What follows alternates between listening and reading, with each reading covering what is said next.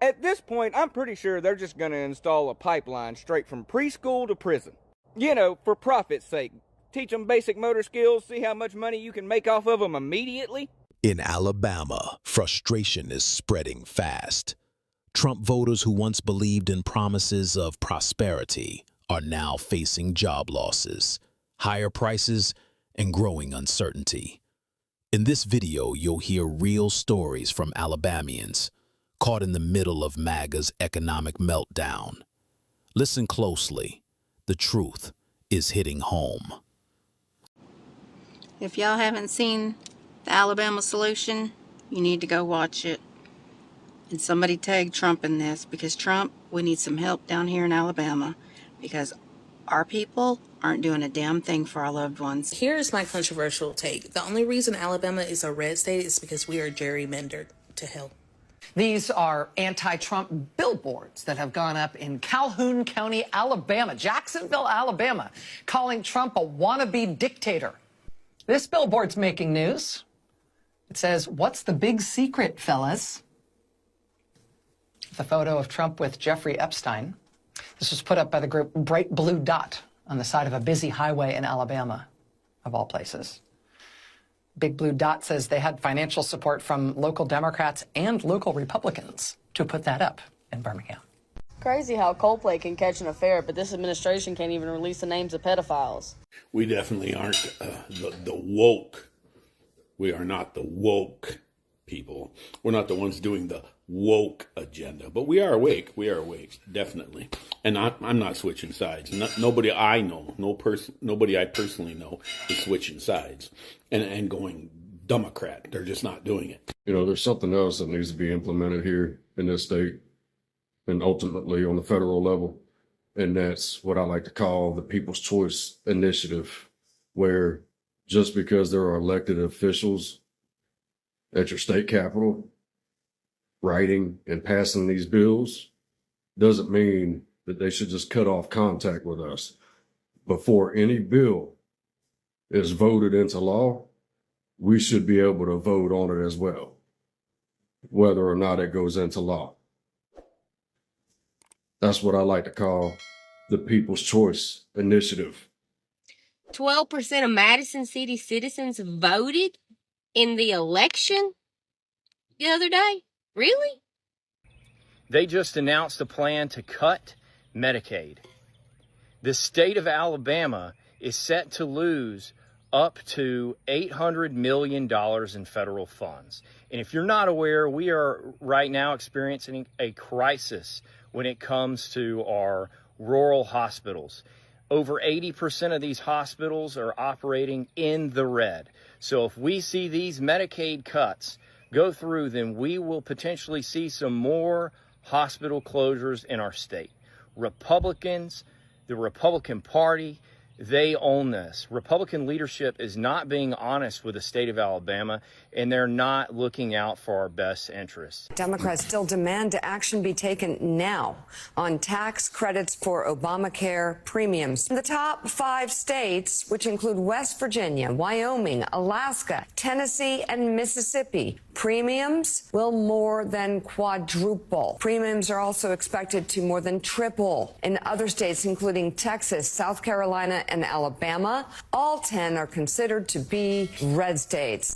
Some of these people fail to realize down in Alabama who's broke, down in Louisiana who's broke. I can go through pretty much the entire South and tell you that they're broke, and they rely on a lot of welfare from the government. To be perfectly honest, it is tax dollars from these big blue states like New York. Yeah, they send a lot of money into taxes, and then broke states end up benefiting from it, and now they're about to find out. So we're in the find out phase. We had ICE raids about 2 months ago, shut down quite a few of our Mexican restaurants. They had a warrant for a guy who was using misused COVID funds. That's all the warrant was for. And then the state of Alabama still sent in ICE and abducted like 40-something people. And you would hear like a lot of the contractors coming in saying, this is bullshit. Those were good people. They were good workers. Who cares if they did something to get here illegally? And he's like, yeah, it's illegal, but they shouldn't be treated the way they have been treated for crossing the border illegally.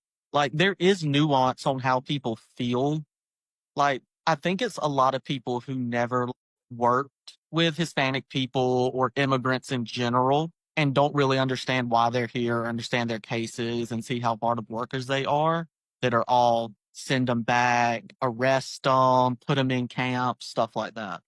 There are even cases of, like, you'll see of people that were pro this stuff until they realize it came for the workers that they work with or have working for them. You know, right? Like there was this misnomer of, like, oh, they won't come for the people that I like. And it's like, that's not how this works. That's not how, like, right-wing, authoritarian, deep-seated bigotry happens when it's, like, thrown into, government executive enforcement. To build 3 new prisons that will transition our facilities from warehousing inmates to rehabilitating people.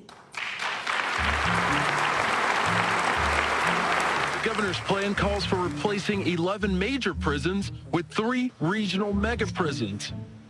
That's the best you can do in the state of Alabama, and people are dying, people are being killed, and the best you can say is, we got new prisons coming. Just FYI, Kay Ivey is gone the next time we're in session to vote. Even us red voters, your ass is grass. You're out of there. We don't want you no more. And I know I messed up. I'm one of the people that voted for her, because I voted all red. Nope. This is a desperate cry for us to start paying more attention to our state. Well, me, I have to start paying more attention to my individual state versus the country, because I'm still a supporter of Trump, but Kay Ivey bumped her head. So, next time I'm voting, I'm definitely going to pay more attention, and Kay Ivey's gone. Okay. I just needed to come and say my piece. If you live in Alabama, I'm just going to go ahead and forewarn you that we about to be the kid with the sign on our back that says, kick me, and be made fun of even more than we have been because of our fabulous governor, Miss K. Mama, grandma, old lady, whatever you want to say. That's who we talking. Any of y'all fuckers from Alabama? Because Kay Ivey's over here taking away all the good things we have before she finally leaves office. Which one of y'all ever kept voting for her? But Alabama is not as red as y'all would like to believe. It is the blueprint for corruption, gerrymandering, and extreme voter suppression. A lot of Alabamians that live here would even say that it's a red state. I said the same thing until I moved to what was supposed to be a blue state utopia. And let me tell you, outside of the city in those blue states, the people still vote against their best interests. They still have people that vote Republican in every single state. The main difference is they are not as suppressed as we are. Our voting map has been illegal for the last 5 years. Our voting map got changed after we managed to elect a Democrat, Doug Jones. At one point, they had Birmingham, part of Birmingham, and Mobile in the same district. 4 hours away. Mobile is down on the southern part. Birmingham is not, well, I wouldn't say north or really central, but it's north of Montgomery, kind of in between Montgomery and Huntsville. It's ridiculous to have it in the same district. And in fact, it was so illegal that the Supreme Court, Trump's own judge, came in and said it was the most racist voting map he had ever seen because of the way it kept all black communities in one district, all the Democratic communities, all of our big cities sequestered, and then allowed these rural areas with a much less population to have more voting power than we did in the city. And universities across this nation so that we can be the tier 1 research university we so deserve to be instead of the playground of a fascist. You have complete control of the House, the Senate, and the White House. We expect you to reopen the government. We expect you to extend the ACA tax credits. I'm standing here with a few friends who agree with me.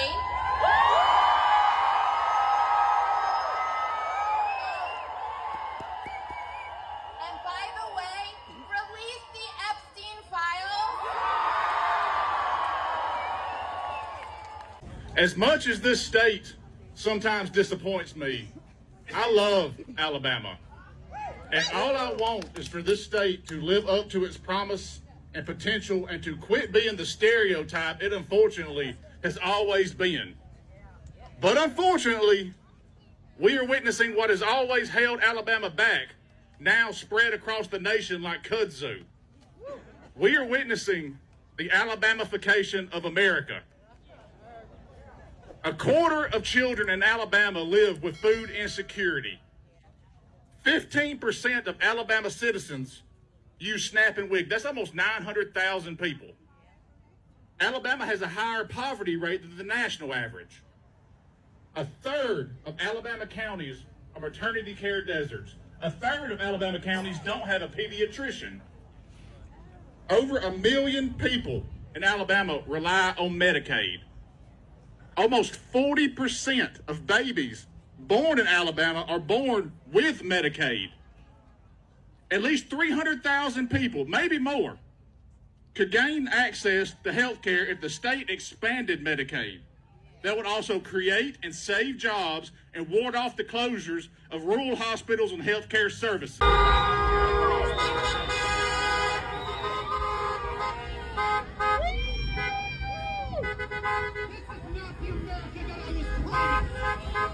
I'm going to start a group called Alabama Forward, and we're going to work on issues to move our state forward, right? I think, in my opinion, we live in the best state in the country, hands down the greatest country. And so education issues, economic development issues, tax issues, military issues, continuing to make sure our state is not woke, that it stays conservative. And so we're going to stay engaged and have some really smart policy people, have some really smart social media people, and we're going to help continuing to shape the narrative in our state to make sure that we're the leading conservative state in the country. This is a bill that's coming this week to pay only the essential federal workers that have been furloughed.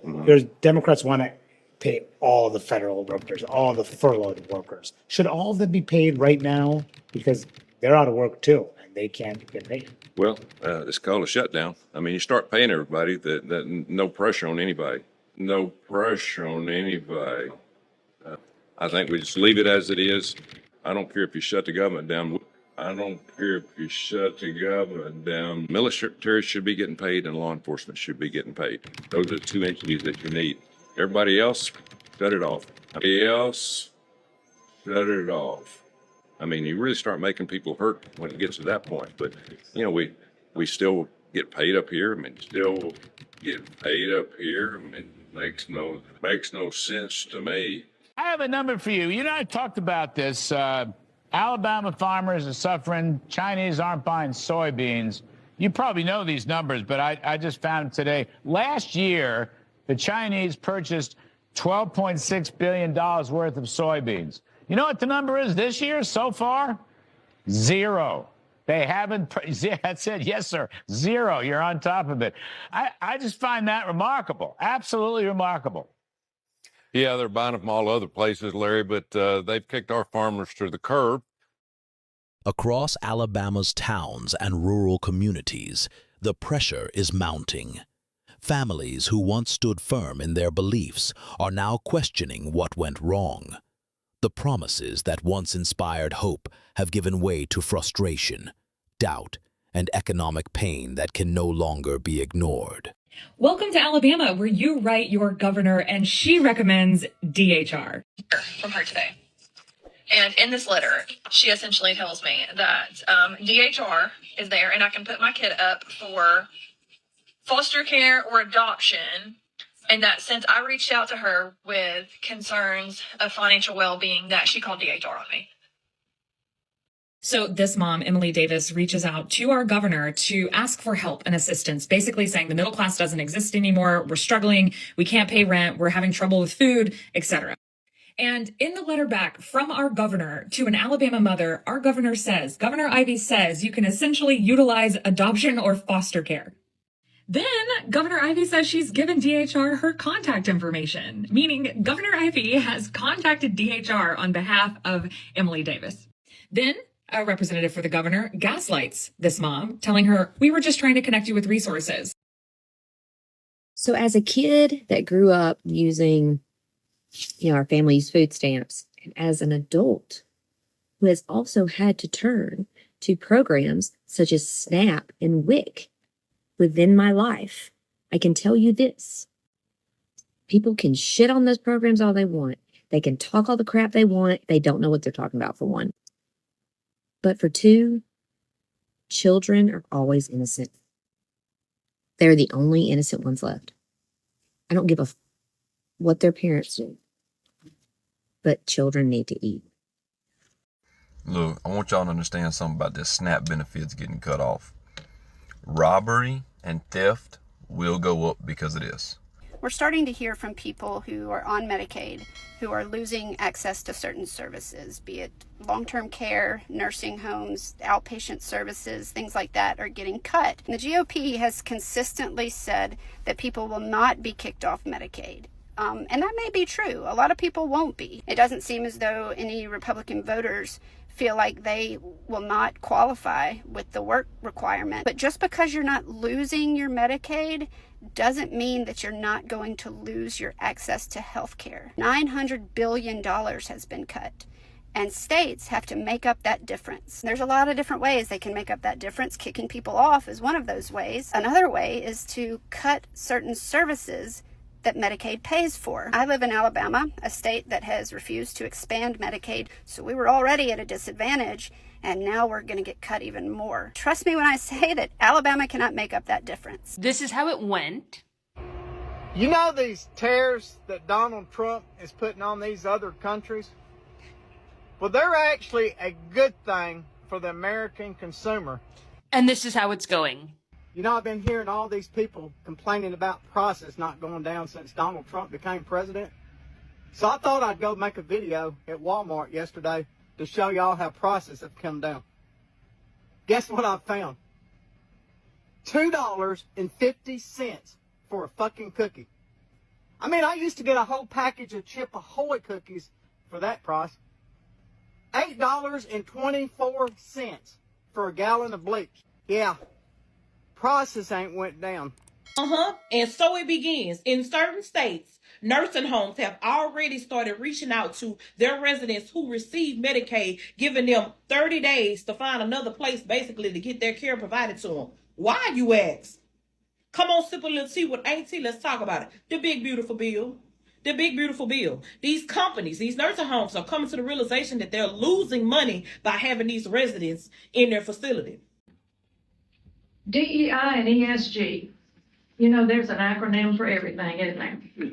Diversity, equity, and inclusion is DEI.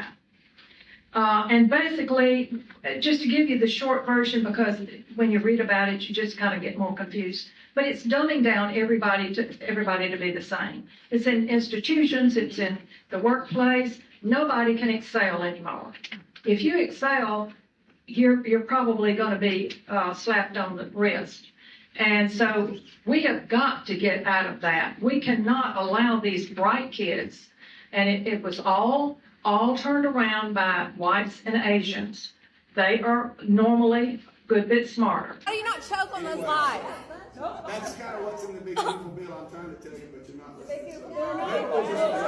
We have questions. Answer our questions. Answer questions. There's people here that don't hear from their congressman, and it's very hard to speak while you guys are speaking. Well, it's hard to hear when he lies. Hard to hear through the bullshit.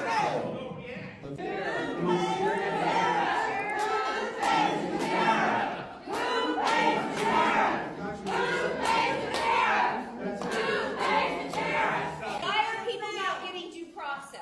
Why are immigrants not getting due process? So due process for a citizen and a non-citizen are different. False. Lies. The 5th and 14th Amendments allow for it. The Supreme Court has backed it many times. Shame. Shame. Shame.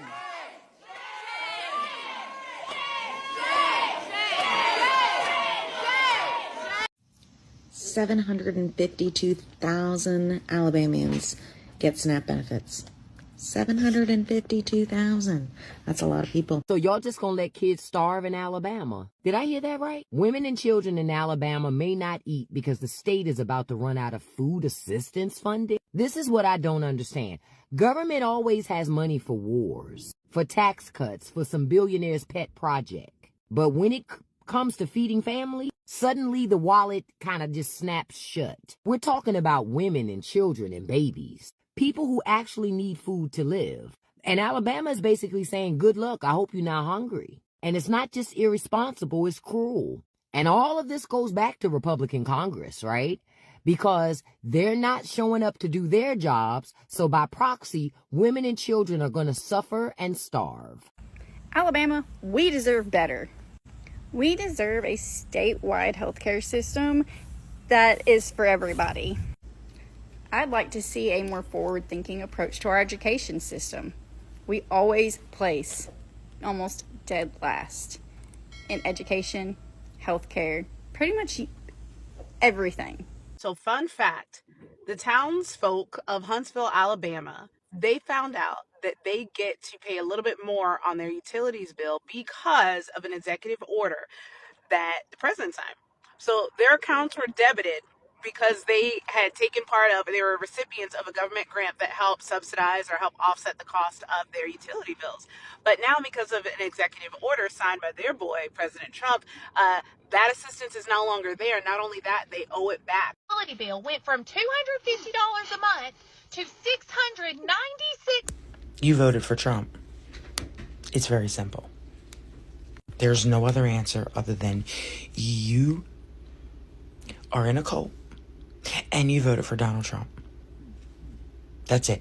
Very simply put. You can't call yourself pro-life and refuse to expand Medicaid. You can't call yourself pro-life and cut health care. You can't call yourself pro-life and be against feeding children. You can't call yourself pro-life because you support forcing every baby to be born, yet you are against helping people who are alive. You can't say you're for small government and want the government in all of the uteruses. You can't say you're for small government and support the federal government taking over cities. You can't say you support states' rights and support other states invading states. You can't say you support free speech but want the government to punish people you disagree with for expressing theirs. You can't say you love freedom if you support taking other people's freedoms away. Good people do not look at what is going on and cheer it on. Good people do not cheer on the oppression of others. Good people do not stay silent as others are being oppressed. Good people know the difference between patriotism and nationalism. The governor of Alabama, Meemaw Ivey, is about to steal $100 million from the Children's Education Fund to pay for her for-profit mega prison. And that is not speculation, pals. She said so herself. Okay, well, in full transparency, I am kind of paraphrasing. See, she still speaks like she's living on a plantation and commutes to work via time machine. So when she was questioned and asked directly if she was going to take $100 million from the education fund to pay for her prison, she looked at the camera and said, well, sure. If that ain't a perfect example of exactly how Republicans care for kids, I don't know what is. They would rather allocate funds to their forced slave labor operations than ensure your child receives a proper education. At this point, I'm pretty sure they're just going to install a pipeline straight from preschool to prison. You know, for profit's sake. Teach them basic motor skills, see how much money you can make off of them immediately. If this shit right here don't make you sick to your stomach, then you need to spend some time doing some serious soul searching because something inside of your heart is screwed up 7 ways from Sunday. Now, the rest of y'all have you a wonderful day, or at least the one you voted for or deserve. What's unfolding in Alabama is more than an economic story. It's a turning point. Families are struggling, businesses are closing, and the promises that once fueled hope have turned into hard lessons about leadership and accountability. These voices remind us that behind every political slogan are real people trying to survive. Understanding their stories is the first step toward real change. If this message resonates with you, please like, comment, subscribe, and share to keep these conversations alive. And click the video on your screen to see more of what's really happening across America today. You cannot tell me that the 3 people that live in this household, that anything is being done any different than it was in the last, I don't know how many years, to go up to that much. I'm struggling. I've already cut out groceries. I don't buy groceries anymore. Now, what do I cut out? I'm confused. Somebody help me out. What do I cut out next? Because you gotta have power. I wish I could cut them off. Something unexpected is unfolding in Alabama. Across the state, Some Trump supporters say their utility bills have doubled or even tripled. These are real stories from real people caught in the middle of this growing MAGA uproar. Alabama, I got a question for you, honey. How did my power bill go up $117 in 1 month? $117. My power bill went up, increased $117 in 30 days. I need an explanation. It was cold, baby, but it wasn't that cold. So let's talk about Alabama Power. So my bill has been higher than giraffe ass.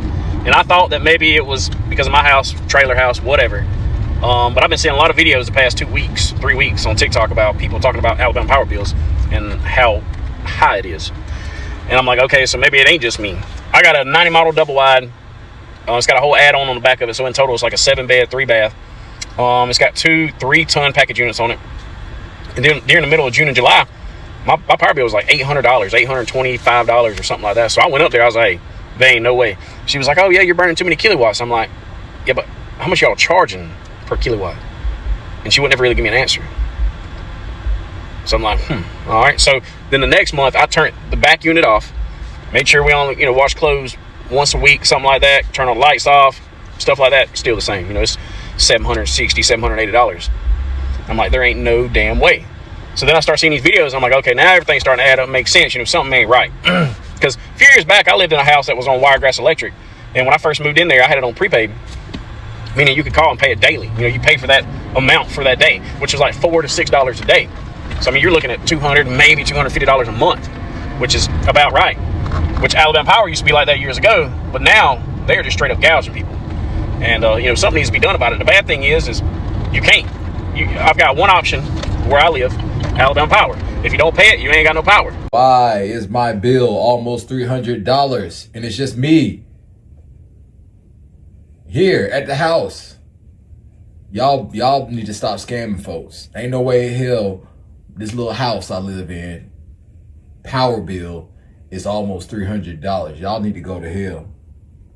So MAGAville just got the mess around and find out in their own hometown of Huntsville, Alabama, who voted overwhelmingly for Donald Trump because he promised to lower utility bills, groceries, and others.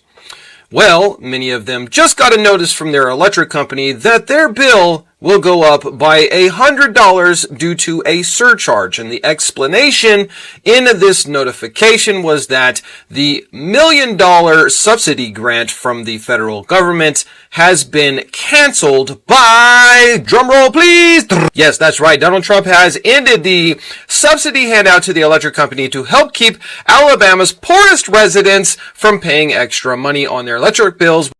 So we have an elderly lady in Birmingham, Alabama, who lives alone. Her power bill ranges from $200 to $250 every single month. She opened her power bill for this past month that she just got, and do you want to know what her power bill was? No changes, no anything. All of you saying, well, something's not right. It's Alabama Power. It's not the people here in Alabama. Let's get that through our heads, okay? We're not making any changes. It's the power company.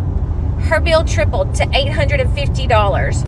$850 for an elderly, at-home, by herself person. She's on a fixed income. She can't pay her bill. Yet there's a grant out there that Mama K. Ivy got for $250,000 last year. Who's seen that money? Has anybody in Alabama? Do you know what I'm talking about? Have you been able to use it? Because it's there for our power bills, for propane, for gas. Does anybody know about that? What the hell is going on with Alabama Power? My bill has went up around 60% compared to what it used to be. Alabama Power. Alabama Power. Hope you're listening. And I want you to know that everybody in this state is on to your bullcrap corruption. We are. And let me tell you what people have gotten smart enough to do to catch you. It's gotten so bad that we Alabamians are paying so much for our power bills, $400 to $500 to $700 a month, that what we started doing is we've started turning our breakers off.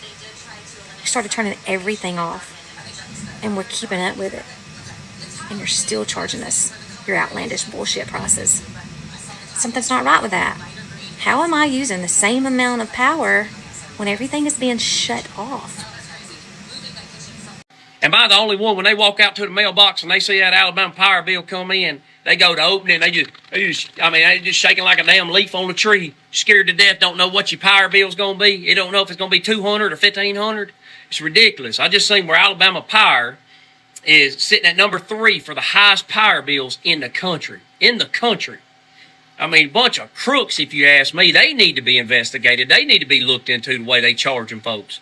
I mean, it's ridiculous. You got old people out here on Social Security and disability and stuff, and they charging these people however they want to. And these people can barely pay their power bill. I'm scared to death to see my power bill after this cold front come in. Ain't no telling what the power bill's going to be. It's sad. Alabama Power, they need to be investigated and looked into the way they charging folks. They ought to feel ashamed charging these old folks. And me too now. They ought to feel ashamed charging me that way too, but especially these old folks that's on a set income. They just charging you whatever the hell they want.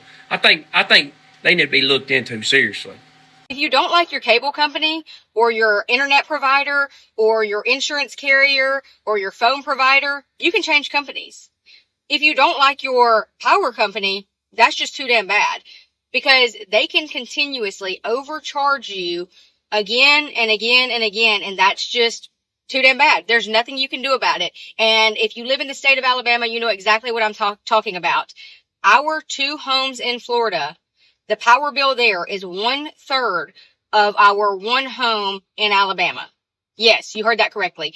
Our power bill in Alabama for a 1,400 square foot home that I reside in maybe 1 to 2 weeks out of a month is about $600 a month. Our 2 homes in Florida, one with more square footage, are probably around $150 to $200 a month total for both of them. The state of Alabama needs to get their shit together, because what's going on? I am in Northwest Alabama, and my power bill this month is $467. This has gotten to be like normal. Like every year it goes up. Like last summer, I think the average was around $400. And now it's nearly $500. And I feel like it's just getting excessive. Huntsville Utilities got to tell me something. Like on Big God, Huntsville Utilities, they ain't gonna have to tell me something. There's no way I got a $700+ phone bill, light bill. It's absolutely no way my bill keep going up. I just paid a $600 and some bill in February. March ain't even out yet. How y'all charging me $700+ already for March? March just hit. So how you know how much I not used all the? My bill went from 2 something, and it's been creeping up ever since. I'm telling y'all, Huntsville Utilities is over there scamming. They not set up and rebuild and remodel, and they got us paying for the remodel. $700+ for my March bill, and March just hit. How do you know how much I not used in fucking March? This ain't even making sense. Even if the bill coming out early per February, $700+, it can't be. I don't do nothing different. I unplug everything. We don't touch the box. Nothing is different. So how are it going from $200 and I crept all the way up to $700+ Huntsville Utilities is scamming. Alabama, Miss Ma'am, I'm gonna need you to reevaluate your worth, because you are out here charging like top shelf Dasani Fiji smart water prices, and we're down here. Okay, we are recycled water shelf water. You know, like what comes out of my tap was probably in my toilet at some point. So I really like you to do some self-reflection.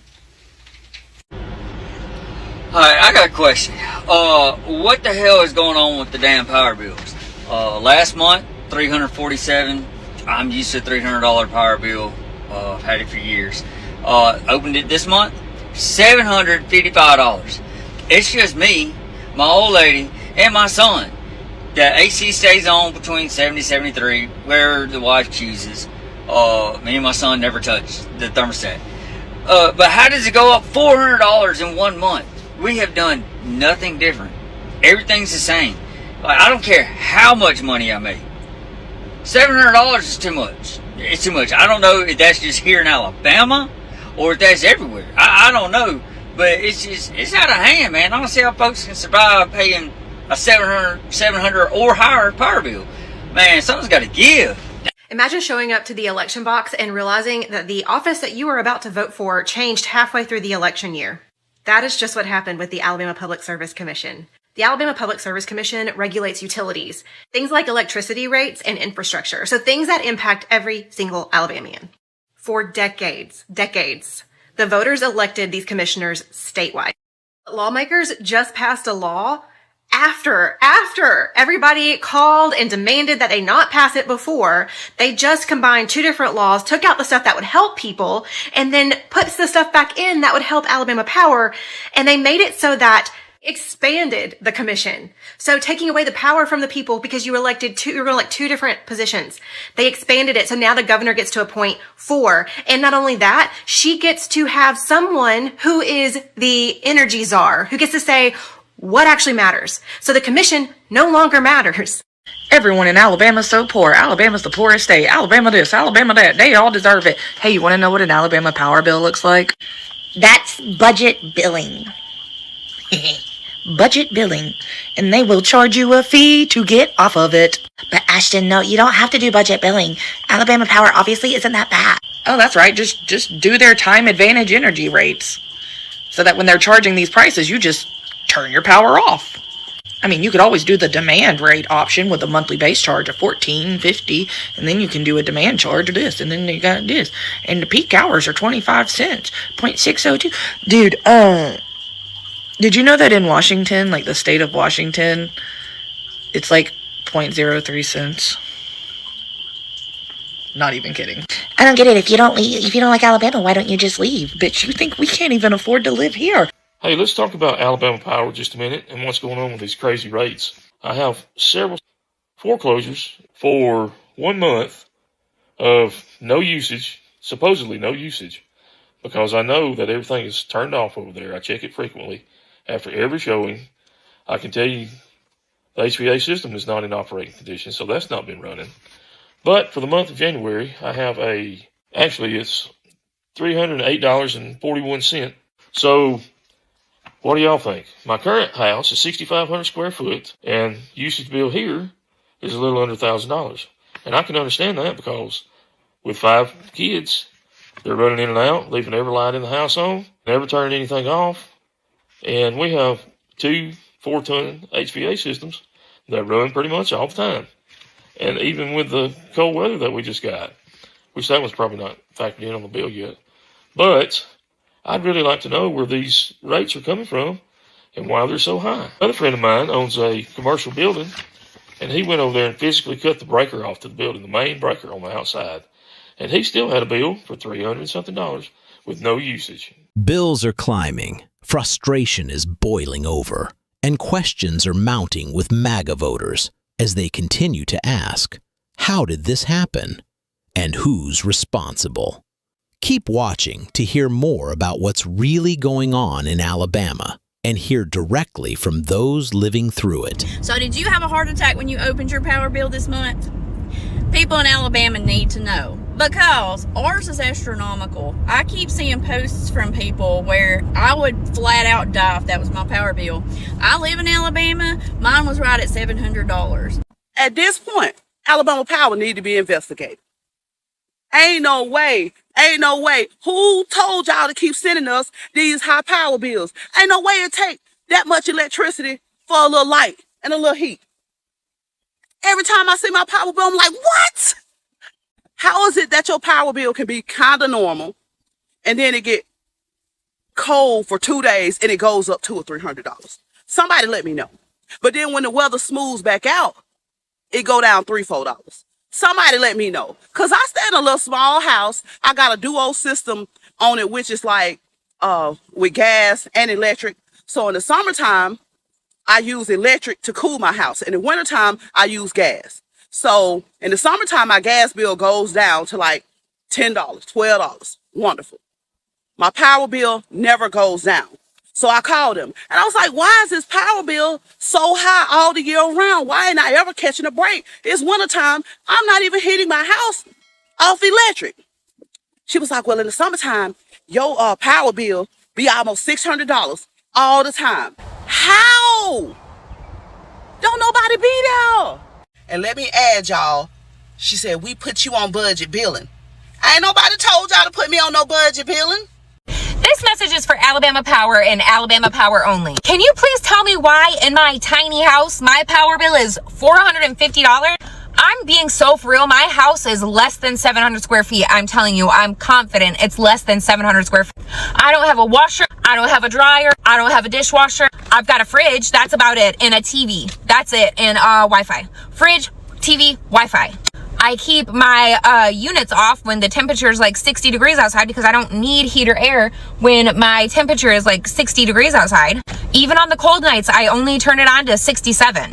My water heater is not doing anything crazy. I just want to know, because I'm telling you, my house is so small and there's only 3 of us. I'm working 60 plus hours a week. My house is very tiny. One of the bedrooms, I'm 5'4". I can literally put my arms above my head, put my feet against one wall and touch my fingertips to the next wall. There ain't enough lights in this house to be charging that much power. I know people who live in very large homes and their power bill is not this much. You can say, yes, oh, you live in a mobile home, that's why. I've lived in a mobile home before and my power bill has never been this high. And the mobile homes I did live in were twice this size. I live in a tissue box and my power bill is $453.06. A woman from Huntsville, Alabama is going viral because her electricity bill went from $250 to $600. What? That sounds very high. And I'm in California where our water and power is expensive. But oh my Lord, so what happened is due to Donald Trump's executive orders, the orders from the king, it was a federal grant that was being given so that electricity was cheaper. And now that they lifted that grant, oh God, no, Sam, tell me it's not true. It is true. Yeah. People in Alabama, even the letter that they got, his name is on it. Your power bill isn't just high, it's rigged. And here's the proof. Alabama Power hasn't had a full rate review since 1982. That means the company in charge of setting the price of your electricity hasn't had anyone independently check their math, their profits, or their justification for what they charge in over 40 years. A rate review is quite simple. It's the energy version of an audit. It's when regulators go line by line through the company's finances to figure out what it actually costs to produce power, what profits are reasonable, and whether customers are being overcharged. Every utility is supposed to be reviewed on a regular basis because these companies are monopolies. We don't get to choose another provider. Oversight is the only protection that customers have. But in Alabama, that oversight hasn't happened in 4 decades. No full review, no transparency, no accountability. And when you combine no oversight with a monopoly, the result is exactly what millions of Alabamians are dealing with. Some of the highest power bills in the country. People often get blamed for using too much power as a justification to their high utility bills, but this isn't about personal habits. It's about a system that's been left unchecked since before most of us were even born. If a company knows regulators won't question them, then they have no reason to keep prices down, and Alabama Power has taken full advantage of that. Your bill is high because the system is rigged to keep it high. So I know everybody been complaining in Alabama about our light bills being too high. They've been too high. Kay Ivey says she hears talking about it. She want to help us do something about it, okay? So they met with lawmakers on yesterday, and the plan is right now we elect all of our public service commissioners. That's who work directly with the utility companies for Alabama. Now we elect them. The people go out and vote for the people who we want in these seats. Kay Ivey wants to do something similar to like what she did with the Birmingham Waterworks. She want to come in and take over. She want to take those elected members down and put up appointed members, people who she's going to appoint to sit in these seats. They're going to have to report back every quarter to her, to the governor, about what's going on with the utilities because they have gotten out of control. Lawmakers are moving to end elections for the Alabama Public Service Commission, the agency that regulates your electric rates. House Bill 392 would transition the PSC from an elected body to an appointed one. Instead of voters choosing commissioners, the governor would appoint them, subject to state Senate confirmation. The bill was introduced by State Representative Chip Brown. The thing that's important about having an appointed public service commission is that we can pick experts that are confirmed by the state Senate, and that will give the Public Service Commission more of a professional face. The bill passed through committee, but not without opposition. During a public hearing, critics argued the change would reduce accountability, especially at a time when residents are frustrated over rising power bills. That includes Daniel Tate, Executive Director of Energy Alabama, an outspoken nonprofit that does advocacy work. The regulated should not be choosing their regulators, but this bill creates a loophole in that very protection. When the bill reached the Alabama House of Representatives floor, lawmakers unexpectedly adjourned for the week without voting on it. House Speaker Nathaniel Ledbetter said the Senate was not ready to take up the legislation. The bill does not address the PSC's long-standing rate stabilization system. Alabama uses formula rates that automatically adjust, a system that has been in place for more than 40 years. Representative Chip Brown says the goal is simple: lower bills. People in my district live paycheck to paycheck, and so this is all about trying to get our rates down. My goal is to help out the people in my district in the state of Alabama. But opponents say changing how commissioners are selected will not solve the issue of high utility cost. You've had this right in Alabama to vote on these regulators for a very long time. And it's one of your few, if only, checks, if you will, in terms of holding utility companies accountable. There's nothing in these bills that actually addresses the issue of rates or profits or bills.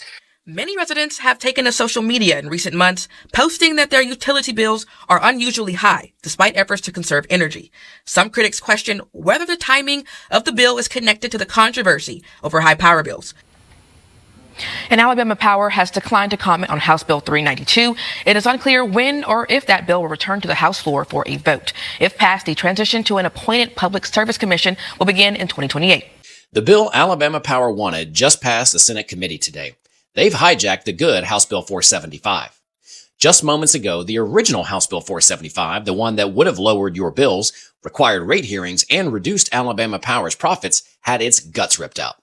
What passed today is basically the widely hated SB 360 just wearing a disguise. The rate hearings, gone. The profit limits, gone. What's left is a governor-appointed official who controls basically everything the PSC does, and Alabama Power essentially never having to face a hearing. Alabama just rewrote the rules for power bills, but opponents say they're just not doing enough for consumer protections in this new policy. Now, this new law sets out to rein in some of the country's highest power bills. That's what's happening right here in Alabama. But not everyone believes it will actually lower these energy costs.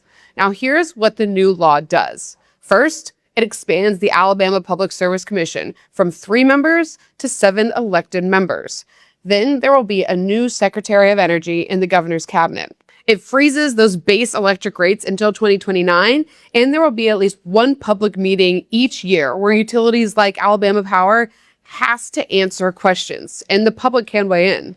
And this bill's path to passage was anything but straightforward. The Senate passed this bill unanimously, 32-0, after heavily rewriting what the House originally passed. Then it went back to the House, where the bill's own sponsor, Representative Mac Butler, said he opposed this new version.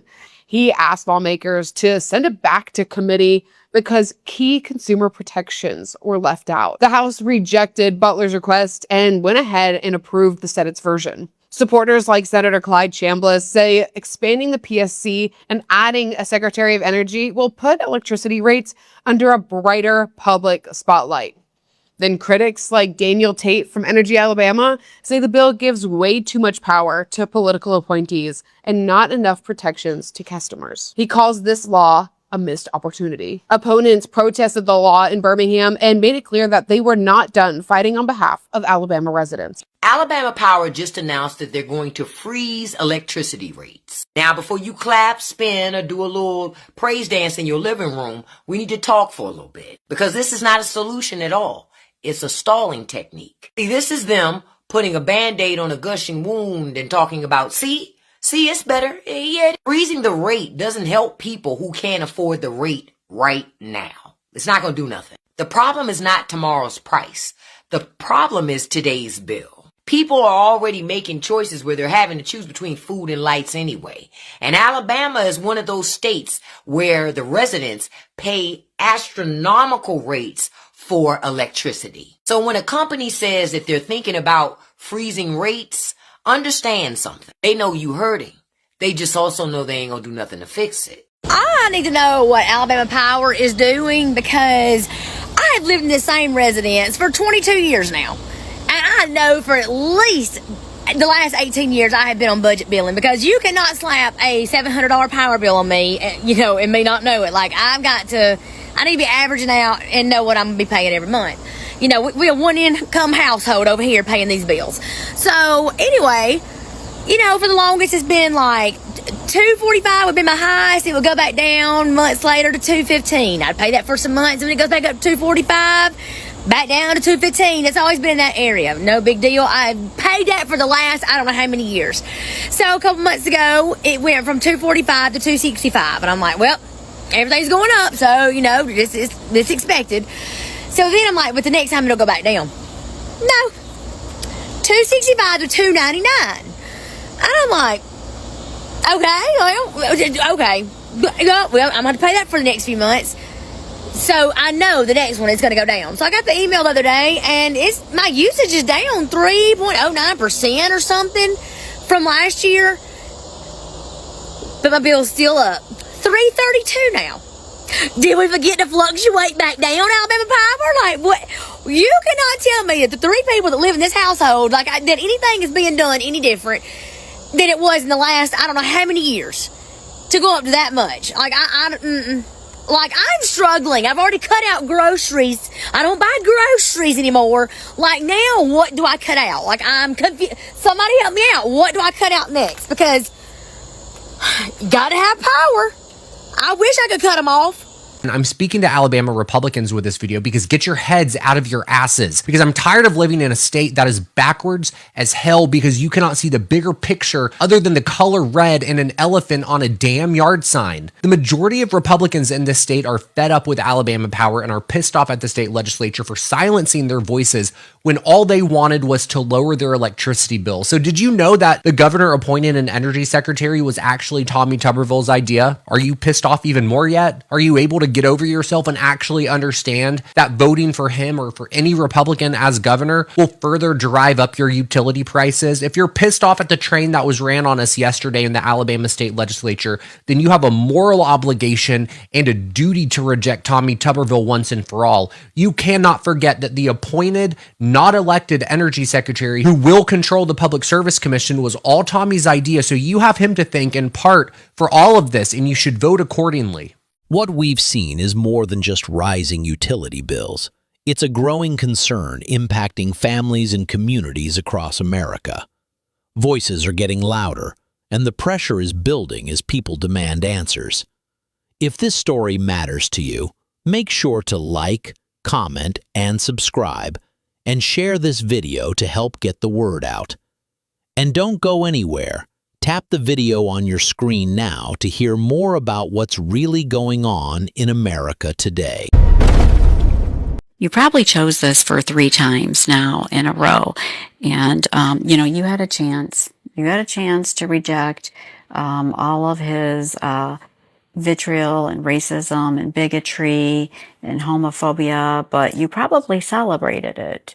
Today, we turn to Michigan, where growing economic pressure is fueling frustration among Trump voters across the state. From factory towns to suburban communities, many say the promises they believed in are colliding with a harsh new reality. Listen closely as Michigan residents share their firsthand stories behind this unfolding voter uproar. As somebody who's voted for Trump 3 times, I have no problem calling out the stuff I don't like that he does. Name calling that he does, I hate. I hate every second of it. When I heard him call Marjorie Taylor Greene a traitor, that's a low blow. She has not been a traitor to the point of how we assume traitors are. And then for him to say something like, oh, well, when her husband wakes up in the morning, he'll realize how terrible a person is. That stuff, that is so obnoxious. And if Trump and the MAGA movement and people in the conservative movement want to get those in the middle to lean more right, the worst thing you can do is name call, especially when it's to women. Then to see that he called a reporter on the airplane piggy, enough is enough. Stop the name calling. I'm sitting here walking around the mall here in Flint, Michigan. This is what happens when your government sells you out. All your jobs leave and go overseas. This is a mall here in Flint, Michigan. Empty. Has Goodwill down there that's open, and it has J.C. Penney's at the end. That's it. A whole mall. Here in Flint. You want to, like, people like me get out here and fight for the country. I love tariffs. Bring our jobs back to our communities. Bring them back so our kids have places to go. Like, hello. This is Flint. Look at it. We could build this place with all kinds of different businesses. All I'm saying is bring the jobs back. Here's the deal. To the glee of many of his billionaire supporters in Silicon Valley, Trump signed a new executive order aimed at blocking states, like Michigan, from setting their own rules for artificial intelligence. Specifically, it calls for a new AI litigation task force inside the Justice Department, whose entire job would be to challenge state-level AI laws that the administration says conflicts with its minimally burdensome national approach. The order also tells the Justice Department to flag so-called onerous state regulations, and it opens the door to withholding federal money from states that don't fall in line. In other words, if Michigan tries to put guardrails on how AI is used, whether it's stopping deepfakes, scams, political ads, or powerful algorithms making real-world decisions, then the Trump administration could simply step in and say no. Look at this. Look at this. The red state of Michigan is at risk of losing 800,000 agriculture jobs due to tariffs. Yes, Michigan voted red. Yes, Michigan voted for this administration. 800,000 jobs, but wait. Wheat is down 89%. Apples are down 58%. Action means everything. So do something. We put you in this position. You shouldn't be questioning what we want. We stand up here and we tell you over and over. We email you, we call you.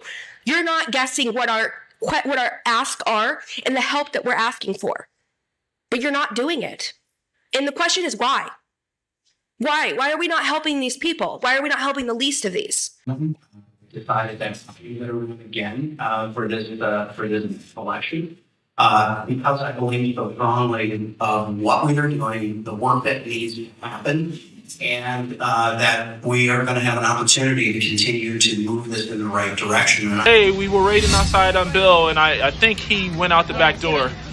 We had constituents out here in 11-degree weather waiting to ask the congressman questions, and he, again, avoided those questions. So we hope that he sees this video, and we hope that he will come answer for questions sometime in the near future. Thanks, Bill. I'm here because the last time I spoke to Bill on camera was expressing my hope that he not vote for the big, beautiful bill, because one of the reasons that was going to affect me is that I would lose my insurance.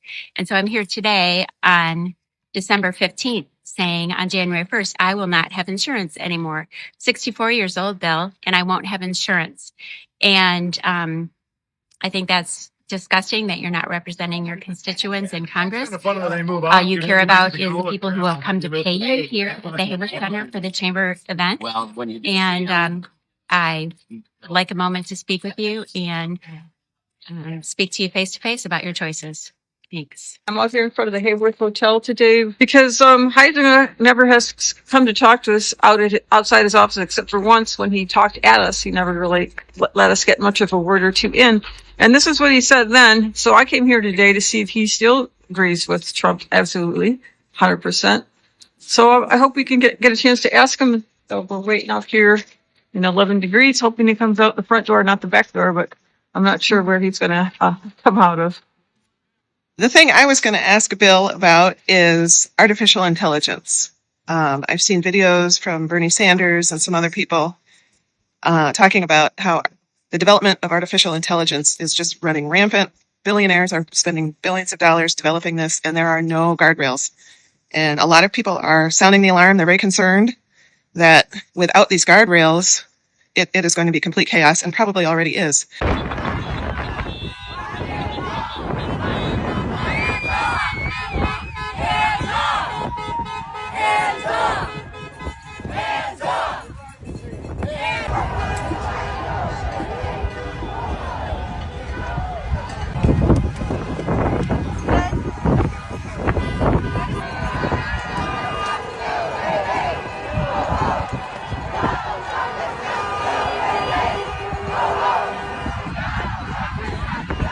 We have expected from Donald Trump the worst, but he is shocking us of how worse he can be. The vote for Trump was not really a vote for Trump. It's a vote against the Biden-Harris administration because they could not stop the carnage that's happening in Gaza. College senior Sarah Shaban voted for Trump. She says she gasped when she saw his remarks. I was disappointed, but I also wasn't surprised. But I would say that I kind of find it hard to believe that he would actually implement what he's saying. Did you regret voting for him? A little bit. Days before the last presidential election, Donald Trump was the invited guest at the Great Commoner restaurant in Dearborn, Michigan. Albert Abbas says he extended that invitation. Abbas is Arab American and one of a number of Democrats who voted for Trump. Abbas says he hoped Trump would do more than President Joe Biden did to help Palestinians suffering in Gaza. The U.S. will take over the Gaza Strip. But after Trump said Palestinians should leave Gaza so it can be redeveloped, Abbas says not only does he feel betrayed, he's hearing from a number of people angered over his past support of Trump. People were really frustrated, and I don't think there's anyone to blame. At the end of the day, as Arab Americans or Muslims, we really didn't have much of a choice. Dearborn, a Detroit suburb, is home to the largest Arab American population in the United States, a community which helped Trump carry the critical swing state.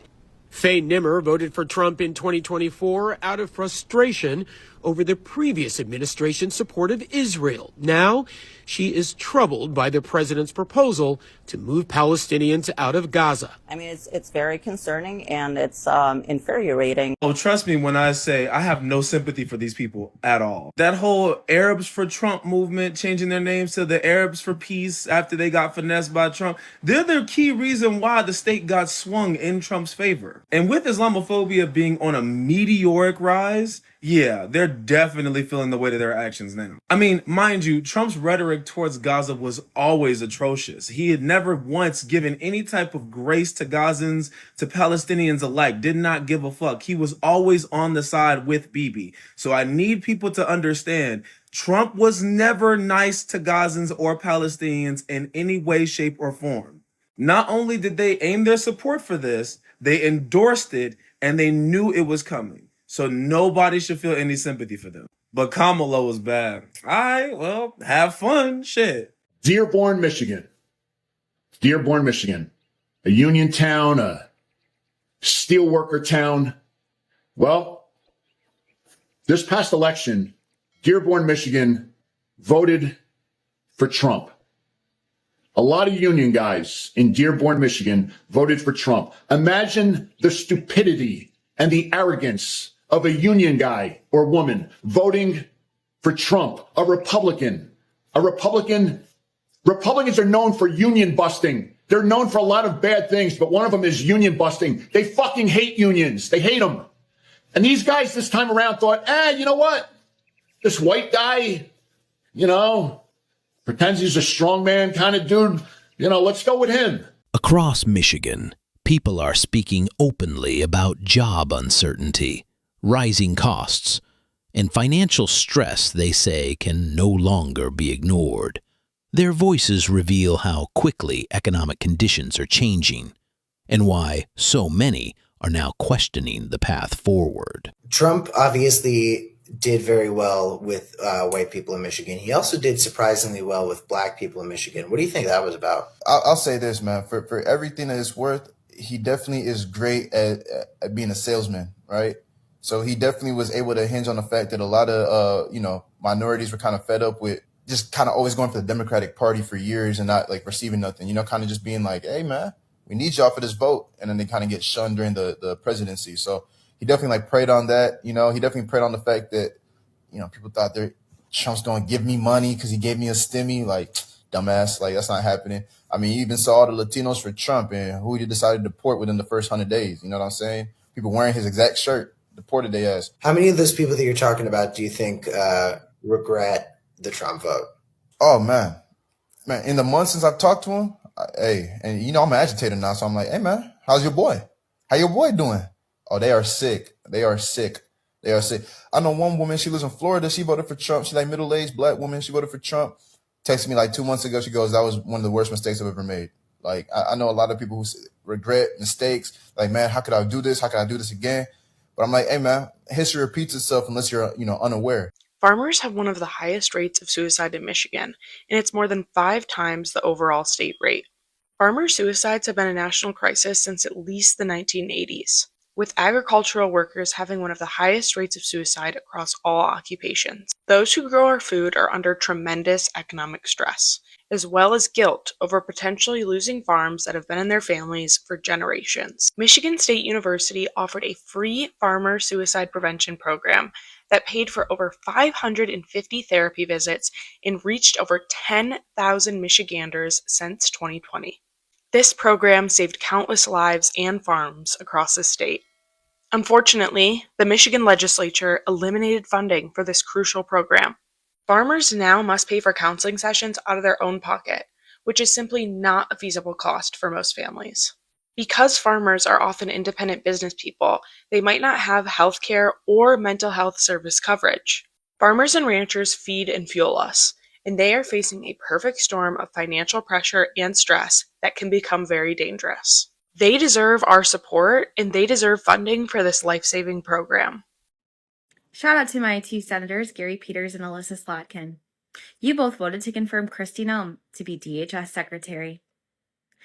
I was disgusted then. I'm even more disgusted today. How's the last 4.5 months been going for you? How's it been going in the state of Michigan? You happy with what's happening? Clearly you are, because you're complicit in this. You signed off on confirming her. This is what you wanted? Is this where you wanted the United States of America to be headed? It must be, because he only told you for fucking months what he was planning to do. How do you feel today watching one of your Senate colleagues literally be thrown to the ground for having the audacity to ask a question in a press conference because he's concerned about what's happening to his constituents in the state of California? You feel good about it? Is this what you wanted? Man, y'all really out there doing the work of the people. Bravo. You are complicit in this and you deserve to be held accountable. People of Michigan, our lawmakers are trying to take away our choice and our votes. House GOP members in Lansing voted to take away ranked choice voting, despite the fact that 5 cities have already implemented it because the people in those cities voted to have it in place. They are attacking democracy by not allowing us to have ranked choice voting. And they're doing it because they're scared. They're scared that when we don't have to pick between the lesser of 2 evils, we won't pick them.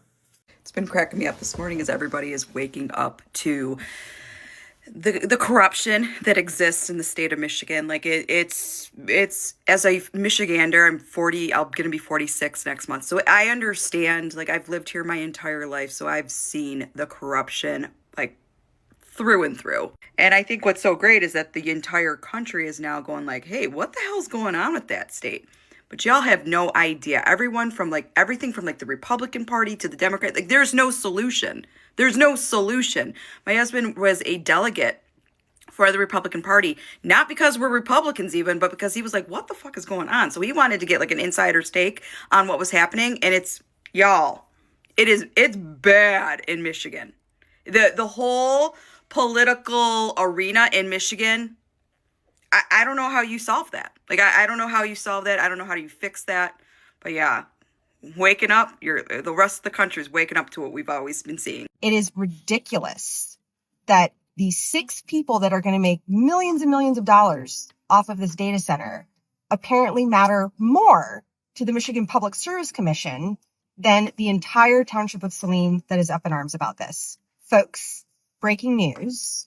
The Michigan Public Service Commission just granted the super secret deal that is going to allow DTE and the Silicon Valley billionaires building the data center in Saline Township to do this behind closed doors, fast-tracked, without public disclosure, likely because they are going to force residents to pay for their infrastructure. They're going to build more fossil fuels, and who knows what they're going to do with water. All of this is happening because of political corruption. In case you missed it, yesterday, House Republicans in the Appropriations Committee, led by Speaker Matt Hall and Chair Ann Bolin, defunded and cut $645 million from Michiganders. We are still sifting through the list of cuts to see what kind of damage they did. This is money that the legislature voted on, that the governor signed into law, appropriations for millions of dollars for programs from maternal health to the Holocaust Museum to $1 million for parks and recreation in my community in the city of Warren. We're getting phone calls from local elected officials across the state of Michigan, from organizations that have been relying on this money, and the Speaker, Matt Hall, has been calling them waste, fraud, and abuse. Money that is meant to help buy wigs for children who are dealing with cancer. I have 2 colleagues in the Michigan House who were in tears because they are cancer survivors. And Speaker Matt Hall, this is what he considers waste, fraud, and abuse. Absolutely devastating. But specifically, what are your thoughts about President Trump calling Governor Walz retarded? Well, look, that's not the word that I would choose. I think his reaction was probably a spontaneous one to the enormous amount of fraud that was announced. I'm suing the state of Michigan. In 2022, voters made it loud and clear. We enshrined reproductive freedom into our state constitution. We said, we believe you, we trust you. But here's the catch. If you're pregnant, Michigan law says that your advance directive, the document that lays out your medical wishes if you can no longer speak for yourself, doesn't count. Just because you're pregnant, it means that the state gets to decide what happens to your body, not you, not your family, not your doctor. It's unconstitutional, and it goes against everything us Michiganders voted for. Recently, I got this comment. Oh, I'm not talking about this racist one right here. Take a look at this one up here. Angelica said, reaching out from Jackson, Michigan, our community was impacted by the cancellation of over $5 million funding to support, prevent, and resolve homelessness. So let's see who represents Jackson. Oh, would you look at that? Kathy Schmaltz, staunch Republican, and Tim Walberg, U.S. Congressman and Republican, represents Jackson City. Republican. And the city of Jackson is dealing with a huge homelessness problem coupled with the opioid crisis. They thought they were doing your community a favor. These are work projects from the Department of Health and Human Services. Let me direct you to page 4, which is listed as page 2 on this PDF. You can see right here, this line item, Michigan Opioid Healing and Recovery, it cut $7 million. Stay with me. In 2016, the opioid-related death rate was 30 deaths per 100,000 in Calhoun County. That was 1.72 times higher than the entire state of Michigan. I know some of you guys are going to be like, oh, well, that was from 2016. It's 2025. Oh, well, look at this. In August of 2025, Calhoun County was among the top 5 highest for overdose fatalities in the state of Michigan. I'm a Trump supporter, and I'm going to tell you this right now. If this is the verdict, there's no Epstein client list. Yeah, cool story, bro. Yeah, I'm from Michigan, too. I'm going to bet that you're probably from Macomb County, and I'm usually never wrong on that. But you probably chose this for 3 times now in a row. And, you had a chance. You had a chance to reject all of his vitriol and racism and bigotry and homophobia, but you probably celebrated it. It was the Epstein files. It wasn't like, people losing their health care. It wasn't the men that was sent down to El Salvador that we now know were innocent and they weren't gang members. That didn't bother you. It was just the Epstein files. So now that you're jumping off the Trump train, I'm just curious, like, what are you planning on doing to right your wrong? Because pro tip, you could start with deconstructing your racism, because that is a thing. And I know that there's going to be some people that don't agree with me on this, but I'm not trying to get you MAGA sickos to join our pro-democracy movement of love, okay? You guys can all just stew in your hate and your filth, okay? Because we don't need you. There's more of us than there are of you, and we are actually going to win. We're going to win with love, we're going to win with joy, and we're going to win with empathy. And you know what? I don't believe a lot of you motherfuckers. Are we dead serious right now? Are we dead ass? Is this real life? Look at that. This economy is so bad. $33 for toilet paper? A regular Coke, 3 for $20.97. Actual soda, $21. Used to get a whole cup. Damn! Damn! Damn! Damn! Damn! Damn! For 2 pounds of lunch meat, $23. How the hell are we supposed to feed our kids on this crap? Truly, look at this. Look how small this pack is. Seriously? That fits in my palm. Crazy. The grocery stores are it looked like it haven't even been touched. You are going to be feeling the pain at the pump, and your eyes do not deceive you. At this mobile gas station in Dearborn, a regular gallon of gas is costing you $3.89. Overnight, prices jumped 15 cents, and folks are worried that those prices are going to continue to climb. Last month, gas was at around $2.94 a gallon. Right now, the average in Michigan is $3.75. This is the highest price for regular gas since October of 2023. And since the start of the war with Iran, gas prices have surged 74 cents a gallon. And we have been talking to drivers about their concerns as these prices continue to go up. I run a junk removal business, so the gas prices, they pretty, they hit me twice. So they hit me when I go to unload what I pick up, and they hit me when I need to fill up. As an entrepreneur, you work hard and you pray that phone continues to ring. And Gas Buddy says the best day to actually buy gas is on Sunday, that if you wait till midweek, that's the most expensive time to buy gas. But as you heard those drivers talking about, with prices jumping 15 cents overnight, they're concerned these prices will just continue to go up. $4.79 a gallon, $4.89 with the credit. Again, we're here again on Mac and I-75. There's the gas station there, the Exxon, but that is pretty expensive. Look, gas prices are up, and we know they're up, and we know that people are hurting because of it, and we're doing everything that we can to ensure that they stay lower. I will say, the president said this, and I certainly agree with it. This is a temporary blip, okay? What happened under the Biden administration is that gas prices were high for 4 years. Gas prices are higher right now. And frankly, they're not even as high as they were during certain parts of the Biden administration because of what's going on in the Middle East. It's not going to last forever. We're going to take care of business. We're going to come back home. And when that happens, you're going to see energy prices come back down to reality. But in the meantime, we got a problem. We know that we have a problem. We're doing everything that we can to address it. Matt Hall, the Speaker of the House, has filed a petition to the Michigan State Supreme Court. He is refusing to present the 9 bills that were passed last December to be presented to the governor. It has been 1 year now, 1 entire year, that the Speaker has deliberately withheld these bills unconstitutionally. What 290 here, 290 here, 290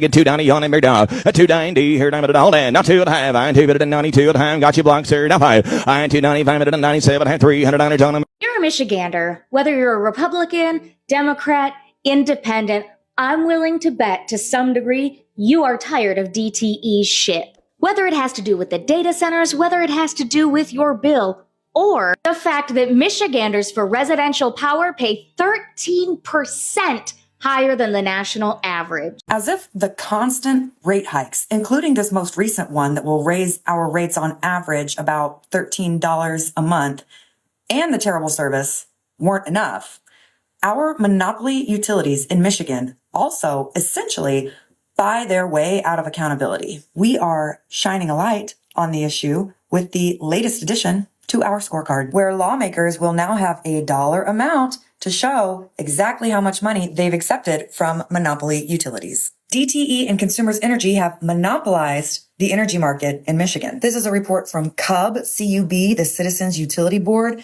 saying DTE and Consumers rank 49th in the nation for average time to restore power and 38th in affordability. And they are also two of the largest political donors in Michigan, with DTE spending $5 million and Consumers spending $4.5 million in 2022. Status quo is not working for us. Our lawmakers work for us, not for DTE and Consumers, but they can't do that when these corporations are lining their pockets.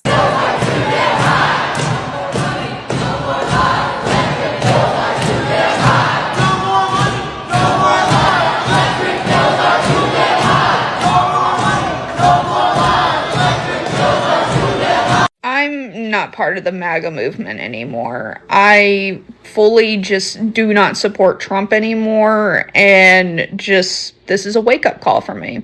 We have been seeing that a lot more lately, especially now that we have entered a war with Iran. And despite these creators saying that they are putting forth the effort to deconstruct their values, they are also extremely upset that we are still holding them critical of their previous actions. And that is because change is only considered growth if that growth is actually being reflected. If it's not, then that's not growth, that's just manipulation. And we should be questioning you if you have actually deconstructed those values, or are you just going to vote for someone else that is extremely similar to Donald Trump?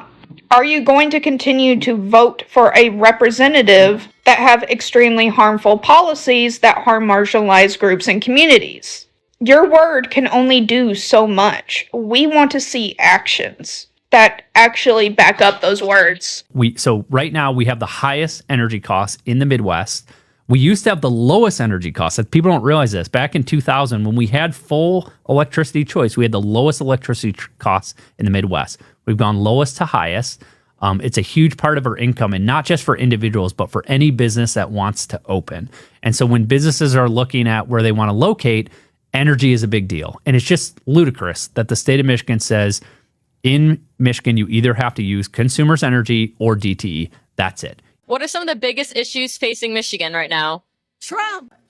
He's a lunatic. That's how we feel here. Has any of his policies affected your everyday life? Yeah, it's everyone. It's affected everyone. Yeah, absolutely. As a millennial, I've only seen maybe 5 years of economic stability in my entire life, and the slow descent towards fascism and just the general imbalance of power. I mean, I've learned more in the last few years about American government than I've ever learned. It's horrible. Yeah, groceries, obviously. Yeah. Everybody, it's up like 40%. I mean, it's like a lot of personal relationships. Like everything he's brought to the table has like divided people between family, friends, and everything. Yeah. I stay in touch with all the people in my life that I have had these political like breaks with. Some people cut them off. I don't know. Like we are more alike than we are different. We're conventions. The tariffs and everything, it took our product from base price to almost triple.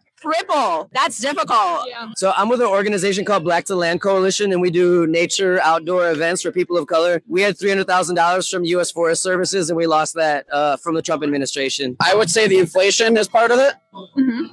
I would say, as a member of the gay community, I'm not having a good time. And my gas is $5 a gallon right now because I ran the gas up. An estimated 41% of Michigan households are living paycheck to paycheck, and in 11 Michigan counties, including Wayne, more than half of the population lacks enough income to cover basic household expenses, according to the latest ALICE report. ALICE stands for Asset Limited, Income Constrained, Employed, so the working class that lives paycheck to paycheck. ALICE households are those that earn more than the federal poverty level, but less than the basic local cost of living. These are the Michigan cities and townships with the highest percentage of households at the Alice threshold or below: River Rouge, Benton Harbor, Highland Park, Royal Oak Township, and Muskegon Heights. These are the cities and townships with the lowest percentage: Huntington Woods, East Grand Rapids, Ada Township, Oakland Township, and Texas Township. We need to talk about DTE. Okay? This new processing fee, unacceptable. If you don't know, a lot of y'all do know because I've seen y'all videos. Starting March, DTE will be charging us a processing fee to pay our bill. Okay? Whether you're using a debit card or a credit card, there will be a fee. I'm pissed. Okay? This is unacceptable. They claiming they're using this new third-party company and they're not receiving any of the money. This is why I'm frustrated, okay? This is why this is a problem. Because say this was any other company, any other industry, you can get this notice, you can get this email, you can get that mail and be like, okay, I'm going to a different company then that doesn't charge me a fee. But because DTE is a regulated monopoly, we don't have a choice. We don't have no choice but to use this company. This is a 360 deal. This is worse than Suge Knight Death Row kind of contracts. We have no other company to go to. We just supposed to just accept this? From rising grocery bills, gas prices, to rent that just won't stop climbing, families say they're being pushed to the edge more and more each day. Some are questioning everything they once believed about the economy and leadership. What changed? And why are so many speaking out now? They're bringing this Oracle-backed data center in Saline, which is in Washtenaw County, and it's tax exempt. Of course it is. What the actual right? So long story short, everybody DTE bill about to go up. So they're trying to claim that these facilities won't increase costs for their consumers. It's a lie. So they're like, it's literally a lie. But they're asking the Michigan Public Service Commission to forego any public hearings because they don't want any comments. They just want their contracts okayed. They don't want formal scrutiny from outside groups like environmental or consumer advocates. And listen, anytime a company is saying we don't want the public to comment on rush it, this approval, that's not a good sign, No. people. No. Like, and that has nothing to do with any sort of partisan politics. It has everything to do with the fact that in your communities, you have a right to speak on what's going in it. Mm-hmm. And if you don't want a massive data center in your town, you have the right to say that. I think it's really terrible that because of lobbying and the ability for DTE and others to be able to put so much money into our politics, that something like this will go forward, even though the will of the people of Saline and Washtenaw County is very clear. They don't want it. They don't want it in their backyard. Governments across the nation need to come together and say, none of us will approve tax exemptions for data centers. Why are we giving billion and trillion dollar corporations tax breaks? They can absolutely afford to pay taxes that our local communities desperately need. Mm-hmm. Our bills are too damn high. Will we fight? We want to let you know that we have leaders in the room that are holding the line to make sure that we can afford our bills. Michigan residents endured the highest utility bill cost in the Midwest for some of the worst service delivery in the country. This is a survival issue. This is a health issue. This is essential to protecting the properties that we do have, right? How many of us know homes that have burnt down or had a fire because the families were backed into a corner trying to get heat? Utilities, water, and our energy costs. And DTE and Consumers Energy aren't helping with that. They constantly ask for these rate increases on the backs of our working class families. And we're just fed up. My bill, part of the package, is House Bill 5,000. And what this bill would do is put more money back in your pockets. So for the first 24 hours of any power outage, guess how much you'll get? $254. $254 in your pocket. But DTE was allowed a monopoly because they work for the public interest. And it is not in the public interest to line the pockets of the executives and the shareholders. That's our money. So we have rights as citizens. We must have rights as forced customers. So I'm really excited to support the Ratepayer Bill of Rights, which is a really key part of barring companies from doing business with the state to actually donate to state lawmakers. They should not be donating to us. They should be barred from actually making political contributions. What we have is the opportunity to come together as a people and say, we do not allow these bribes to happen anymore. We need leaders who fight for what? The people. Leaders who don't take corporate cash, who don't answer to special interests, who answer to what? Us. That's what courage looks like, y'all, when they stand up to them. We got people who want to do the right thing, but corporate money is telling them not to. And they have too much influence over our politics. And so we are doing what we can on our side. And that's why we need your help. The voice of the people drowns out that money every time. So I'm driving into work Tuesday morning, and I drive by my usual gas station. And that's when I see the price, $4.19 per gallon. I didn't know it could go higher than $4. I'm not gonna lie, that's what I was thinking. I'm your East Lansing neighborhood reporter Colin Jankowski, and I don't know about you, but that's a lot more than I was expecting to have to pay for gas right now. And that's because it is more than we've had to pay for gas lately across our neighborhoods. AAA of Michigan says that the state average for a gallon of regular unleaded gas is now up to $4, which is an increase of about 25 cents per gallon from a week ago and more than $1 from this time last month. Now that average is even higher here in East Lansing. According to AAA, it's at $4.11 per gallon. And neighbors I talked to, like Cora Holmes, who was filling up at the pump on Tuesday, say that it's had a big impact on them. I mean, I'm not gonna lie, I'm already pretty stingy about it, but yeah, I mean, I don't even want to stop for gas. I only do it if I have to. So how can drivers get even just a little bit of relief at the pump? Adrian Woodland with AAA of Michigan tells me that there are a few things that you can do, starting with consolidating your errands. It's really good to kind of plan your errands out ahead of time. That way you don't do any backtracking, going back home, and then having, to go back to another area. Woodland also tells me that drivers should consider shopping around for the best price in your area, using cash instead of your card when you fill up at the pump, and consider signing up for saving programs at your local gas stations. All of those can really have an impact on how much you're paying at the pump. Ever wondered how utility companies keep getting away with raising prices? It's actually not as simple as people think. When a company like DTE or Consumers Energy wants to raise the rates, they file a request with the Michigan Public Service Commission. That's a panel of commissioners whose job is to review the request and decide whether to approve it based on the current laws. Those commissioners are appointed by the governor, and right now we do have a Democratic governor. But the commission itself is supposed to operate as a nonpartisan regulatory body. And here's something people often miss. The rules the commissioners have to follow don't just come from them. Those rules come from laws that were written and passed by the state legislature over many years. And utility companies are some of the largest political donors and lobbyists in the state. They donate to politicians on both sides of the aisle. So when you see rate hikes happening again and again, it's usually not about one single person or one political party. It's the result of an entire system of laws, regulators, and political influence that has developed over time. If we want things to change, we have to understand how the system actually works and where the accountability really belongs. I'm out in Fowlerville, Michigan, near the future home of a massive data center that's set to be built on some farmland just outside of town. And well, neighbors here are pissed off, mainly because these types of facilities tend to suck down a lot of electricity and water. But that's only half the story. The other half is why so many Michigan farmers are suddenly selling off their land in the first place, and how President Donald Trump's trade war is pushing them toward more deals like this. Most people tell me we did very well. Here's the deal.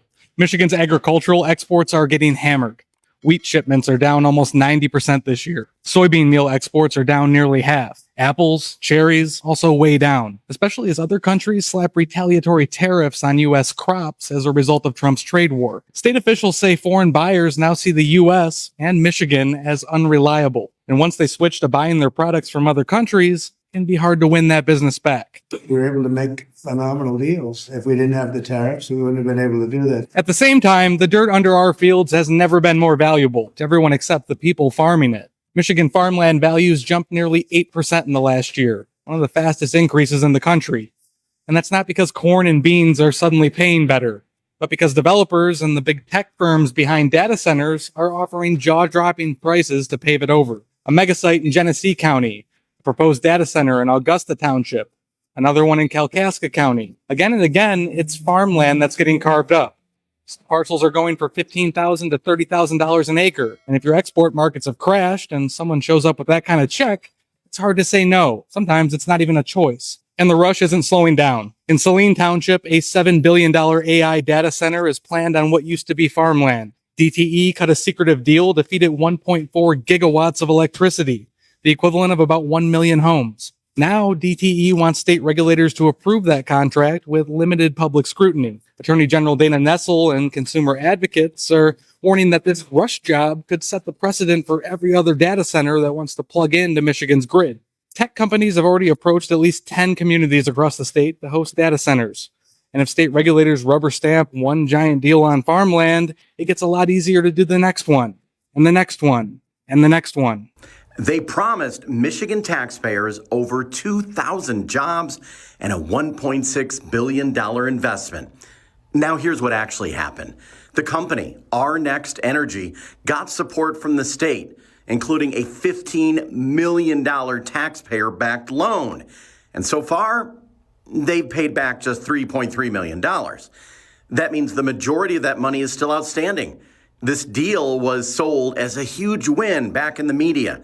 Leaders said it would transform Michigan's economy and bring thousands of jobs to Van Buren Township. But fast forward, the company has struggled to deliver.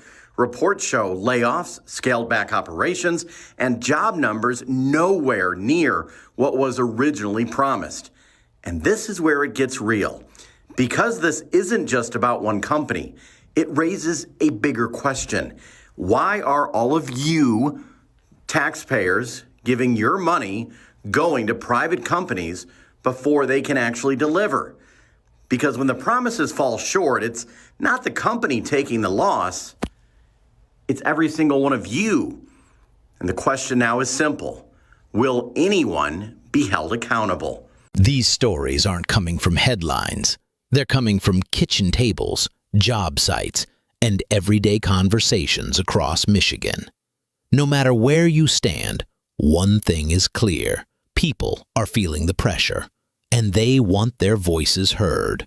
So what do you think? Is this a breaking point, or just the beginning of something bigger? If these stories resonated with you, take a moment to join the conversation. Leave a comment below, share this video with someone who needs to hear it, and don't forget to like and subscribe for more real stories from everyday Americans, just like you. I seen up on the social medias that there's quite a few of y'all that's getting off the Trump train now. And I could tell by the way that it was, because they were upset about being manipulated and played like that. They didn't like that. They felt humiliated. In Georgia, rising economic pressure is fueling a wave of concern and frustration across the state. In this video, you'll hear first-hand accounts from residents describing how these changes are affecting their lives. Listen closely. These are the stories behind Georgia's growing uproar. Why no town hall? Why won't he let us air personally, to him personally, these concerns we have? I was willing to listen to him when he refuses to have a town hall. I'd also like to speak to the fact that as a group and as individuals, many of us have requested meetings with Representative Clyde, and they are never responded to. I know that when he was on his break, he's been meeting with his own donors and holding private events, and the public is not, ever welcome to them. Especially since we've been showing up here and he's never in the office. Make it easy on you. I just want to have a town hall. Sure. Okay. Thank you. This is my 5th visit to this office this year. I have continually written to Congressman Clyde on his congressional email, and I have yet to receive a response that actually addresses the questions and concerns that I have raised with Congressman Clyde. We the people demand a town hall. He needs to hear from us. We know he's talking to his friends, but we're his constituents as well. And he needs to face us. He's a coward. I've also been in several times. I am, like everyone else, very concerned about our lack of access to our representative in Congress. And I would really like to see him hold a meeting where we can ask him questions. My biggest concern is I would just like to have a town hall so that we can better understand where he's coming from and why would he vote for this big bad bill. Come face your constituents, all your constituents. As someone who was born and raised in Atlanta, Georgia, I wanted to make sure I said this with my whole chest. Marjorie Taylor Greene is a disgrace to the state of Georgia. She is a disgrace to the United States of America. She is a disgrace to humanity itself. Well, welcome everyone. Stop. Are you really doing it? Really?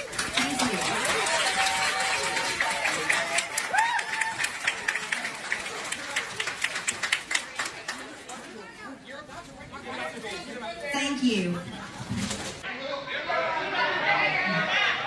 If you want to sit and listen, you're welcome to listen. Everyone across the aisle. And President Trump has been lied about by Democrats, has been lied about by the press. I mean, Russia collusion, come on. I haven't seen the press apologize for that. And many people, unfortunately, are still brainwashed on those lies. You can head out. The protest is outside. Thank you very much. Protest is outside. Protest is outside. Bye. Have fun out there. Pause that for a second. Kayla. Thank you. Rewind that.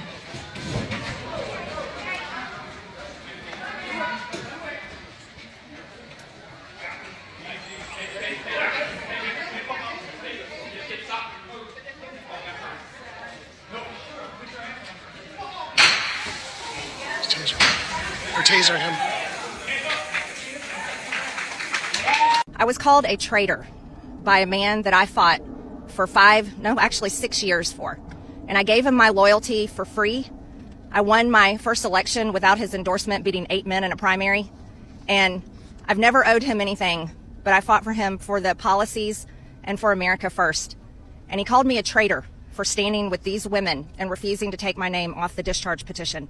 Let me tell you what a traitor is. A traitor is an American that serves foreign countries and themselves. A patriot is an American that serves the United States of America and Americans like the women standing behind me. A few weeks ago, I made a video about the data center being proposed in Hall County, Georgia. The one that there was a secret meeting held about it between the Planning and Zoning Commission chair and several other members. Here's where it gets rocky. So the land is being listed for sale by the Norton Agency, and it's being listed for a total of $4.75 million. However, the total payout to Norton has not been listed, neither has the commission rate. There are two key players here. Jeff Stowe, who is the District 4 commissioner, he also works for the Norton Agency. Then let's talk about Chris Braswell.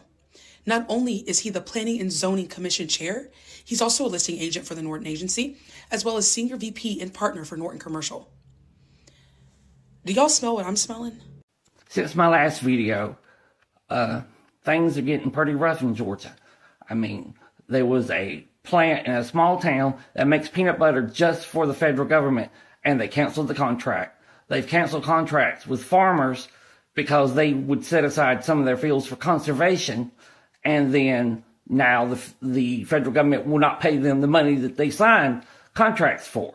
And now they're trying to stop the loans to Rivian, of course, because that would challenge Tesla. And there are people, international travelers are canceling their trips to Savannah. I am calling on the state of Georgia to have honor and protect its citizens as it's supposed to do. A few years ago, the Biden administration gave us a $1 billion amount so that we could do farm to school and child daycare centers luncheons for our products. This administration killed that bill. They said they were going to replace it with some extra funding. They were going to put $52 billion instead of the $1 billion. They were going to put $52 billion in a program for commodity support. Now, we all know that 90% of the commodity support goes to wealthy farmers, absent landowners, and corporations. So who's getting the deal there? As a matter of fact, if everybody in your church agrees with everything the minister says, you might be in a cult. We're not in a cult. Not as a party. We're not. I'm a direct descendant of Susanna Henry Madison, one of Patrick Henry's younger sisters, and a cousin by marriage of James Madison. Do you know who Patrick Henry was and James Madison, sir? I'm so glad to hear that. While arguing the need for the American Revolution, Patrick Henry said, "A king is a tyrant. If a wrong step is made now, the republic will be lost forever and tyranny will rise." I believe you know the rest of his speech. Something about, "Give me liberty." It's clear from all the writings of our founding fathers that our great republic was never meant to be ruled by a dictator nor a king.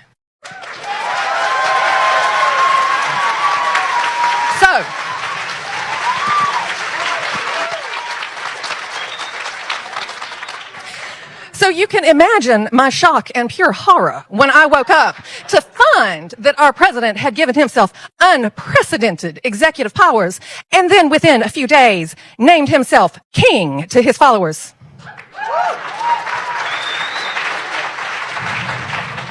Tyranny. Yeah, Tyranny. Virginia, do you have a question for the Congressman? I do. Thank you. Tyranny is rising in the White House, and a man has declared himself our king. So I would like to know, rather, the people would like to know what you, congressmen, and your fellow congressmen are going to do to rein in the megalomaniac in the White House.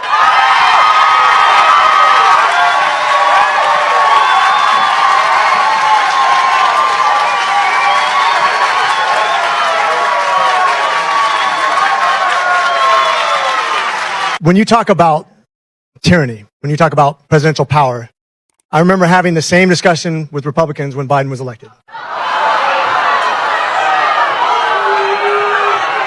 The funny thing is, you're sitting here and a lot of you would probably say those January 6s who are yelling just as loud as you, who are upset just like you, and not listening. Hey, let's restore some order. Let's restore some order. Hey, let's restore some order. So Stop yelling at me is not going to get any answer, okay? Hey, like I said, we're not going to yell. Point of order. Hey, let's get through this, Congressman. Hey. Yeah. I've seen Game of Thrones too. Thank you. Let's go ahead and move on because if you're not going to listen to the answer, we might as well not discuss it, right? Do you want to hear the answer? If you'd stop yelling, I will answer. Otherwise, we'll move on. If you would stop talking for a second, I will answer your question. Okay? So if you listen to what we've projected, and this goes both parties, by the way. This is a bipartisan problem. REINS Act, the REINS Act, which reins in executive power for both parties, whoever's in party power, and I think it could be tweaked actually to be much better. I don't think executive privilege should be as strong as it is. I think we're out of balance right now. I think your direct representation, whether you like me or not, I'm the closest thing you have to a representative. Your senator's not going to be as representative as me, and the president's not going to be as representative as me when it comes to you, the people in this district. Likewise, I think state government needs to be more powerful than federal government. It used to be that federal funds only made up 1/3 of the money spent, and states was 2/3. It's more representative of your money and your money spent. That's better. Always push government down to the local level because you'll get better representation. I don't want to see the president make all the decisions. I don't. I answered it directly. I said, I don't want to see any president be too powerful. We're going to move on to the next question, sir. If we're not going to have a conversation, go ahead and move to the next question. If you're yelling, that means you're part of the problem, okay? From rural towns to major cities, Georgians are speaking out about the financial strain they're facing. Their voices reveal the growing tension, uncertainty, and challenges reshaping daily life across the state. Let's take a closer look at what they're experiencing. Folks, taxing the rich is not going to close our budget deficit. I hope you realize that. It really will not.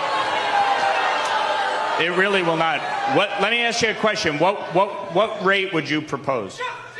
What rate? What rate? What rate? What rate? What's up, people? Google here. I voted for Trump, right? I'm going to be honest with you. There's a lot of things I'm not happy with. First, the tariffs. They're increasing prices everywhere. Now, I mean, just real quick, pork. $10 for a thing of pork. Pork, we get a lot of our pork from Canada, Mexico, and China.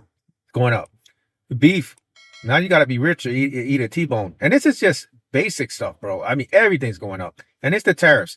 They're trying to say it's Biden because Biden. No, bro. If Biden was still in office, eggs would still be at $10, but everything else would be cheaper. Everything's going up. Cars are going up 20%, 10%.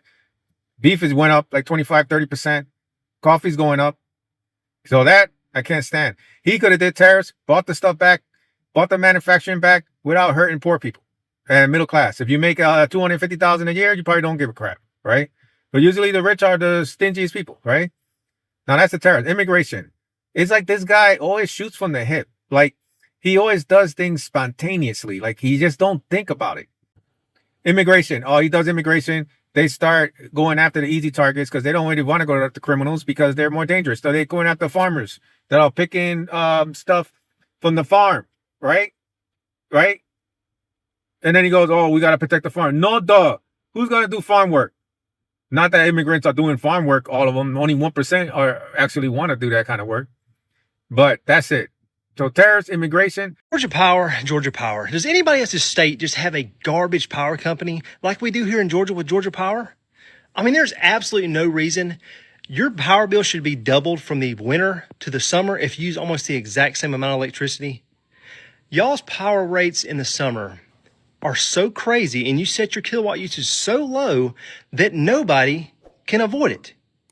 There's no possible way to avoid it. What kind of racket are y'all running? We live in a barndominium with 16 inches of wall insulation. No, we don't have the newest AC unit, but once we set it to temp and it gets there, it pretty much stays there. It's not cutting on and off to keep it at temp. We don't leave doors open all day, run a bunch of fans and a bunch of lights. But my power bill is double in the summer? Fucking explain it to me. I'll wait. Does anybody else's state have that? Does anybody else's state in the United States have just a garbage power company like Georgia Power? Marvel Studios has announced that it will be leaving Fayette County in Georgia and taking its 20,000 jobs with it to Germany. This will add to the over 800,000 layoffs that have already occurred in the United States so far in 2025. Now, for anybody unfamiliar, this area of Georgia was kind of the unofficial film capital of the South, where companies traditionally had gone there for cheaper labor, less taxes, all of that in Georgia in order to have a good employer environment. But Marvel cited that the main driver was healthcare cost and how much it cost them versus what they would be paying in Germany to move the operations there. So again, not a good sign when you have this kind of mass influx of jobs either leaving America or companies downsizing this much for the already very inflated that economy that we have here in 2025. And I don't pretend to know what the answer is or have the solution to solve all of this. I just know that the trend of all the layoffs that have happened this year is very concerning for a person that is an expert in the field of employee turnover and of job creation. So Dalton, Georgia might be in the running for their own taste of FAFO. This is a community that's called the self-proclaimed carpet capital of the world. And this is right in Marjorie Taylor Greene's district. And they have a huge Hispanic population. In fact, their self-proclaimed carpet capital of the world is basically, the Hispanic population is a large contributor to that, let me just say. Georgia, the state on the rise, and also the state that has given me more than 3 speeding tickets, but that's not what we're here to talk about today. We are here to mention their 8th strongest economy in the United States, $700 billion, 20th on the planet if it were its own country. Yet, median income, bottom half, teacher salaries, bottom half. Many school districts reporting they are struggling to maintain talent because they're going broke. More than half of their hospitals say the same thing. They're going broke. Let's see, what else do we have here? 40% of their rural counties have no birthing centers to speak of. 60% of Georgians have to drive a half hour or more for medical care. Only 36% of its rural counties have a labor and delivery unit to speak of any kind. Yet, they found $110 million for Cop City. I don't know how many urgent cares you could have built with that, but I guess we'll never know. So my husband is from Vidalia, Georgia, which is a little hop and a skip away from Ellabelle, Georgia, which is where the Hyundai plant is. Let me tell you this right now. Nobody down there knows how to build a Korean car, let alone a Korean facility. All right? So you guys are just pissed off and calling ICE because you guys weren't offered the job. Sorry that the meth down there got in your way, but goddamn, Hyundai did not have to choose Georgia. Hyundai could have chose anywhere else. They decided to choose Georgia, and you guys fucked it up. That's 8,500 jobs that you guys put at jeopardy because you guys were jealous that somebody was working and you weren't. Make it make sense, y'all. Not to mention that 90% of your economy comes from Vidalia onions down there, okay? And guess who picks those Vidalia onions? Brown people, not white people, because you guys won't do it. Y'all won't do it. A lot of you guys don't realize that those Koreans that were sent over here to build the facility were also here to train the people who live here so that they could go and live a great life building Hyundai cars. But not anymore, y'all. Nope. I don't know how true this is, but I just found out that a lot of Koreans in Georgia voted for Donald Trump. There's no way for me to find out how many Koreans voted for Donald Trump, but it's just mind-blowing. It's just shocking that some Koreans is that stupid. Oh my goodness, I can't believe. I thought we are better than that, but apparently not. If you're Korean American and you voted for Donald Trump, shame on you, and you're fucking dumb. That called ICE on the Hyundai plant, the South Korea Hyundai plant, that we begged them for years to come here. That is supposed to bring at least $21 billion to Georgia. This message is for any Asian MAGA out there. We're next. I want to remind you that we are closer to the undocumented immigrants that are being deported right now than we are to them. Warrant for this entire construction site, okay? Our Homeland Security, we have a search warrant for the whole site. We need construction to cease immediately. We need all work to end on the site right now.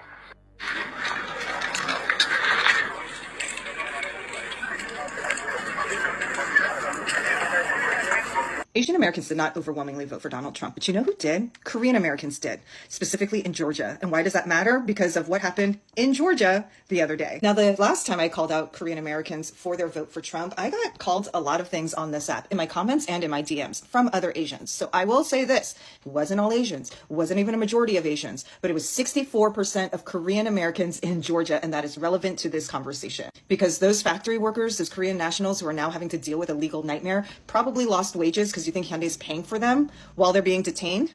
It was their cousins, their American cousins, who made all of this possible. I've said for a while that Korean Americans have attached themselves to whiteness. Korean Americans have attached themselves to this idea that they're better than other Asians and better than other people of color. Not all Koreans feel this way. I certainly did not grow up feeling this way. My family does not feel this way. Don't come at me. If this isn't you, congratulations, you're one of the good ones. But I'm telling you, 64% of Korean Americans in Georgia voted for Donald Trump. And I'm speaking to them specifically. They will never see you as American. The Red Hatters, they will never see you as an equal member of society. And that might actually be okay with some of you because you have placed them at a higher status than even yourself. And you put your cousins in trouble because of it. Now, the reason some Korean Americans gave for their vote for Trump was for the economy, immigration, and wokeness. And I have to assume that some Korean Americans in Georgia who voted for Trump might start to be waking up. I seen up on social medias that there's quite a few of y'all that's getting off the Trump train now. And I could tell by the way that it was because they were upset about being manipulated and played like that. They didn't like that. They felt humiliated and angry about the whole situation. And you should be, you really should be. I mean, I actually got up in the comments and stuff, was looking in there, and there was a whole bunch more agreeing with them. So it ain't just the people that's making the videos. There's a whole lot more people out there that's saying, yep, we were played and we were lied to. So look, if you're still on the Trump train, you look around, you're sitting there with Nazis and idiots. Now that's all that's left on there anymore. Okay.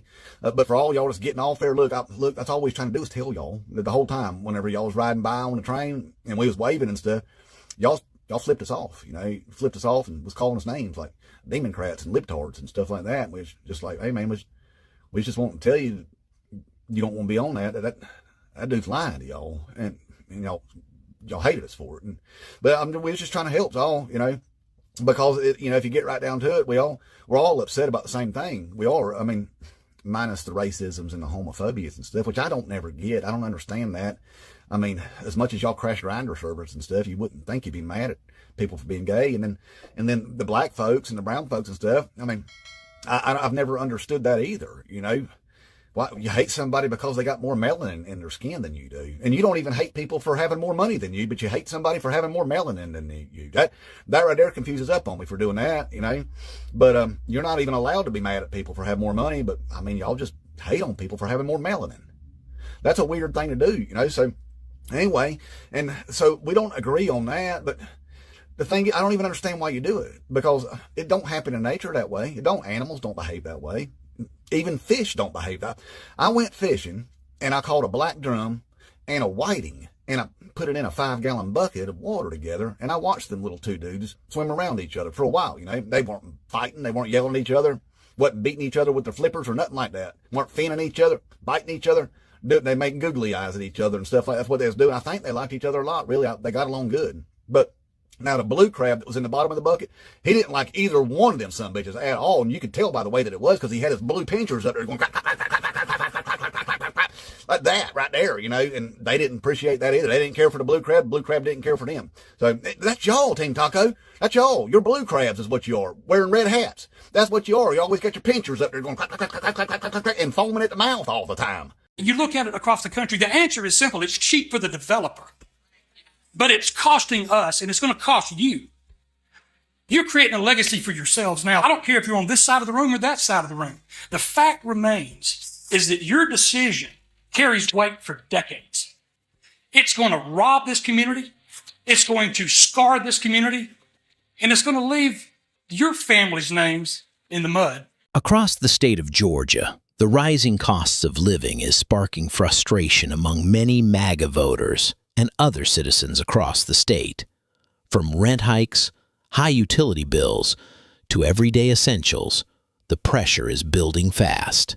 Listen closely as Georgians share their personal stories behind this growing cost of living crisis. What if I told you that childcare costs more than most mortgages? In fact, childcare costs more than in-state college tuition. It's cheaper to send your kids to Georgia State University than it would be to send them to daycare. That leaves many parents having to choose between daycare and putting food on the table. Okay, so boom. Georgia Power done raised the rate 6 times since 2023.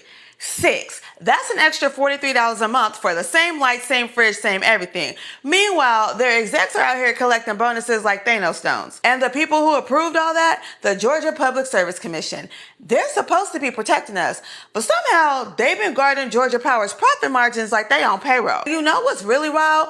My electric bill got me doing math I didn't even do in college. Like, why am I paying for Google service when I could barely charge my iPhone? These data centers, big tech's playground or whatever, they guzzling up Georgia's power, tripling energy demand by 2028. And guess who's footing the bill? You, me, auntie, and the single mom down the block. 1 in 4 families in Atlanta are energy burdened, meaning they're choosing between groceries or electricity. People are out here rationing AC like it's gold, while Georgia Power out here talking about record profit. I'm so freaking frustrated right now because I just got off the phone with Georgia Power. I don't understand why my bill is $350. Wash every other day. We only wash with cold water. We unplug everything except the refrigerator. Not only that, but we also turn off our AC during the day. Where? We are a one-income family. We are broke as hell, and we're trying to save up money so we can get out of debt. I'm literally posting on this app to make money to get out of debt. Georgia Power doesn't make it any easy. It feels to me like they're charging me for the fact of me trying to save money. What the hell? And let's not even forget to mention, my stove is gas, my heater is gas. So you're not even using everything full power at my house for electricity. So why is it $350? They want to charge you for the stupidest things ever. You live in Georgia and you have Georgia Power. I am so sorry, because not only is it expensive, but their customer service is useless. Useless. The sad part about this is that they're still going to get their $350 and there's nothing I can do about it. Nothing. So y'all, I've been seeing all the Georgia Power people talking about their light bill being high, right? How about y'all come down here in Spalding County in the city of Griffin And y'all see our light bill be $700, $800, and it was before inflation, before shit got high. Just imagine how much our light bills is now, y'all. They've been doing this shit for years. Like, these people been busting our heads for years. And then guess what? They don't even give us an option. We can't choose Georgia Power, EMC. We got to get City of Griffin. We can't go nowhere else. And they're going to give us the highest amount. Like, and then you only got 1 week to pay that shit. 7 days, they cut your ass off. Today, the Atlanta Journal-Constitution published 2 articles about Georgia Power, both of which were materially deficient. So I'm here to set the record straight. The first article talked about a pathetic $1.32 reduction in summer bills. And in that article, a journalist wrote that Georgia Power's average bills would reduce 1%, implying that the bill's $132 a month for the average customer. But that's not true. The average bill is $200.02. The gamesmanship that Georgia Power plays is that they claim that the average bill is 1,000 kilowatt hours a month, which is true nationally, but it's not true in Georgia. The average bill in Georgia is $10.80, and that makes the calculation they use artificially low. The reason Georgia Power is playing games with a $1.32 a month reduction in bills is because they're doing damage control. Georgia Power's profits in 2025 were an astonishing $2.85 billion, closing in on $3 billion. For a monopoly utility that does not compete to get customers and is delivering a commodity, electrons. I just paid $60 for gas. $60. I pay $60 for gas. And just for reference, generally when I fill up my tank, like at the place that I was right there, it's around $48. I just gave up a whole American deli meal because folks want to play. I don't know what arrangement we got with old boy in office. It's time to get him up out of there. So we are stopping to get gas. So my vehicle takes diesel, and there's the price, $4.98.9. Now it was a little more about a week ago. I think it was over $5. So $4.98. This is a little painful. 5 gallons, we're already at $28. So Chad, how much will this end up being? About $70. Dang, did we have an empty tank? Oh, it wasn't empty. It wasn't quite empty. Okay. I'll show you what it is. A little quarter of it. Okay. All right, that's the final total, 83.51, 16 gallons. Little over 16 gallons. That's it. Man, that boots. Okay, Atlanta, no. Serious question. What are we doing about these rent prices? Now, I just got my rent renewal email, and my rent is only going up like $47 this year. But my rent is already expensive as hell. So if they would have went up any more than $47, it would have been an issue. And I know we like to laugh and kiki here or whatever. But no, seriously, what do we do about these rent prices? Like what are we doing? Also, I was just scrolling and I seen this girl talk about her Georgia Power bill was $300 last month. And my Georgia Power bill was a little more expensive than it normally is. And I thought I was just tripping because it's hot and I've been using my AC and I have a lot of like vertical space. But it seems like we're all in the same boat. Rent is expensive. Utilities is going up. Georgia Power lost their mind. This month, Atlanta ranked as the second most expensive city in the U.S. to rent. You don't want to hear it, neither do I. That's according to a new report from the online rental platform Zumper. Now, the median price of one-bedroom units in our city is $1,630. That's a lot higher than the average for Georgia, which is around $1,300. For the metro area, Alpharetta is ranked as the most expensive city with one bedrooms coming in at $1,650. The city of Atlanta placed second, and then Lawrenceville came in third. Rome was listed as the most affordable place to live with one bedrooms priced under $900 for rent. LaGrange ranked as the second least expensive, and then Forest Park came in third. People are charging $1,000 a month to rent rooms in their home. $1,000 a month to rent a room.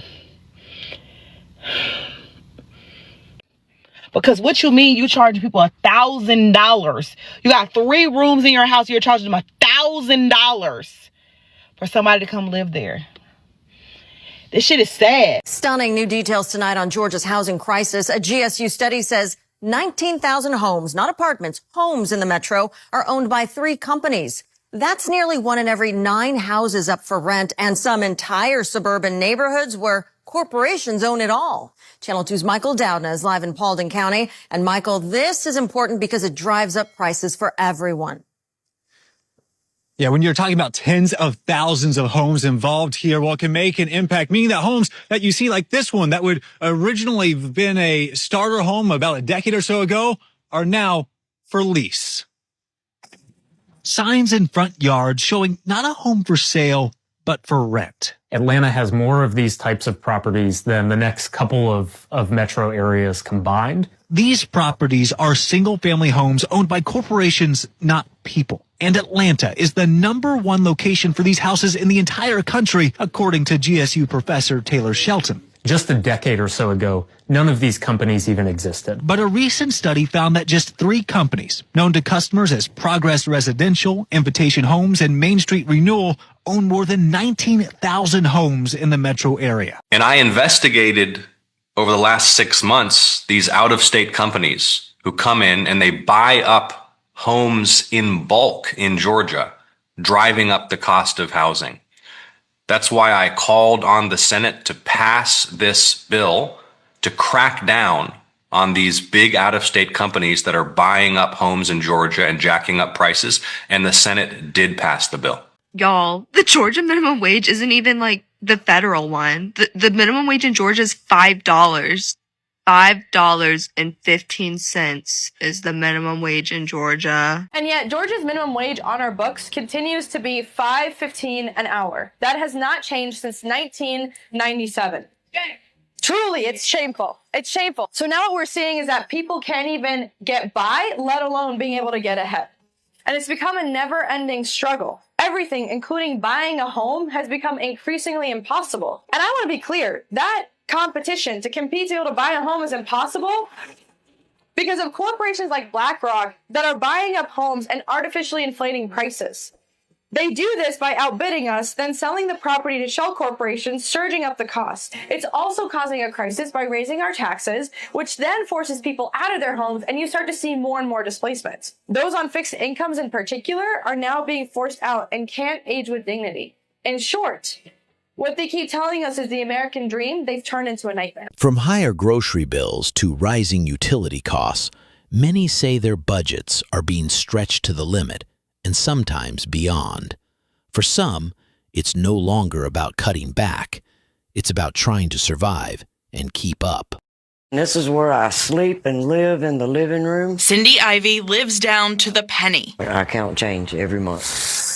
Her Social Security and disability checks are just enough to keep her in this Calhoun apartment, where she's lived the past 2 years. The cheapest option she could find after being priced out of her last rental. When I first moved in, it was $600 a month. That was in July. July of the next year, they went up to $750. Then July of the next year, they went up to $900. And that's just about my whole check. So I had to find a cheaper place to live. That's a 50% increase. Perfectly legal under Georgia law, but impossible on her fixed income.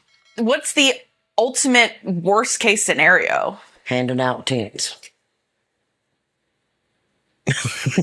Because we'll be up under the bridge with the rest of them. I remember what it's like to be homeless. In 2006, when I first came to Georgia, I was living right here at the Armada Inn in Norcross. At first, I thought it was fun. We had a pool, we had amenities, we had house cleaning. But what I didn't know was that I was actually homeless at the time. But unfortunately for many Georgians, ending up in a place like this is becoming more of a reality each and every day. With the cost of living going up, rent going up, electric bills going up, and housing prices going up, it's becoming more and more impossible for Georgians to find their American dream. And to these AI data centers, come to the front of the class, please, because nobody's explaining how this actually hits regular people or how your bills are rising to cover data centers' energy costs. Electricity demand is exploding right now, and a big driver is these massive AI data centers. These aren't normal data centers, by the way. They pull an enormous amount of power all at once in one place. In Georgia, utilities are using that demand as a reason to keep old coal and gas plants alive and to build even more fossil fuel infrastructure instead of investing in clean energy that's cheaper and faster to build. Here's why that matters to you. Utility companies in Georgia are allowed to pass these costs straight to the customers. And at the end of the day, your costs are going up as the environment is harmed. The plants, the pipelines, the grid updates, all of it ends up on your electric bill. Analysts are already warning families could be paying hundreds more per year on electricity within the next decade. Groups like the National Resources Defense Council have been clear about this. Clean energy and energy efficiency aren't just better for the environment. They're how you keep your power affordable, reduce pollution, and avoid locking families into decades of higher bills. Georgia just has to decide whether it meets that demand with clean energy that protects consumers or fossil fuels that keep getting more expensive. I live in the most corrupt state in the United States. No, you don't. You absolutely do not. We have a big problem in Georgia with Georgia Power ripping off its customers. Last week, Governor Brian Kemp announced a 3-year rate freeze for Georgia Power customers, as though that's a good thing. This so-called rate freeze is a catastrophe for Georgia Power customers. It freezes rates for 3 years, but does not freeze spending. And let's be real, does anyone think Georgia Power is a benevolent corporation that offered a rate freeze because of the goodness of their heart? This is about hiding profits, hiding spending, and also it's a gift to incumbent commissioners that they want to keep in office so they can keep the gravy train running. But Georgia Power can't get away with ripping us off without the collusion of this man, PSC Commission Chair Jason Shaw. But I can tell you this. I can tell you this, everything he's about to tell you is a lie. All of our neighboring states are going through massive rate increases. All of our states that are around us are not going through massive rate increases. That's just not true. In fact, who went through massive rate increases for the last 2 years was Georgia Power at his hand with his votes. Hey, we're going to have, as always, an open and transparent process. We're going to have an open and transparent process. This is the opposite of that, sir. This rate freeze prohibits transparency for 3 freaking years. Put us in a position like we've never seen before with regards to the policies that have been enacted that have put us in this growth position. What growth position is that, Chairman Shaw, that you're carefully not mentioning? Oh, look, it's data center growth that nobody wants. It tears up our landscape, it steals our water, and it uses enormous amounts of energy, and data centers provide almost 0 jobs. And we're able to take advantage of that. And at the Public Service Commission, we're just proud to play a role in that. What, you're not sure if you can say data centers? Is that why you keep saying that? We're just proud to take a role in that. And with regards to economic development, we would never have this kind of reputation and this designation. Never be able to have this reputation, this designation, without what? Reliable energy? The grid is on 99% of the time in the entire United States. Are you going to pretend like Georgia's different? Without reliable utilities and competitive rates. This is almost laughable. Shaw says we have competitive rates. No, we don't, unless you're an industrial customer and pay rates that are 60% below the national average. Every day with our hardworking staff, we've got Tom Bond and Tom Krause here.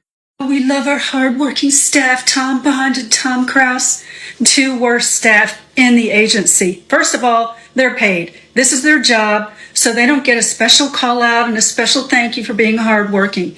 We all work hard, sir, and our state taxes are paying for Tom Bond and Tom Krause to screw us over, especially Tom Bond, who loves to make agreements with Georgia Power in backroom secret deals that are outside of public transparency. Agreement. This is a pending decision, so I'm not going to go into a lot of details on it. Oh, you're not going to go into a lot of details on it? Why? Because of this rule that prohibits you from stating an opinion on matters before the commission? Okay, shh. We won't say anything about your position on this. So to freeze base rates for 3 years is a very big deal for our state, and it's good for Georgians. Oh no, you spilled the beans. You said your position on it right after saying that you couldn't say your position on it. And it's good for Georgians. Look, I'm just going to cut to the chase. Commissioner Shaw is not allowed, nor any commissioner is allowed, to state their position on proceedings before the commission, before any hearings have been heard. And he did that, as did 2 others. So I have filed a demand letter asking that he recuse himself from future votes and discussions about this rate freeze. You can read more about why this rate freeze is a Trojan horse and see a copy of the demand letter itself at my website, georgiansforaffordableenergy.org. Click on Education, and below the Education tab is a tab that says The Truth About Rate Freeze. To sign up for my newsletter and stay abreast of this as it goes forward, scroll to the bottom of the landing page. Look, I used to think I knew what bad people looked like, but I don't. His view that business is king and the only thing that matters is getting more business to the state while completely ignoring the pain of the ratepayer and Georgia Power's high disconnect rate and Georgia Power's huge profits is just disgusting. And that makes him a bad person. These are the people that put you where you are today. You want to talk about unity? Unify us. You have divided us. And it might not be your intention, and I'm sure it's not, but there is a transparency issue, and I think every one of you know it. It's unspoken, but you know what it is. Our Constitution guards life, liberty, and property, but it's taking a beating right now. I know some of your grandkids, commissioners and fellow Cowadians, what legacy are we leaving them? We're trading rivers for tech that's junk before it's plugged in. What's your grandkids' inheritance? Taxed out towns, dry rivers, a dead grid? We won't see the wreckage until it's too late. It's not just land that they gobble up, it's power and water as well. People's electric bills go up. Water can become polluted and scarce. They destroy quality of life. So why? Why in the name of all that's holy would anybody ever invite a data center into their community? Power suppliers are quietly passing along these data center costs down to the residents, and we don't accept this. Residents in Memphis, as an example, have had their rates increase in 2024, 2025, and just received notices of more increases next year. Now these residents have no recourse, no way out. Memphis residents didn't know, but we do know. Residents being billed more to cover the cost of trillion-dollar tax-exempt companies. We don't accept this. You look at it across the country, the answer is simple. It's cheap for the developer, but it's costing us, and it's going to cost you. You're creating a legacy for yourselves now. I don't care if you're on this side of the room or that side of the room. The fact remains is that your decision carries weight for decades. It's going to rob this community. It's going to scar this community. And it's going to leave your family's names in the mud, unfortunately. And I don't want to see that happen. Here's the thing. The economy wasn't actually bad under Biden. He passed more positive, meaningful economic legislation than you could even dream of if you're a Trump supporter. But Trump, during all 4 years of Biden's presidency, yelled into the void every day how horrible the economy was. And all these horrible made-up lies about things that Biden was doing, like not going to North Carolina after the hurricanes. You all just fell for it, hook, line, and sinker. Well, now you're finding out what a bad economy is. So welcome to reality. The stories you've heard today highlight how the rising cost of living is impacting real people across Georgia. For many MAGA voters and other citizens, these challenges are raising deeper questions about the economy and their financial future. Behind every story is a struggle to adapt, to provide, and to stay ahead in uncertain times.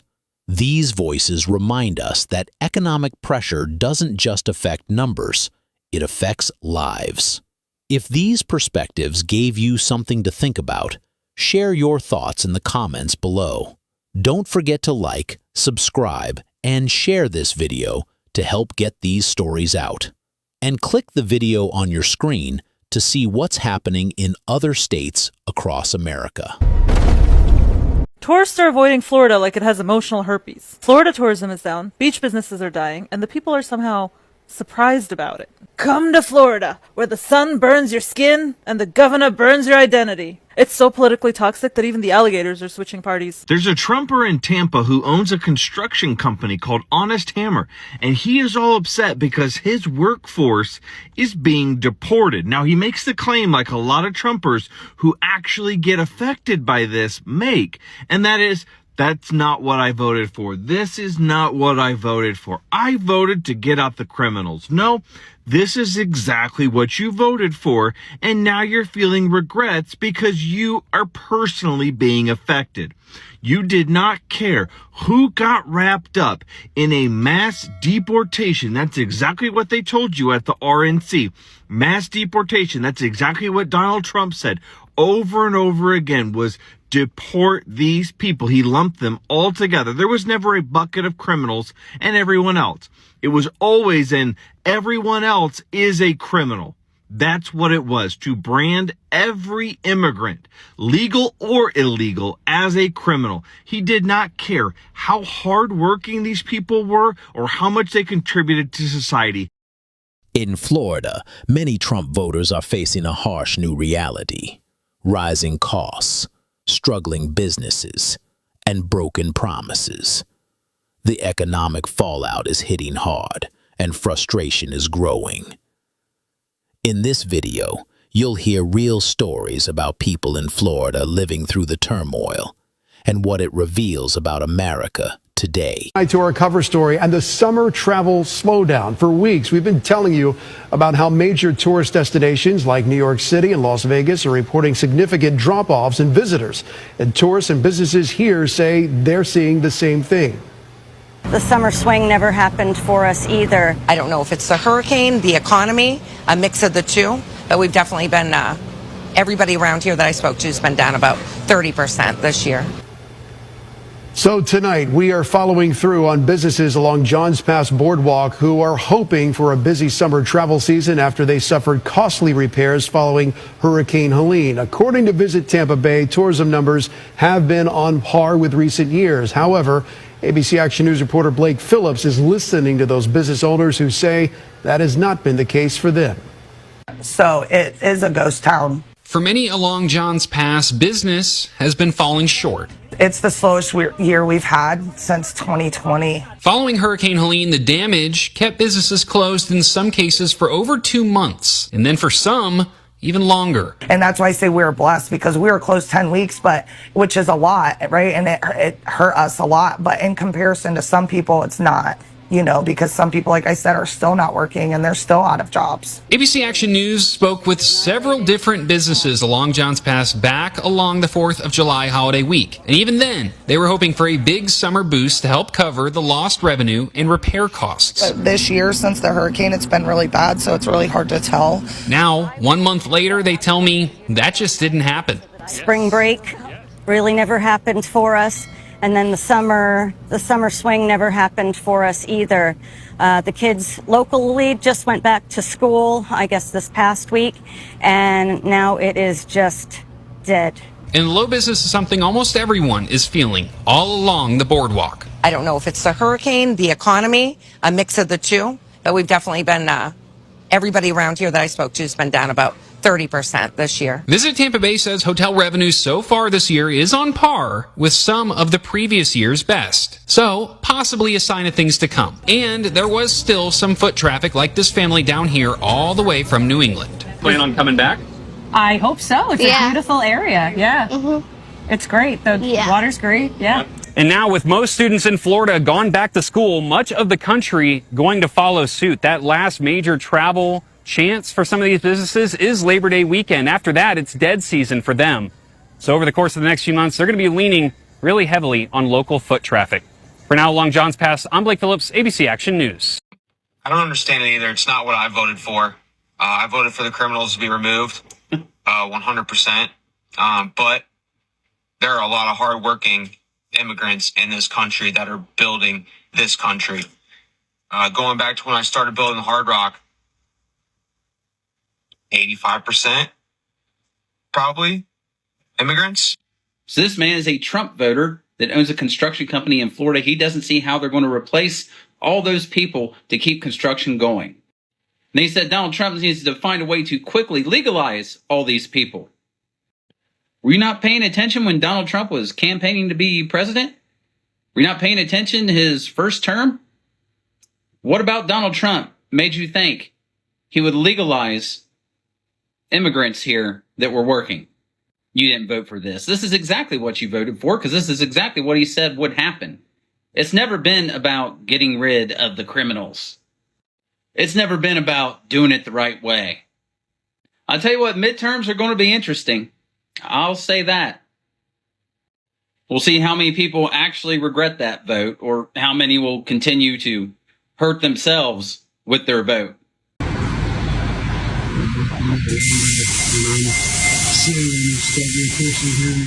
Inside, there's probably maybe 8 or 9 people in there. Almost everyone of them homeless outside here. Almost every one of the people in the single million are homeless. At 95%. It's very sad. So a Republican woman is in shock because she showed up at the hospital in Florida with an ectopic pregnancy and they told her they couldn't help her because of the law, just like we said that they would. So she was so upset she called the governor because, of course, when you're in the middle of a medical emergency, you want to call a politician. But he didn't pick up the phone. And how many women had their governor's number on speed dial? So after several hours of begging and pleading for them to help her, like we said they'd make you do, they finally let her end the ectopic pregnancy before her fallopian tubes burst and she lost all ability to reproduce. And yet, she's trying to blame this on Democrats. But we said that when you showed up at the hospital, they wouldn't ask you who you voted for or what party you belonged to, and they wouldn't ask you what your interpretation of the bill was. They were just going to go by the law. So her care was delayed. I'm very happy she got the care that she deserved, but it was delayed. And there are other women out there whose care is being delayed.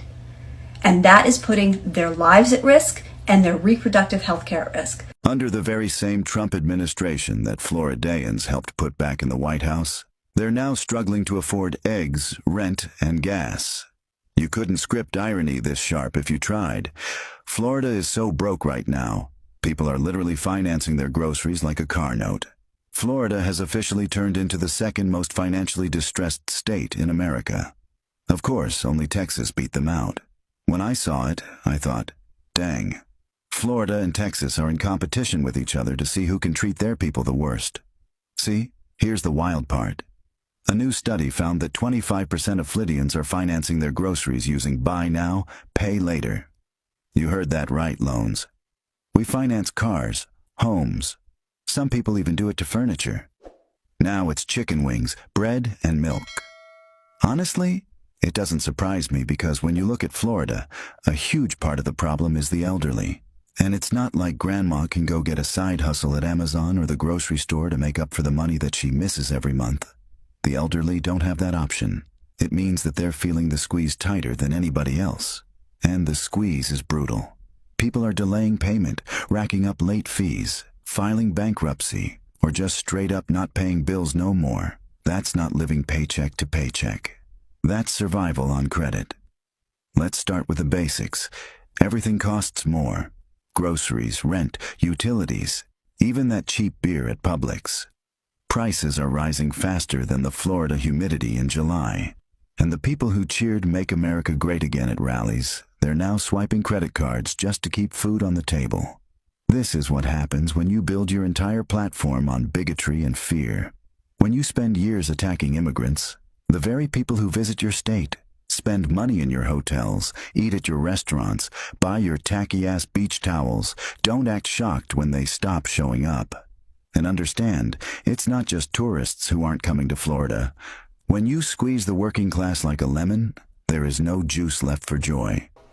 Florida, home of the once known alligator Alcatraz, that concentration camp in the Everglades, built by Ron DeSantis, your governor, to look like a tough guy for his hero in the White House.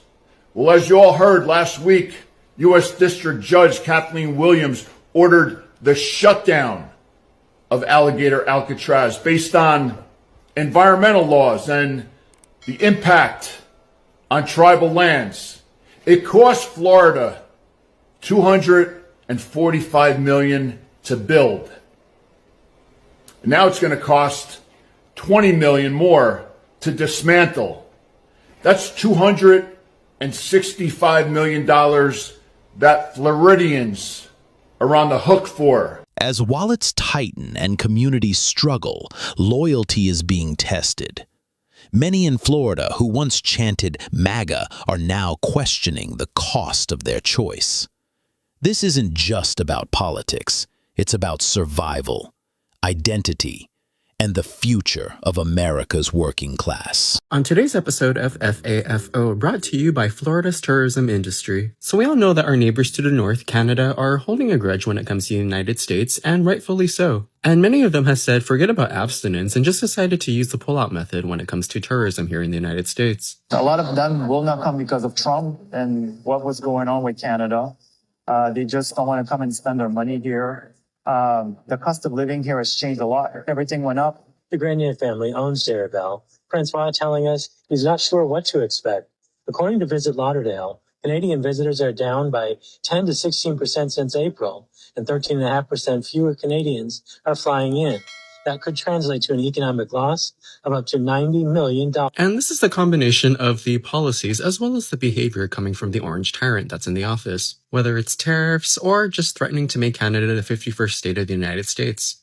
And as you just saw in that clip, travel is down 10 to 16% since April, as well as a drop in air travel by 13.6%. The only thing that I'm aware of that has a bigger drop than that is JLo's popularity. Now, if Canada is already withholding a lot of travel to the United States, I can only just imagine what the rest of the world is doing. And honestly, I don't blame the rest of the world. A month ago, I told him to be careful because they're going to pick you up. You look Hispanic. You're covered in tattoos. You're a construction worker. They're going to grab you. And he's like, no, I'm Cuban. I'm protected. They can't take me. I'm legal. Jose Manuel Allende came here legally from Cuba through the freedom flights in the 60s and 70s. Nothing is better than being MAGA. Here in Florida, let me tell you what we're doing. You see, what happened was Ron DeSantis and all the MAGA legislator here, we kicked out all of the immigrant workforce. We made it clear that they weren't welcome here and kicked them out of the state. That's right. Even some of us MAGA business owners voted to kick out our own workers, and now we cannot fill the work. Oh, but don't you worry, MAGA's on top of things, because right now our wonderful legislator is debating on loosening the child labor laws here, because our genius MAGA plan is to replace the immigrant workforce with our children, our Florida children. Doesn't that make perfect sense and just sound wonderful? The policy we support is actually detrimental to us, but we pass it anyway. Now all the MAGA youth is going to be doing construction on your house. Doesn't that want to make you buy a house in Florida? It's not going to be insured, and it was built by a 10-year-old. What could go wrong? So unless you just woke up from a coma, you know that Trump has been making good on his promise to deport pretty much everyone. Not just people who are illegal, but even people who have green cards who maybe talked bad about him in a text message, because that stuff is happening. Many of us, prior to this, said, hey, this is going to cause problems, and now those problems are here. For example, Trump's immigration crackdown raises questions for agriculture industry's migrant workforce. Migrants make up a lot of the agriculture, like picking of produce and so forth. One place that has a ton of that is Florida.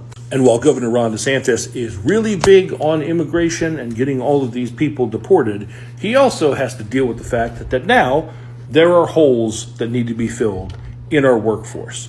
But don't you worry, he has a plan. What is that plan, you may ask? Who is this otherwise untapped workforce that's now going to fill the gap left by all of these migrant workers? Well, children, of course.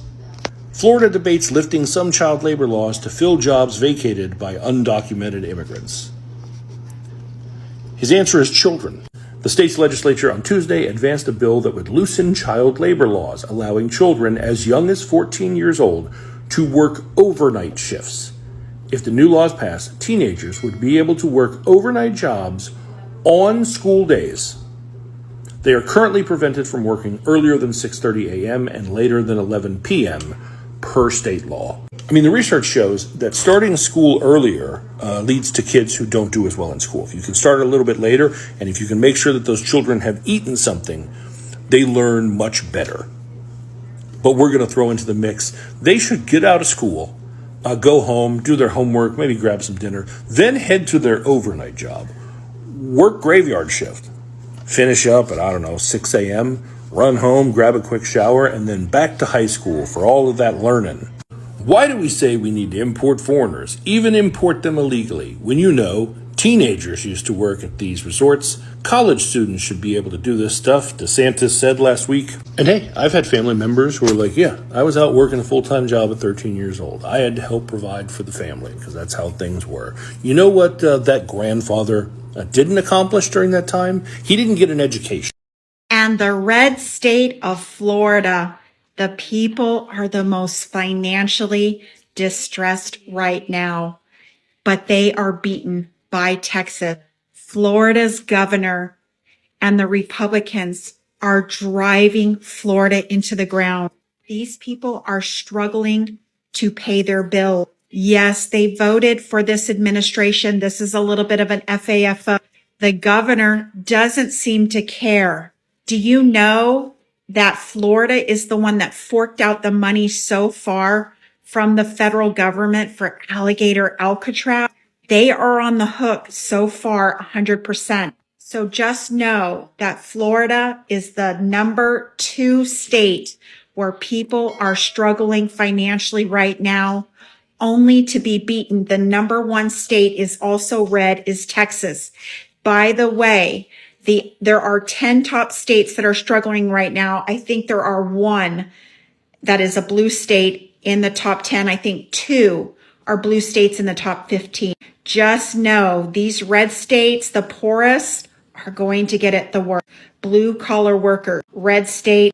I'm posting every single day about really bad economic dire circumstances for red state. Tourists are avoiding Florida like it has emotional herpes. Florida tourism is down, beach businesses are dying, and the people are somehow surprised about it. Come to Florida, where the sun burns your skin and the governor burns your identity. It's so politically toxic that even the alligators are switching parties. DeSantis is out here turning Florida into a family-friendly dictatorship.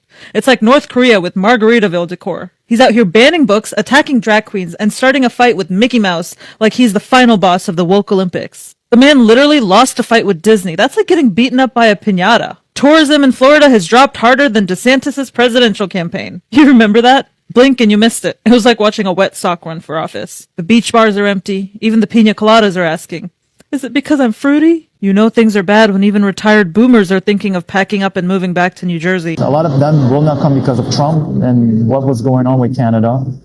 They just don't want to come and spend their money here. The cost of living here has changed a lot. Everything went up. It's no secret Canadian snowbirds haven't been flocking to South Florida lately. President Trump's immigration rules and tariffs have caused controversy in Canada. The greater Fort Lauderdale is expecting up to 150,000 fewer visitors from Canada. You know, they make up one of the largest groups of international visitors to South Florida. According to Visit Lauderdale, Canadian visitors are down by 10 to 16% since April, and 13.5% fewer Canadians are flying in. That could translate to an economic loss of up to $90 million. The bottom line is we all want to make more money and we were ready to serve and be busy, but there's nothing we can do if they don't come. In Hollywood, Richard's Motel had a lot of cancellations in the spring and summer. The woman on the phone is one of those who canceled. She says she's been coming here for over 25 years, which she used to feel free. Now she's scared and she no longer feels like. I would have more than my rent with the opportunity to go out 3 times out of the week. Now the luxury I have right now is to fill the fridge. Trying to buy a house this year, but prices are too high, way out of my price range.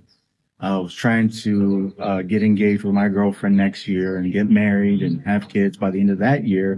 Get the process started on my slice of the American dream, but now it's been postponed. And that's what the Trump slump is doing to tip workers. I was working on average 4 to 5 days. Now I am lucky if I work 2 times out of the week. And I've been trying to look for another job. I put in many applications online, but apparently it seems like the companies did a hiring freeze because they're not sure about next month's economy. I had to turn on all the lights in the kitchen because it is so dark here.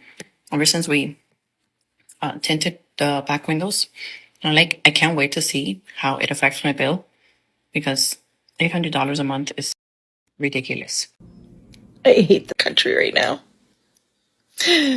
I hate the struggles that middle class people have to go through. I hate having to choose between my prescriptions to make me healthy and feeding my kids. But I can't afford anything right now. I'm struggling. And I know I'm not alone. I just don't know what to do anymore. States that are under Republican rule fare the worst across virtually every metric. Hell no, don't move to Florida, okay? I've been here 7 years. Don't do it. Charging $2,500 for rent for a non-downtown area is diabolical. Why is West Fort Lauderdale, and when I say west, I mean like west, like Sunrise West. Why are they charging $2,500 to $3,000 for a one-bedroom apartment? I swear everyone lost their mind. I don't know if it's just me, but I just spent $226 in Sprouts for meats and boveria. And the other day in Publix, like $400 and something on the same thing. I think these prices are literally so crazy, and it's just for my husband and I. I am so curious to know what families are spending on groceries a week or a month, because there's no way people are surviving paying, I don't know, let's just say like $800 plus if you have a big family. I'm in shock and confused, and I feel like every time I go to Publix or any of the grocery stores, it's like so much money. How much is it in Florida? $5,292. That is literally over $3,000 more than the national average. That is absolutely ridiculous, right? And I can vouch for that. I can tell you because I own rental property. Guys, I was drinking the Kool-Aid, the Florida Kool-Aid, where I was like, oh my God, everything has to be so expensive. And like, you can't get a one-bedroom apartment for under $2,500. I am no longer drinking the Kool-Aid. My current rent is $3,050. Now, yes, I have a 2-bedroom, 2-bath. My new rent is going to be somewhere in the $1,900 to $2,100 range because this is getting out of control. I mean, imagine what I can do with an extra $1,000 a month. Well, it's a moment that too many renters are all too familiar with these days, opening that lease renewal and wondering how much higher it may go. It's one of these things where you almost start to feel numb to it. For Alex Kalianis, it's a monthly reality trying to keep up as rent continues to climb. It's stressful. It's stressful, having to deal with that burden, perpetually. Alex is by no means alone. A new national study is putting a spotlight on just how tough it's become to afford rent in Florida, ranking it the worst state in the country now for renters. A new consumer affairs study ranks Florida the worst state to rent, with residents spending close to or more than a third of their income on housing. The report also finds that Florida has fewer tenant protections than many states. And while there's no shortage of apartments anymore, many of those built recently are high-end units, not affordable housing.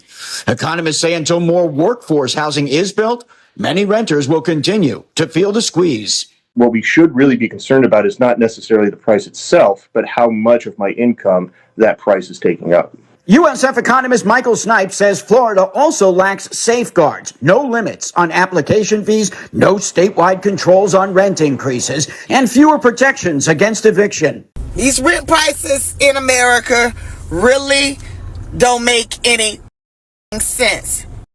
My rent in Miami has gone up $750. And let's not even say Miami, North Miami. If you know, you know. A new report just came out that showed that Florida is the worst state in the country right now for renters. And what that means in a real way is that people are paying almost 40% of their income just to rent. Hey, y'all, come with me and let me show you what you get for about $1,400 in Florida. Y'all gonna love this. So spacious. Oh, freshly renovated, by the way.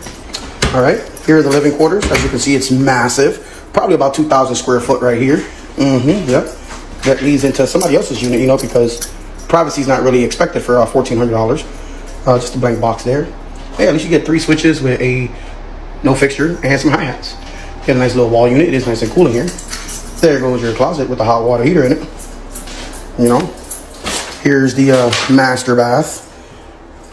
That's the master bath right there. Got the stuff going up. Here's your dining room. Looks massive, doesn't it? Look how big it is. I mean, it's just so spacious. Yeah, $1,400 right here. $360, and I can show you the whole place. Bam. That's ridiculous. Sorry, guys, it's not $1,400. I apologize. It's $1,700 for this thing because you're walking distance from the beach. Ron DeSantis, y'all need to do something about these rent prices. There's no reason that people's rent should be more than somebody's mortgage. It's crazy in South Florida right now. Y'all making it so hard for people to afford to live on their own. You got to work 2 and 3 jobs. You got to do Uber. You got to do this. You got to do that. That's crazy. Rent prices in South Florida and Florida, period, need to go down. President Trump, Ron DeSantis, this message is for you. The average person in the state of Florida spends 37% of their income on rent, more than any other state in the country. And yet we have so many developers throughout Florida trying to convince the public that this is great, right? That all the development going on is great. It signifies progress. Everyone's doing great. The Florida economy is booming, blah, blah, blah. Someone that they interviewed for this article said, hey, I'm married. We have a 2-bedroom that costs $3,000 a month. So yeah, pretty expensive. The overall cost of living, insurance rates on anything, home, auto, are typically more expensive here than elsewhere in the country. So many factors. It's like you're paying a penalty to live here in Florida, honestly. And if we're talking about Miami, ni digamos. And when it comes to tenants/renters, virtually no rights are given to you in Florida. Landlords and developers have the law on their side 100%. Gas prices went up 60 cents in a week where I live, Central Florida. It was $2.79 last week. It's $3.49 today. All right, giving an update on our gas prices. We're at $4.11 for cash, $4.21 for credit on regular. On our diesel, we're $5.59 for cash and $5.69 for credit card. Next to us, Racetrack is at $3.99 and $5.45. Me and my roommates have been trying to carpool more to, save some gas. Caroline Lafferty is a student at the University of Tampa, feeling the pinch every time she fills up her tank. 60 to 70. If I fill it up, but I think in past months, maybe like $40. So it definitely makes a difference, like that $20. With gas prices averaging around $4.04 a gallon nationwide and just over $3.96 in Tampa Bay, Florida has issued an emergency rule allowing E15 gas to be sold for 90 days starting on May 1st. Not really a fan of that. So that's the downside of that. I like the environment that I live in, and, I want to keep it going for as long as it can go. Still, with school drop-offs along with the daily drive to work, Adams says high prices leave her little choice. It's definitely been inconvenient, but it isn't every day. I mean, you got to get the gas. You got to get to places.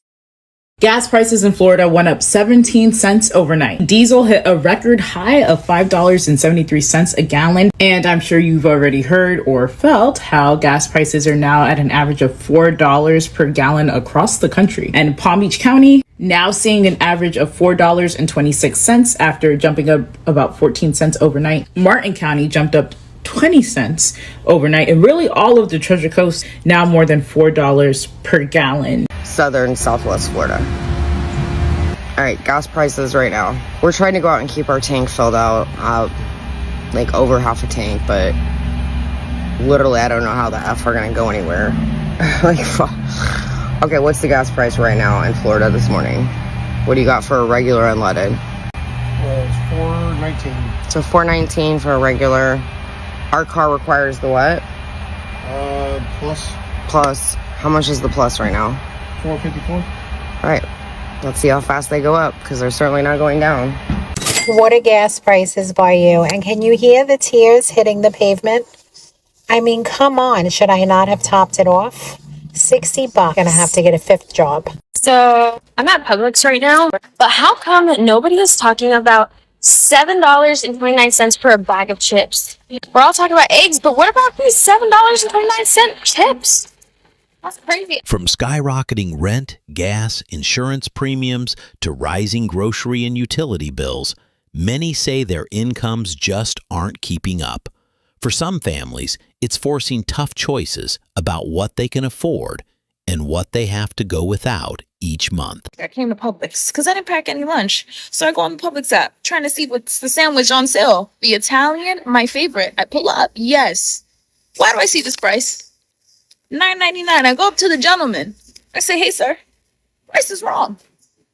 Because when it's on sale, give me a full foot-long sandwich for $7.99, $6.99. He's like, oh, yeah, they up the prices. We are in a recession. Do you know how much a foot-long sub now costs? $10.99. I think that's criminal. Because from where I'm from, the psychotic state of Florida, they shouldn't be anything more than $8. What are we talking about? I'm upset. $17.33. That's how much I paid today for this coffee.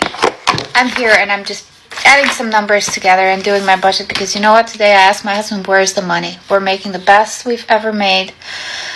Both earners, both incomes, good incomes and everything, and we don't have money. We're living paycheck to paycheck basically. So I put the numbers together and I decided to look at my budget. On June the 2nd, 2023, the same exact coffee was $9.92. And I don't know where my money goes. Every month I'm struggling. I think what's happening with the prices in our country, this is just insanity. So basically, I was at Whole Foods like a couple of days ago. These were $7.07 something. Before, they were $5 something. Okay? Now, today, they're $6.69. What is going on? Why are we having crazy price jumps like these? These are still expensive. I don't think they should be more than $5, but okay. I think I'm hallucinating. Check out the prices for 1 can of corn and then 1 can of green peas. This is $2 per can. I remember when they were 50 cents. Where are we headed to? This is absolutely insane. Yeah, check this out. 3 little cans for $4. Insane. Florida is so broke right now, people are literally financing their groceries like a car note. Florida has officially turned into the second most financially distressed state in America. Of course, only Texas beat them out. When I saw it, I thought, dang, Florida and Texas are in competition with each other to see who can treat their people the worst. See, here's the wild part. A new study found that 25% of Floridians are financing their groceries using buy now, pay later. You heard that right. Loans. We finance cars, homes. Some people even do it to furniture. Now it's chicken wings, bread, and milk. Everything is extremely high. Groceries, gas, housing, everything. I'm working 2 jobs and it's still barely scraping by. It is rough right now, especially with the economy, with gas prices. Gotta work basically 2 jobs. 2 jobs to get by. I mean, do you think that should be the normal? Definitely not. I'm working more than I'm living, also going to school. Have no time to actually enjoy life. The cost of living in Florida has accelerated at nearly 5 times the pace of the last decade. Rent is definitely going up, and landlords, everybody, they don't want to hear anything because, they've got to take care of their families also. But I've noticed my bills, water bill, electricity bill has gone up for sure. Homeowners are facing some of the highest insurance costs in the nation. Average annual property insurance premiums reached $2,794 through 2025, which is up 63% since 2020. And renters are also under pressure. Florida's average rent climbed from about $1,200 in 2015 to $2,200 in 2025, an 85% increase over the decade. Now let's talk about everyday essentials creeping up. Some alarming statistics from that report to note. Eggs have surged 135% over the past decade. Rice prices are up 46%, and bread has increased by 30%. Family of 4's gotta budget everything. Budget your food, budget everything for the week. It's getting bad. It's getting real bad. Big news in real estate today. Florida's population boom substantially fizzling out. Net domestic migration collapsed from over 300,000 people in 2022 to roughly 22,000 last year. Orlando's inflow nearly vanished. Tampa's dropped 70% in a single year. Middle-class workers and young families are leaving because insurance, property taxes, and home prices price them out. Wealthy buyers keep arriving though, but analysts warn it's a direct threat to jobs, paychecks, and home values across the state. You gotta have 4 different hustles or 4 different jobs, for real, to make it in this economy in Florida. They talking about gas has been the lowest it's ever been, baby. Gas was $3.19 where I live. And it's for these new kids. These kids cannot make it on their own. These new young adults, they have to make 3 times the rent, which the minimum wage is not. I don't get it. How is this happening? I think the 35 and older club has figured it out because we know you got to have more than one hustle. But as far as going into young adulthood, baby, that's not happening. I don't know if he's gaslighting us or delusional. I don't know what it is. People are struggling financially, and it's affecting people mentally. People are more aggressive, and I don't blame them. Like the pressures of, paying their bills, and so I get it. The majority of Floridians say the state is no longer affordable. The poll was conducted by Florida Atlantic University. The poll showed that 80% of Floridians are concerned with housing, and 90% say that inflation is an everyday concern. Nearly 50% of Florida's population thinks about leaving. Here's my surprised face. So federal minimum wage, I believe, is $7.50 an hour. Could be $7.25. I'm not quite sure these days. I also do not pay minimum wage. So minimum wage in the state of Florida is $14 an hour, and they've been progressively trying to step it up. Next year in September, it's going to increase to $15 an hour. And I know that because I get all these cute little notifications from the state all the time because I'm an employer in the state. So I will say outside of areas like Orlando and Tampa, Miami-Dade, Broward, Palm Beach County are some of the most expensive counties to live in. Our average 1-bedroom right now in Palm Beach County is $2,300 a month. And you can do the math at $14 an hour for minimum wage. If you're working 40 hours a week, even if you have multiple jobs, it's not very affordable. As a Floridian, I am terrified to see my electric bill in a couple weeks, or what is this, at the end of the month soon? I don't even know when it comes in, but I am terrified. $2,300. $1,539. $850. These Fort Lauderdale residents say their water bills are drowning them, and they say they're enraged. Complete frustration.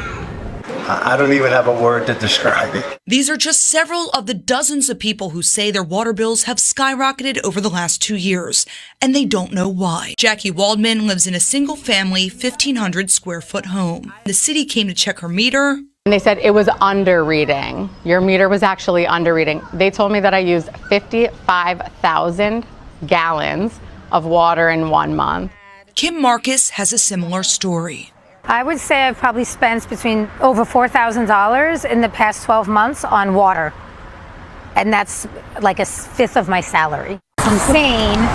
And how many times I've called the city. But residents say they keep asking for answers, and they feel like they're not getting anywhere. I think people are just beaten into submission. You're held hostage. If you don't pay your bill, you're going to shut your water off. They shut your water off, then what do? I gave my kids hell last month when the bill came in at $400. We turned lights out. I made sure the lights were out every day. I turned fans down. We took the air back up to 75. There's no heater on in that pool. My house is a whopping 2,100 square feet of nothing. 1 floor. Okay, I'm not going 2 floors. It's not a mansion. Okay, you guys are acting like I'm heating Lake Havasu over here. No, my pool is little. There's nothing in it. It's salt water. There's no heat. I feel like this has got to be illegal. $600 for my electric bill. Florida Power and Light. Like, if I wasn't so weak at solar, what are we supposed to do? What are we supposed to do? We don't have any other options. It's this or not have electricity. $600. Florida Power and Light is pushing for a nearly $10 billion rate hike. That would be the biggest utility increase in U.S. history, and they're not the only ones. That's up to $360 more a year just to keep your lights on. They say it's for clean energy, massive increases in the cost of materials, and hurricane cleanup. Critics are just calling it just plain corporate greed. I have a bone to pick with Tico. My electric bill came in today. $775. My house is less than 1,200 square feet. It's actually, yeah, it is. It's less than 1,200. I think it's 1,187 square feet. Yeah. $775. I keep my house at 78 degrees. 78 degrees. And it's going to be $775? That's actually crazy. So. The stories you've heard in this video reveal how the cost of living crisis is reshaping everyday life across Florida. For many Trump voters and others, these financial pressures are raising deeper concerns about stability, opportunity, and what the future holds. Behind every story is a family trying to stay afloat, a worker trying to keep up, and a community feeling the strain. These voices remind us that economic challenges aren't just numbers, they're deeply personal. If this video gave you a clearer picture of what people are facing, share your thoughts in the comments below. Don't forget to like, subscribe, and share this video to help more people hear these stories. Click the video on your screen to see what's happening in other states across America today. So with all this winning and FAFOing going on, apparently Iowa was feeling left out and felt the need to enter the fray and throw their hat in the ring. Iowa, the state of Iowa, is currently leading the nation in farm bankruptcies in 2025. In Iowa, frustration is growing louder. Many Trump voters are facing a harsh economic reality: rising costs, shrinking farms, and broken promises of prosperity. In this video, you'll hear real stories from Iowans caught in the middle of MAGA's economic meltdown. Listen closely. The truth is hitting home. This is Mr. Trump, Mr. President. But help us out. It's been almost 6 months and you still ain't bringing gas prices down, Trump. Why? Why ain't you drilling? Drill, baby, drill. You know, it's $3 a gallon. Yeah, gas is $3 a gallon, yes. China amounts to 25% of our total U.S. soybean crop. So that would be 8 or 9% of the whole U.S. crop would normally be on the books with China right now, and we have zero. That is alarming. The farm economy as a whole is struggling. Inflation has caused our cost of production to rise drastically on every front. Commodity prices, in particular soybeans, are down about 50% from where they were 3 years ago. And our numbers are deeply in the red. And we send this letter to President Trump because we've been talking for months about needing to have sales in place, a deal in place, a phase 2 type agreement that has purchase commitments along with a level playing field on trade with no tariffs, and we haven't had anything happen, unfortunately. And our appeal to President Trump and his administration is make soybeans a priority in any trade negotiations that are taking place. We are nearing the third week of the government shutdown, and the impacts are starting to hit closer to home. State officials warn that SNAP benefits for thousands of Iowa families may not be issued next month if this shutdown continues. More than 130,000 families rely on monthly SNAP benefits to shop for food at authorized grocery stores. But as the government shutdown continues this week with no clear end in sight, Iowa Health and Human Services is issuing a warning. The department says Iowa and every state nationwide was directed by the Food and Nutrition Service to withhold next month's SNAP benefits. This is a result in the lapse in federal funding, as the USDA confirmed it would not have the funds to cover the full benefits for November. No one should have to choose between paying bills and feeding their kids. Because of the Republican-led government shutdown, SNAP benefits, which help feed more than 270,000 Iowans every month, won't be delivered in November. This is unprecedented. Food banks across our state are calling this a crisis, worrying that nonprofits can't possibly replace the loss of federal food assistance. Folks in Iowa's 1st Congressional District are going to be among the hardest hit, with a number of our counties among those with the highest number of SNAP beneficiaries by population. Ohio's farmers are in crisis, and I'll tell you why.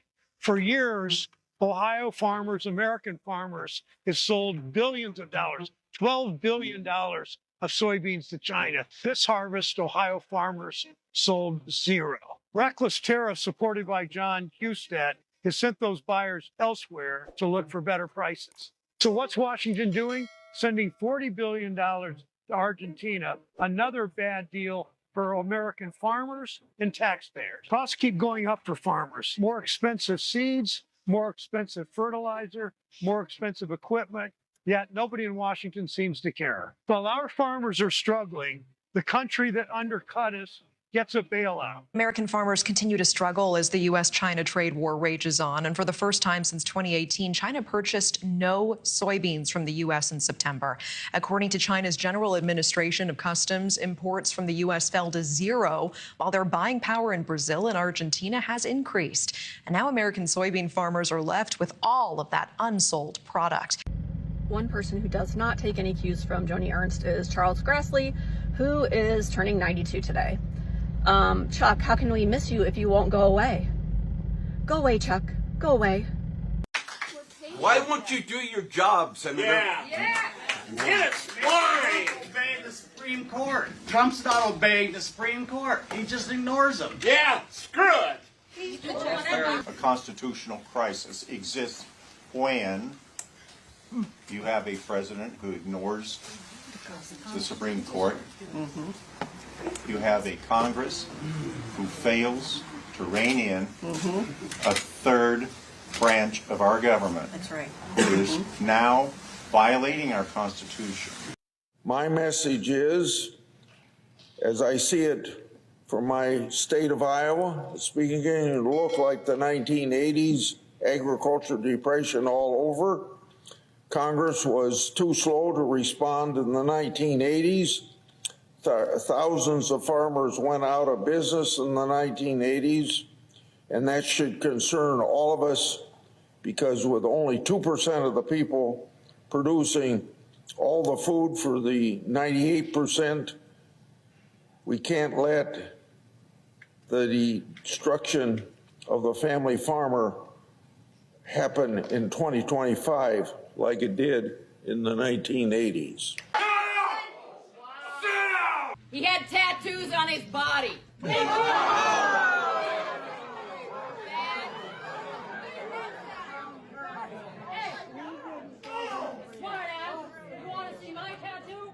I've got one. Lady, you don't know what a tattoo is. Yes, I do. No, you don't. Shut up! I'm a self-employed farmer and consultant and purchased my health insurance through the ACA Marketplace. The recent legislation passed by the House will result in at least a $4,000 tax increase for my family of four. This, along with an 88% increase in my homeowner's insurance, an 86% increase in my farm building and equipment insurance, will increase costs for my family by $10,000 in just 1 year. Insurance costs are killing Iowans. Hey everybody, well there it is folks. Argentina is selling all of their soybeans to China now because of the tariffs that Trump has initiated against other countries. And it's not that Trump has initiated tariffs on soybeans to China or anything like that. It's just China's like, we don't need you. So there it is, $47 billion that would have gone to the 500,000 American soybean farmers are now going to Argentina. Now, American farmers, almost 80% of them voted for Trump. So if you have 500,000 soybean farmers, that means 400,000 of them who are now on the verge of going bankrupt voted for Trump. This would be absolutely unprecedented in the history of the SNAP program. We've never had benefits delayed or fail to go out on time. This will hit low-income Iowans incredibly hard, and the benefits will impact folks for months to come. So farmers are suing the Trump administration to get Biden-era grants back to keep their farms open. The irony is not lost on me that these are the same individuals that gleefully wanted others harmed, wanted to make sure they stuck it to everyone else who needed any kind of safety measure. Yeah, I don't want anybody to fail, but I can almost guarantee you they're still backing Trump, still backing racism, still backing all of this stuff, even as they lose their farms. Yeah, take a look at this. I live in Iowa. More farmers filed for bankruptcy in the first 3 months of 2025 than all of 2024. And you wonder why? Maybe tariffs. But you wonder what the solution might be to this? I want you to read this.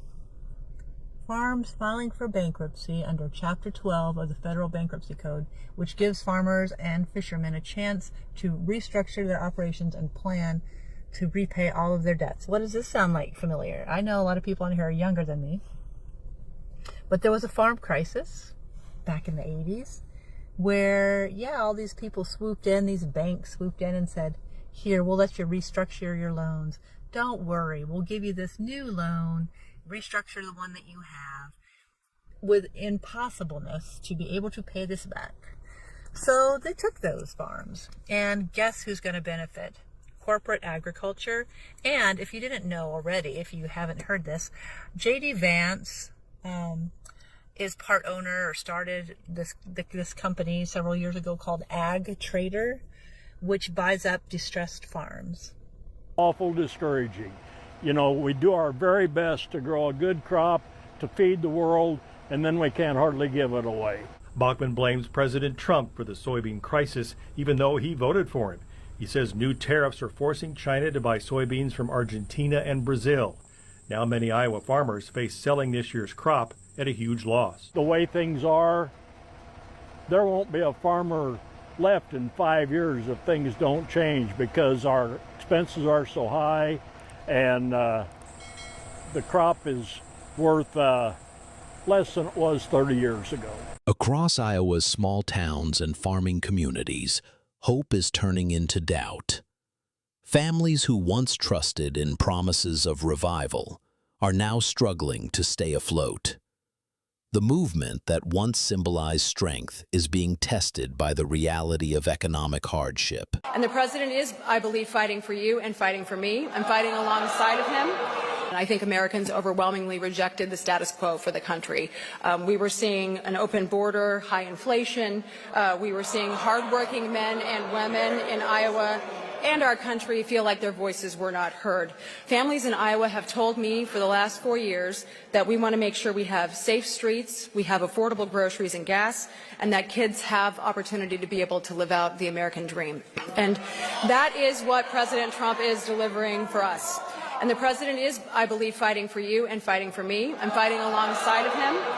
And I think God saved President Trump's life in Butler.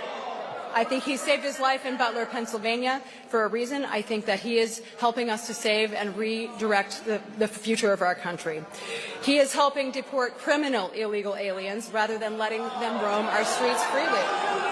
He is ending the abuses of taxpayer dollars rather than treating your money like monopoly money. My district went for Trump both in 2016 and 2024, and a lot of my friends supported him. But lately they're saying I didn't vote for this. They didn't vote for the parks to close or to be short-staffed, health care costs to skyrocket, and veterans to lose care or have delayed care, and for tens of thousands of federal employees to be at risk of losing their jobs. During the last trade war, we saw an increase in farm bankruptcies. We lost 90% of our soybean sales the week the tariffs went up. You know, they aren't good for the other countries. They aren't good for me. And who could blame them putting reciprocal tariffs on us? You know, it's just a match. You know, and nobody's going to win. China is one of the largest overseas markets for American soybeans. According to the USDA, the United States exported nearly $13 billion in soybeans to China last year alone. Fuller has already faced 2 years of bean prices dropping and says it looks as if the trend may continue. Last year we took a step back, and now we're taking another step back. So I'm,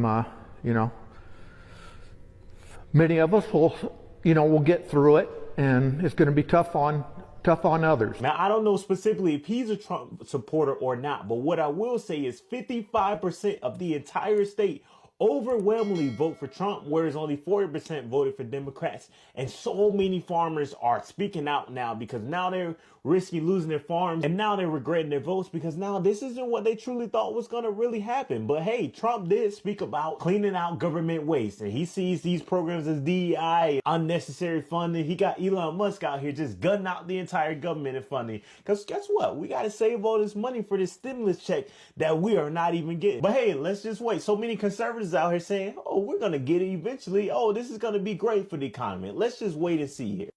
I don't care what the man did. I just want to be able to afford groceries. And he said he's going to drop prices so fast our heads are going to spin. Oh man, you liberals will just never be happy. He's only been president for a month. You just wait. Those prices are going to drop. I mean, I don't care if I have to pay more for groceries. I think it's patriotic to have to pay more for groceries. If you don't want to pay more for groceries, then you should just get out. I mean, who cares if the stock market is crumbling and almost every single item that I buy is going to go up 10%? It's not like anybody promised me prices were going to drop. Stupid liberals. And you come here and repeat the war on truth and the lies. There's a war here on competence, on science, on truth. And I want to know when Congress is going to stand up and say, too much is too much.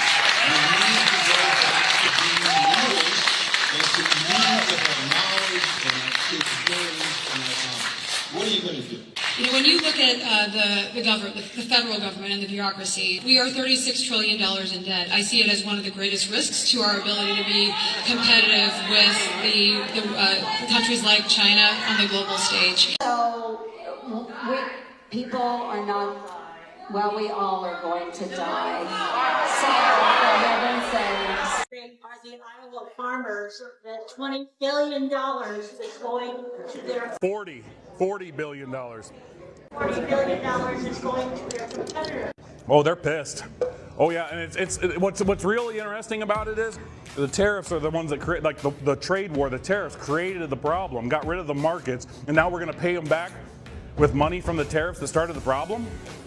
Doesn't make any sense, right? They're more pissed. Farmers they want a bailout. Farmers want fair markets. That's what they want. They want good, fair markets, and they had that until Trump got there and started doing what he's doing, creating trade wars, creating chaos in the marketplace. So, just ran to the store quick for dinner, and in case y'all are wondering what $100 worth of groceries look like, this is it. A few bags in my front seat. Okay, and then of course tariffs. We talked in May, farmers were along for the ride, but they said it would have to be a small ride, a short ride. And we're still sitting here now in August, and things, we see a little bit of delays. We've seen some get done, but yesterday the president sent out a tweet, sent the soybean market flying. Today it's dropping right back off. I mean, farmers are really concerned about this, especially when it comes to China. Where are we at, and what's some message you're hearing from the president? And this is where we really are seeing a little bit of pain, of course, from the farmers. And they are frustrated with the tariff situation. They've expressed that to me. But then they immediately turn around and they say, we understand why the president is doing this. Yep. So they are feeling pain. But what they want to see is a reset when it comes to trade, and to make sure that we as the United States are getting the trade situation right.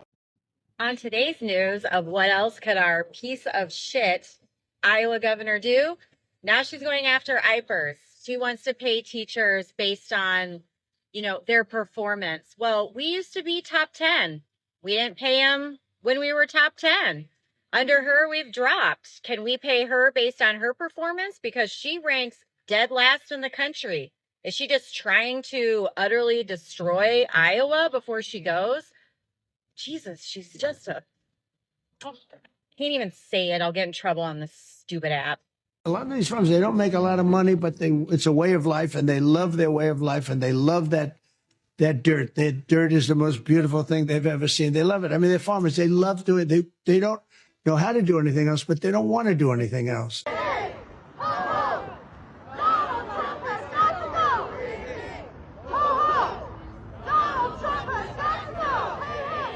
I'm a Lutheran, and I'm conservative Lutheran. So we don't believe in, and I don't believe in abortion. Issues like abortion are not my issue. It's just not. You know, it's one of those issues that, again, I don't know that I'm going to side with somebody on everything. And if it's up to the states, it's up to the states. Never voted for Democrat for president? Oh, heavens no. Heavens no. Why? Oh, no, there's no abortion and no, there's too many things. You've got to at least when you've got babies, you've got to give them a chance to grow up and then commit crimes if they need to. I'm a pro-life guy, but I think it's a losing issue for Republicans. I think that was a mistake for them to try to govern that. I don't think they should have done it. Since the Roe v. Wade decision, abortion rights is now a state by state. Governor DeSantis signed the 6-week ban. Iowa followed suit on that, right? That where you are, 6 weeks? Do you think that's why? No, so this is kind of personal for me. I am a Catholic. I don't necessarily believe in abortion. I don't believe in abortion. However, I have to tell you, I mean, I have a almost 2-year-old son who was abandoned by his father at 5 months old. Physically, financially, emotionally, everything was put on me. And I can tell you that having been in that situation, now I'm blessed that I have a family, I have resources and a great job. But I can tell you being in that situation is not easy. So for somebody to put judgment on these women that feel like they can't have a baby or another baby, I don't feel that it's my place to judge. I think that's up to them. The New York Times just revealed something stunning. Iowa, Trump country, has the worst economy in America, and it's not even close. This is a state that voted for Barack Obama twice, then went all in for Trump, and now they're getting crushed by the very policies they voted for. The promise: Trump is going to fight for American farmers. Under the next Trump administration, we will have a rebirth of loyalty to the American farmer and to the American flag. I will defend you on trade. And if any other country tries to take advantage of our farmers, there will be a very steep price for them to pay. The reality? Iowa's GDP dropped over 6% in the first quarter, worst in the nation. China, which bought over $12 billion worth of Iowa soybeans last year, stopped buying from America entirely. Where did those sales go? Argentina, the same Argentina Trump just gave a $20 billion bailout to. An 86-year-old Iowa farmer watched Argentine soybeans shipped to China while his family's harvest sat unsold. His grandson's wife put it simply: death by 1,000 paper cuts. The promise: tariffs will protect American jobs. Why impose tariffs that you know are hurting American businesses? They're not hurting, they're helping because they're creating jobs in America. And we're creating tremendous amounts of jobs in America like you've never seen. The reality?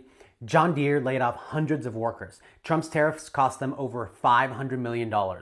Fertilizer prices up 14%, equipment costs soaring. Fifth-generation farmer Aaron Lehman is making do with a 25-year-old combine because he can't afford a new one. He's been wondering if his son will even be able to farm for a living. The promise: deporting undocumented immigrants will free up jobs for Americans. So as we create millions of new manufacturing jobs here in Georgia and nationwide, we will make sure that these jobs go to American citizens, not illegal citizens, people that came into our country illegally. Your wages will rise, your costs will fall, your job opportunities will grow, because we will conduct the largest deportation operation, sadly, in American history. The reality? Meatpacking plants are hemorrhaging workers. JBS laid off 200 people. Tyson plant's losing workers too. Nobody's lining up to take those jobs. Production is down. At La Placita grocery store in Waterloo, business has dropped over 25% in 3 months. Manufacturing down, agriculture crushed, labor shortages everywhere. Iowa voted for this 3 times. The midterms are coming. The question is simple: will Iowa vote for this again? So with all this winning and FAFOing going on, apparently Iowa was feeling left out and felt the need to enter the fray and throw their hat in the ring. Iowa, the state of Iowa is currently leading the nation in farm bankruptcies in 2025. Evidently, Iowa farmers did not learn their lesson from the first Trump administration and are getting another dose of reality. I guess once bit, twice shy, right? But, I mean, I'm not sure what can be said at this point. Like, you know, this constantly feeling the need to bend over and say, please, sir, I'd like some more. I mean, you guys are beyond help. I don't know. Like, and despite all this, and despite the fact that the state GDP has shrunk by 6%, Governor Kim Reynolds has come out and said, Iowa farmers stand by Donald Trump despite the tariffs. I mean, what else can you say? I mean, if you're going to go down with the ship, go down hard, right? But of course, you know that they're going to be asking for handouts and expecting subsidies, right? It's socialist. The rising cost of food is forcing Iowans to change their grocery store purchases. That's just one of the findings of a new poll that shows 77% of respondents are changing the amount or type of food they buy due to rising prices. Buying in bulk, buying at a cheaper store, again, eating generic, just doing whatever you can to try to save money on groceries. The study also found that 71% say that food insecurity is a problem in Iowa. The USDA says food prices have increased by 3% in the last year alone. Iowans are paying the price for another reckless war in the Middle East. Gas is up over 50 cents a gallon. Diesel is even more expensive, which means everything that gets carried on a truck is going to be more expensive, especially groceries. The Middle East is also a big supplier of fertilizer, which is now getting more expensive right now before spring planting. Iowa families needed relief from high prices, but Zach Nunn voted to give the Trump administration a blank check to go to war. Just applied for us on the job because daycare for 2 children is almost my entire month's paycheck. So I have to get a job to pay somebody to watch my kids while I go to my job. Right now, the thing that I'm most outraged with and pissed off about and just can't believe is the fact that Donald Trump said that affordability is a Democratic hoax. Tell that to so many people that don't know how they're going to provide for Christmas, don't know how they're going to be able to afford the meal that they have. Tell that to all the people that are going to the food bank because they can't afford the food we have in this country and we're the richest country in the world. Tell that to the 70% of people that are living paycheck to paycheck. Tell that to the 38-year-olds who are trying to buy the house for the first time. Oh wait, the first time home buyer age is now 39 years old. Tell that to so many people in this country that can't make their ends meet, don't know what they're going to do, don't know how they're going to send their kids to college, but it's a hoax. To me, the whole administration's a hoax. It's a bullshit lie, and we're sitting here watching this world crumble because we have cowards on both sides of the aisle that don't want to stand up and fight for working class people.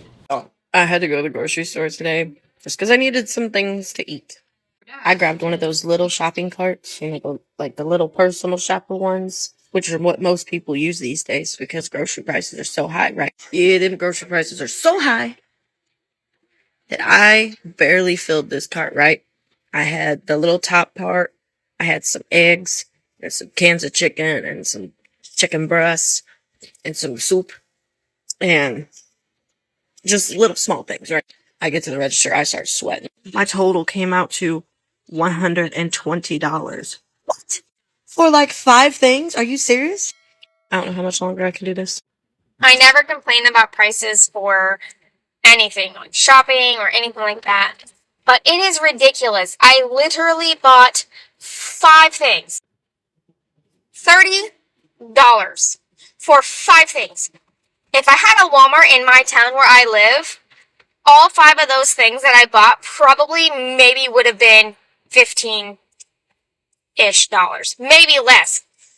But, I mean, I guess it kind of depends because where I live, taxes are so high it's ridiculous. This is Iowa for you, I guess. This shit is just ridiculous. Damn. Turns out, punishing Iowa SNAP recipients means that we likely all get to pay more at the grocery store. This isn't hypothetical. This is already happening right here in Iowa. Starting January 1st of this year, Iowa rolled out some of the most restrictive SNAP food rules in the entire country. So instead of helping families afford healthier food, the state tied SNAP purchases to our sales tax code. So now if a food is taxed in Iowa, SNAP cannot be used for it, period. That means no soda, not even 0 sugar, no lemonade, no sweet tea, no candy, no vitamins, no gum. But the rules are so vague that many SNAP recipients say they don't even know what will be allowed until they're standing at checkout. But here's the part that affects every Iowan. Retailers are having to overhaul their systems to track all of this. A national analysis has said that these type of restrictions cost grocery stores billions. And those costs don't just disappear. They get passed on to consumers. Higher prices, less purchasing power, and fewer choices. So yes, punishing SNAP recipients can lead to the rest of us paying more. And in rural Iowa, this is even more dangerous. Small town grocery stores could stop accepting SNAP altogether, or shut down completely, because they can't afford the risk. And are we really going to deny someone a cold sandwich from a gas station because some bureaucrat in the city has determined that it's unhealthy? That doesn't really sound like Iowa nice to me. Iowans don't need their grocery carts picked apart and examined. What they need is affordable food, healthy food, and trust. Gas prices have skyrocketed here in the Des Moines metro. Last week, WHO Radio reported regular gasoline priced as low as $1.84 a gallon. Now, Gas Buddy shows prices across the Des Moines metro range from $2.23 to $2.33 per gallon. That's about a 40-cent per gallon jump. Experts attribute the increase to price cycling, when stations undercut each other until prices drop too low, then sharply raise them after a major retailer resets the market. Gas is over $4 a gallon. That's what AAA is saying. They're reporting that the national average price now sits at $4.02 per gallon here across the United States. Now, here in Iowa, it's considerably cheaper. Technically, we're now at $3.28 a gallon. And if you're wondering which metro has the cheapest prices, that's out in Council Bluffs. Right now, their average sits around $3.18. The most expensive here in the state of Iowa is over to the east, over in Iowa City. Their average is at $3.40 per gallon. By the way, the White House just put out a statement about these high gas prices, part of it saying that when the war is over, the prices will plummet. Of course, time will tell. Well, would you just look at here? Here I am in Ankeny proper, Iowa, and we've got some more of that $1.89 gas, $1.89. Please, I know what you think the screen is saying, but it's obviously $1.89. What are the gas prices where you guys are living at? I'm in Iowa right now, and I think the cheapest is $3.57. I put $30 in and got 9.681 gallons. Heather Murr lives in LaPorte City, but that's not even half a tank for me. She says those extra cents on the gallon will add up quickly for anyone already struggling. This increase, seen in only 24 hours, is leaving Murr frustrated and worried that prices will just continue to climb. And it's very hard, and it's only going to get harder. I just re-signed my lease for my apartment. My rent is going up $75, so I am paying $1,000 a month for an apartment that smells like dog pee. So how's your 2026? Well, gang, I guess this about sums it up. Highest in cancer rate, lowest in personal income growth. The water might be giving us cancer. We don't know because our governor hasn't really taken that seriously. But we are the #1 most affordable state in the country. You know, we used to be #1 in education, ironically. But now we are the most affordable. I can't. So I just received an email from my son's daycare. Tuition's increasing, shocker. My son's 15 months. When we first enrolled him in the daycare, it was $325 a week. It's now $405 a week. That's almost a 20% increase, pretty much year over year.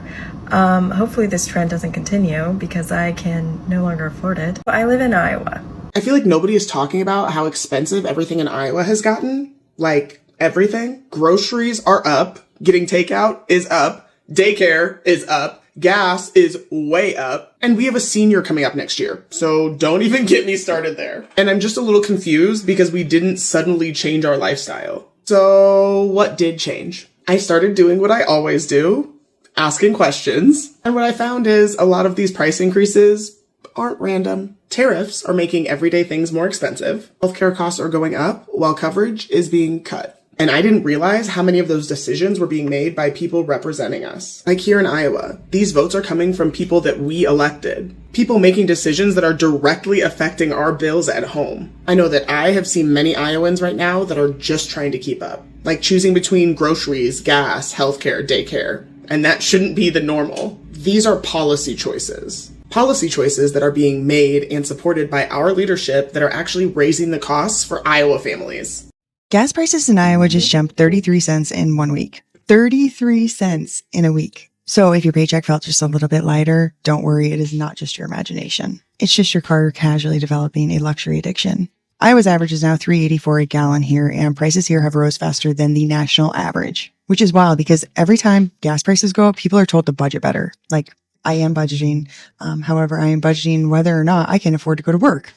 And diesel, that's $5 a gallon on average, but I have honestly seen it at like $5.84. But here's the thing.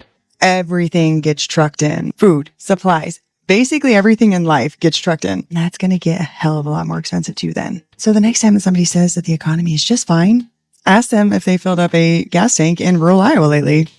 Because out here, gas prices aren't just a talking point, they're a bill. Between 2020 and 2024, over 10,000 Iowans left this state for other states, making us one of the most outbound states in the United States of America. And the only reason our population is even remotely holding steady is because of immigration. Over 90% of the population growth we've experienced over recent years has come from people moving from other countries into this state. Young people grow up here, they go to school here, they want to stay here, but they can't afford to. That's not a talent problem. It's a housing problem, it's a wages problem, it's a healthcare problem, it's a cost of living problem. If we actually want people to live in Iowa, the solution isn't even that complicated. Pay people enough to live, lower the cost of healthcare, build housing that people can afford, and invest directly in communities. Because right now, we're not just losing people, we're losing our future. Iowa had slower GDP than most of the nation. I think it was ranked 49th. There, 2/3 of Iowans' healthcare costs are rising. 1/8 of Iowa needs to go to food pantries for food due to food insecurity. Mid-America Energy, Iowa's largest utility, thinks that already electricity and natural gas prices are raising. They're predicting another 10 to 15% this year. That's not including 200,000 Iowan families cannot even afford their electricity bills right now and are past due. Fun fact, Republicans took full control of the state government of Iowa in 2016, the governorship, the Senate, and the House of Representatives. At the time that they took over, the state was 29th in overall economy. They have held all three of those ever since and now have a supermajority in the legislature.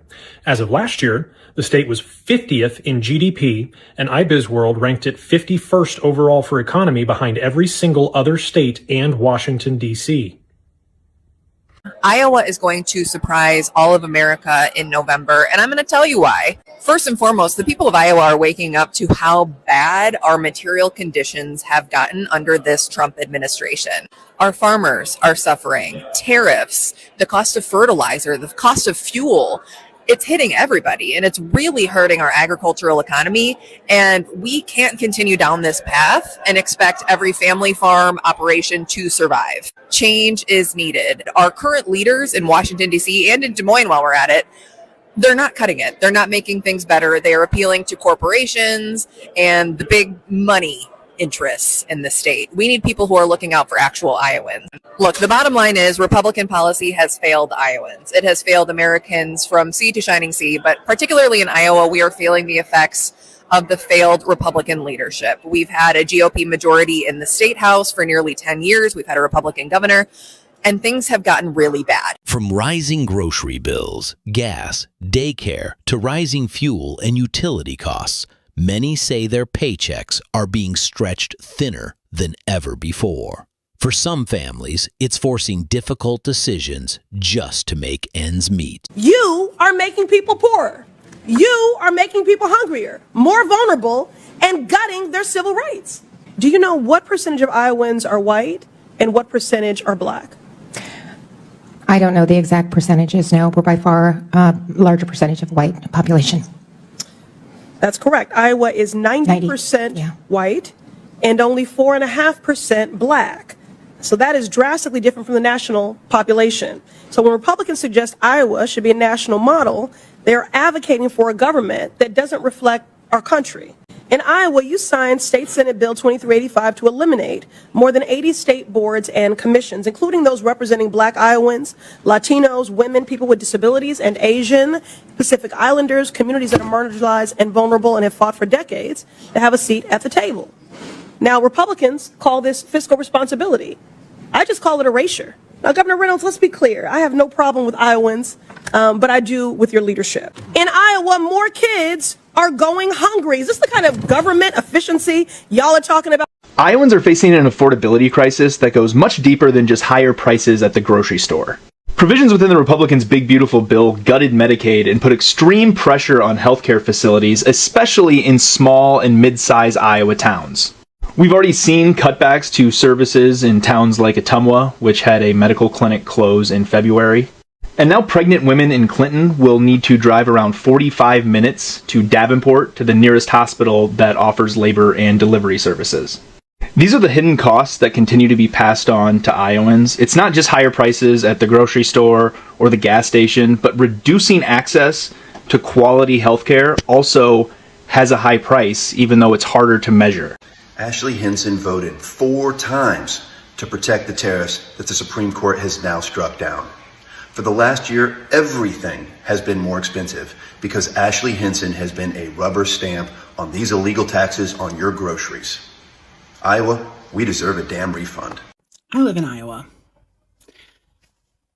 This is the new Iowa slogan released a few years ago, and this is the sign you will see on every border when you cross into Iowa on the interstate. And yet, the state I live in continues to race to the bottom in healthcare and education. Iowa State House Republicans suddenly want to limit the governor's powers. For the past 9 years, Iowa's Republican-controlled legislature has given Kim Reynolds a free hand. GOP lawmakers have allowed Reynolds to spend billions of federal dollars provided through the CARES Act and the American Rescue Plan with no legislative input. They approved most of the governor's signature proposals, expanded her power to hire and fire officials, and allowed her to set agencies' directors' salaries with no constraints. Now, in the 10th year of Iowa's GOP trifecta, the ruling party has suddenly decided the legislature should be a check on the executive. Get a load of these. Several bills that are eligible for floor debate could prevent Reynolds' successor from making big changes in state government. Laura writes that insulting all of our collective intelligence, Republican lawmakers claim these bills aren't fueled by a concern that State Auditor Rob Sand may win the governor's race in November. A quick rundown on the bills they're considering. Reducing the governor's leverage in budget negotiations may be one of the most important things that they do at the State House. So if lawmakers adjourn without approving a budget, spending would continue at the previous year's levels. That would force cuts in many government operations since costs would rise while appropriations stayed flat. The obvious purpose is to ensure the GOP majority won't have to make meaningful concessions to a Democratic governor during the budget process. Next is a legislative block on major rules. It would create a cumbersome process for adopting what's called a major rule, which is defined broadly as any rule that would incur annual expenditures of at least $200,000 a year or $1 million within 5 years. Or it could be a rule that has significant adverse effects on competition, employment, investment, productivity, innovation. So it's very broad here. Changes to how Iowa implements the Federal Clean Air Act could also be considered major rules. How about locking in Medicaid privatization? Branstad privatized the Iowa Medicaid enterprise through a 2015 executive order. Fortunately for him, no major rules process allowed the Iowa Senate, then under Democratic control, to stop him from upending healthcare for more than 700,000 Iowans. I mean, you can see the hypocrisy very clearly here. Then there's bills limiting the governor's appointment powers, limiting the governor's powers in emergency, which is just pretty shameful stuff. House and Senate Republicans say they've reached an overall budget agreement for next fiscal year, but that they're still working through some of those specifics. That puts them one step closer to wrapping up the state budget as they remain divided on property tax relief. Democrats criticize the work Republicans have done so far this session, saying lawmakers are already working into overtime and claim the GOP hasn't addressed some important issues. They really have no idea what they're going to do on property taxes, and just in general, they have not addressed quality of life issues here in Iowa. They have not addressed lowering costs, and they certainly have not addressed making education better in the state. They were told they were going to cut costs on corporations, and they were led to believe that was going to lead to a boom in the economy. How do you explain that to those people that are now like, wait a minute, I was told? So it's one of those things that now we're looking at 9 years of one party rule, and they have been prioritizing corporate tax cuts, and we haven't even seen the full brunt of it. We still are anticipating another more than $300 million in corporate tax cuts in the next year, and another probably $150 million more the year after that, as we're continuing to dig ourselves deeper and deeper into this hole of not having enough revenue to pay for our normal bills. So how do you explain that to those people that are now like, wait a minute, I was told? Yeah, so when we look at what's actually happening, let's just look at our economy. In the last 2 years, we have had more people losing jobs, both from the corporate side as well as from the government side, than we did in 2023. It's been a downward slope. Our economy is now ranked as one of the top 22 states most likely to go into a recession. And in fact, we were just ranked this year as the worst economy in the nation. If these budget cuts that were going to the top corporate levels were supposed to help all of us at the bottom, then why are we all suffering, and why are people living more day to day, paycheck to paycheck, and hoping that their jobs stay in place so they can pay that rent or that mortgage or pay for the food for their family? Just a quick reminder that we are still in a water crisis in Iowa. What they're not discussing is that in my state of Iowa, 0.03% of our acres are used to produce anything that will end up on your plate in its original form. Could you say that again? How much? 0.03% of our acres. Out of 24 million acres, it's roughly 9,000 acres in Iowa, is used to produce any produce, food that will end up on your plate in its original form. So it's primarily... Holy shit. It's all chemicals. It's like, so they're producing ethanol. They're, we can talk about these things, but they're producing feed that will then be shipped out of state for animals and shipped out of our country for animals. Iowa has the best farmland in the world, I would say, and we import 95% of our food. Lance Lillibridge, who has been farming his whole life, says he is worried for this year's spring planting. It couldn't have come at a worse time. The war with Iran has led to skyrocketing diesel and fertilizer prices. Prices, Lillibridge says, that are piling onto an already struggling industry. And it just feels like the world's trying to take this all away from us right now. The situation is not driven by either the person producing the food or the person buying it. And it will have significant ramifications for both those who produce our food and for those who eat it. It's a real farm crisis, what I'm calling a farmageddon. Our farmers, we now lead the nation in farm foreclosures in Iowa. It is a massive problem. You're looking at commodities prices being upside down, and that is largely driven because of the tariffs. That's also because of us giving $20 billion to Argentina so the Chinese can buy their soybeans. Meanwhile, our Iowa soybean farmers just left out there hanging. These markets where maybe will never come back, you're absolutely right as well. You're looking at fertilizers. You're looking at now somewhere between 25 and 30% of Iowa farmers do not have fertilizer. Meanwhile, we're maybe a month or two away from planting season. So what does that mean for them? Can they plant their crops if they don't have fertilizer? I mean, would the yield will be way down? The yield would be dramatically different. Right. I mean, you're already looking at all these folks being upside down. I mean, our farmers have not made money in a decade, and now their commodities prices are actually upside down. And the word that we hear the most is betrayal. And these folks will say, we turned out, we voted for Trump. And now look what you've done. And you go in these rural communities and they've lost their pharmacies are gone. They've lost their grocery stores. Their healthcare clinics are closing, particularly in the rural areas. Yeah. Their schools are closing. We've closed 16 schools in the last 3 years in Iowa, almost all in the rural communities. And you go down their main streets, it looks like a vacuum's come through there. Yeah. And now we're leading the nation in farm foreclosures. These are folks that are waking up and saying, enough is enough. The state and the country needs change. This is not just a temporary blip. This is not something that farmers can work around. No one anticipated that we would have a shock to the system. All the experts did not see this coming when we see this rise in fertilizer prices because of this war. And really, no one's really seeing a way out. That shock to the system means that diesel now is more than $5 a gallon, and fertilizer costs are up more than 30%, adding thousands of dollars of new costs to already strained farmers we met, like Aaron Lehman. When something like this happens, farmers just have to take the hit somehow and find a way to get a crop in the ground this year. President Trump's trade policies and tariff whiplash have made it far more uncertain to sell soybeans and corn. Another worry as a new season of planting begins. We get one chance to plant, and we get one chance to harvest, and that's it for the year. So we get one try every single year. And so even like in my lifetime, I might get 30 tries at this. That really puts things into perspective of like, I only... the prices of fertilizer, seed, whatever, like could go crazy, but like we can't not plant. We still have to go out and plant the crop.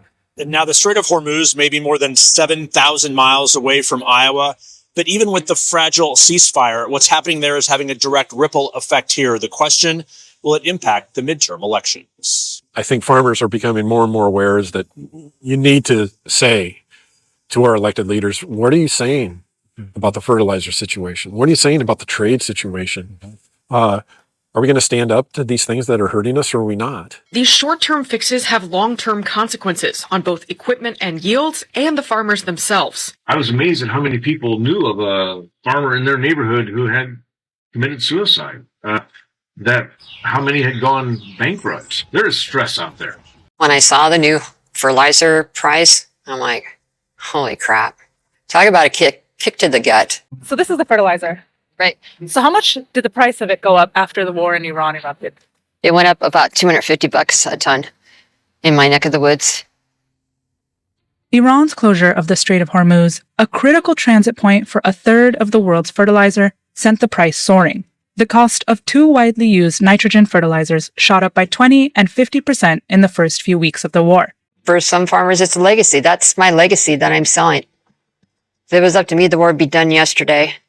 Iowa, I feel like I don't even have to ask if you have noticed how expensive everything has gotten lately. I feel it too. Groceries, electricity, gas, and while Kim Reynolds proclaims Iowa is the #1 most affordable state in the country, that's not what our bank accounts are saying. The truth is, we are feeling the consequences of failed Republican leadership, both here in Iowa and in Washington, D.C. Let's talk about this. Tariffs backed by Republicans are estimated to add about $1,700 a year to the average household's expenses. Food prices are rising. Energy prices are expected to jump another $350 a year. We're also seeing gas prices hit $4 a gallon. Let me ask you genuinely, can you afford this? This is what happens when policy fails people. It feels like betrayal because these decisions are being made and supported by Iowa Republican members of Congress, including Marionette Miller-Meeks, Ashley Hinson, Randy Feenstra, and Zach Nunn. They've backed Trump's tariffs. They have let the farm bill expire, putting 84,900 Iowa farms at risk. They have supported cuts to our health care. And when Iowans ask questions, they dodge, they deflect, they hide from accountability. Zach Nunn is out here praising tariffs as winning. Marionette Miller-Meeks dismisses constituents worried about health care. Here's the reality. Republican leadership has made life more expensive for working families, farmers, and rural communities across Iowa. And we are the ones paying the price. If your bills feel higher, if your paycheck just isn't stretching like it used to, and if you're worried about your future, you are not imagining it. And you're definitely not alone. We need to hold our leaders accountable. In this video, tag your representative. Call them out. Iowa's leaders should fight for us, not fall in line with policies that hurt us. These stories reveal how rising living costs are reshaping everyday life across Iowa.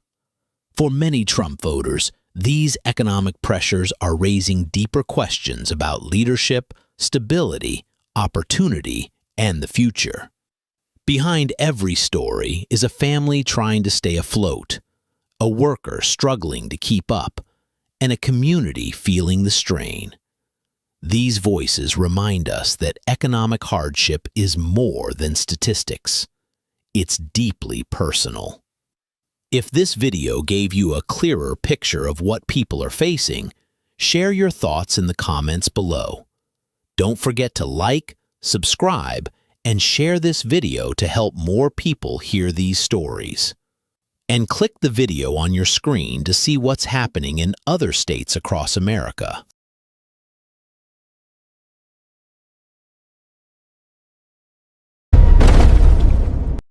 Well, for anybody paying attention, the mass immigration deportations have officially hit the Midwest. I live in a mid-sized town in Kansas, about 60,000 people, and I work at a facility where we employ a lot of immigrants. And unfortunately, we're going to be losing a lot of people this week. Across Kansas, frustration is rising. Many Trump voters are facing broken promises, struggling farms, lost jobs, and a deepening economic crisis. The vision of prosperity has turned into uncertainty and anger. In this video, you'll hear real stories from Kansans living through the meltdown. Listen closely. The truth hits home. I'm going to try to get through this without crying. My name is Louise, and me and my family own a wheat farm in Kansas. We are all certainly lifelong Republicans, and we were so happy to vote for Trump in all 3 of his elections. However, we were certainly not aware that he was going to put a funding freeze on all U.S. aid. 100% of our wheat produce is bought by U.S. aid and shipped out of the country. So our farm is completely bankrupt. We have no customer. We had this whole deal with the U.S. government, and now that is just gone in a second. And we are completely decimated. USAID buys about $2 billion worth of American farmers' goods annually, and every single one of those farms is in the same boat as us now. It's a sinking boat. Meet Luis, a lifelong Republican wheat farmer who voted for Trump not once, not twice, but all 3 times. She said she was thrilled to do it. She said that she wants him to fight for people just like her. But here's the reality that she's facing right now. Her farm now is gone, bankrupt. She had a government contract to sell 100% of her wheat to U.S. aid. That deal was vanished overnight. The buyers, gone. The money, gone. And here's where the irony cuts deep. Louise admits that 70% of her workforce were indeed undocumented immigrants, the very same people, the lives and livelihoods she voted to upend. And now they're not showing up to work. And without them, her business has collapsed. Louise is on TikTok now, literally about 5 videos, blaming Trump for not protecting farmers like her. But here's the thing. These policies were never designed to protect your farm, Louise. And if you were literally educated, you would have took 2 minutes to research and find that out for yourself. These policies were designed to make a point, no matter who got hurt, even his own voters. So, Louise, actions have consequences. And sometimes they come for you first. In the previous Trump administration, when we had the trade war with China, we lost a good share of our soybean market. I'm Nick, and I'm the executive director of the Kansas Farmers Union. When it comes to tariffs, agriculture tends to get hit first and gets hit the hardest, unfortunately. And we've seen this before in the previous Trump administration. When we had the trade war with China, we lost a good share of our soybean market. So it is an issue. We were just getting our foot in the door in China to sell beef to them. Now that's all changed. So it worries me when we see issues like this, especially when we're dealing with our neighbors, Canada and Mexico, 2 of our biggest and best trading partners. And so we've got to go about this the right way. And I'm concerned that we're not doing that. There are a lot of people who are very concerned out there who voted for this administration. But they wrote it all down in Project 2025. I guess we should have paid a little closer attention to what was in that. I read the agriculture section. I know it better than I probably should. But it was there. It was all in writing. We probably should have paid closer attention to it. Hello. So I live in Kansas, and I am a blue dot in a red sea, allegedly. But I just wanted to say, I don't think that's true. And I live in Wichita, and I've lived here most of my whole life. And I think this city is actually quite progressive. But you know what we have here? We have the Koch brothers and a lot of mega churches and a lot of young people who don't vote. Donald Trump, better get them damn 401k plans jacked back up. I'm getting too old for them things to come down. I need them to go one way, up. Who's gonna tell the peanut butter toast lady and the inbred knuckle-dragging, slack-jawed mouth breathers that are really excited about SNAP getting cut that when those people aren't giving their SNAP dollars to these big corporations, they will raise the prices on all the rest of us? We will pay for SNAP being cut off. Never mind the fact that military families use SNAP and WIC. You think you're better than everybody else, but you are one singular event in life away from needing those assistance programs. Hey, what's up, everybody? Hey, I just wanted to let the MAGA crowd know that there is still a Cracker Barrel here with that old man in a barrel here in Kansas City, Missouri, so you guys can relax for a little bit. It's not all woke yet. You can sleep better now. Night-night, MAGA. I bet you've been hearing a lot about rural hospitals that are going to have to close because of these Medicaid cuts. But it's not just rural hospitals. Research Med is ending NICU labor and delivery services. Research Med is in a predominantly black area of Kansas City.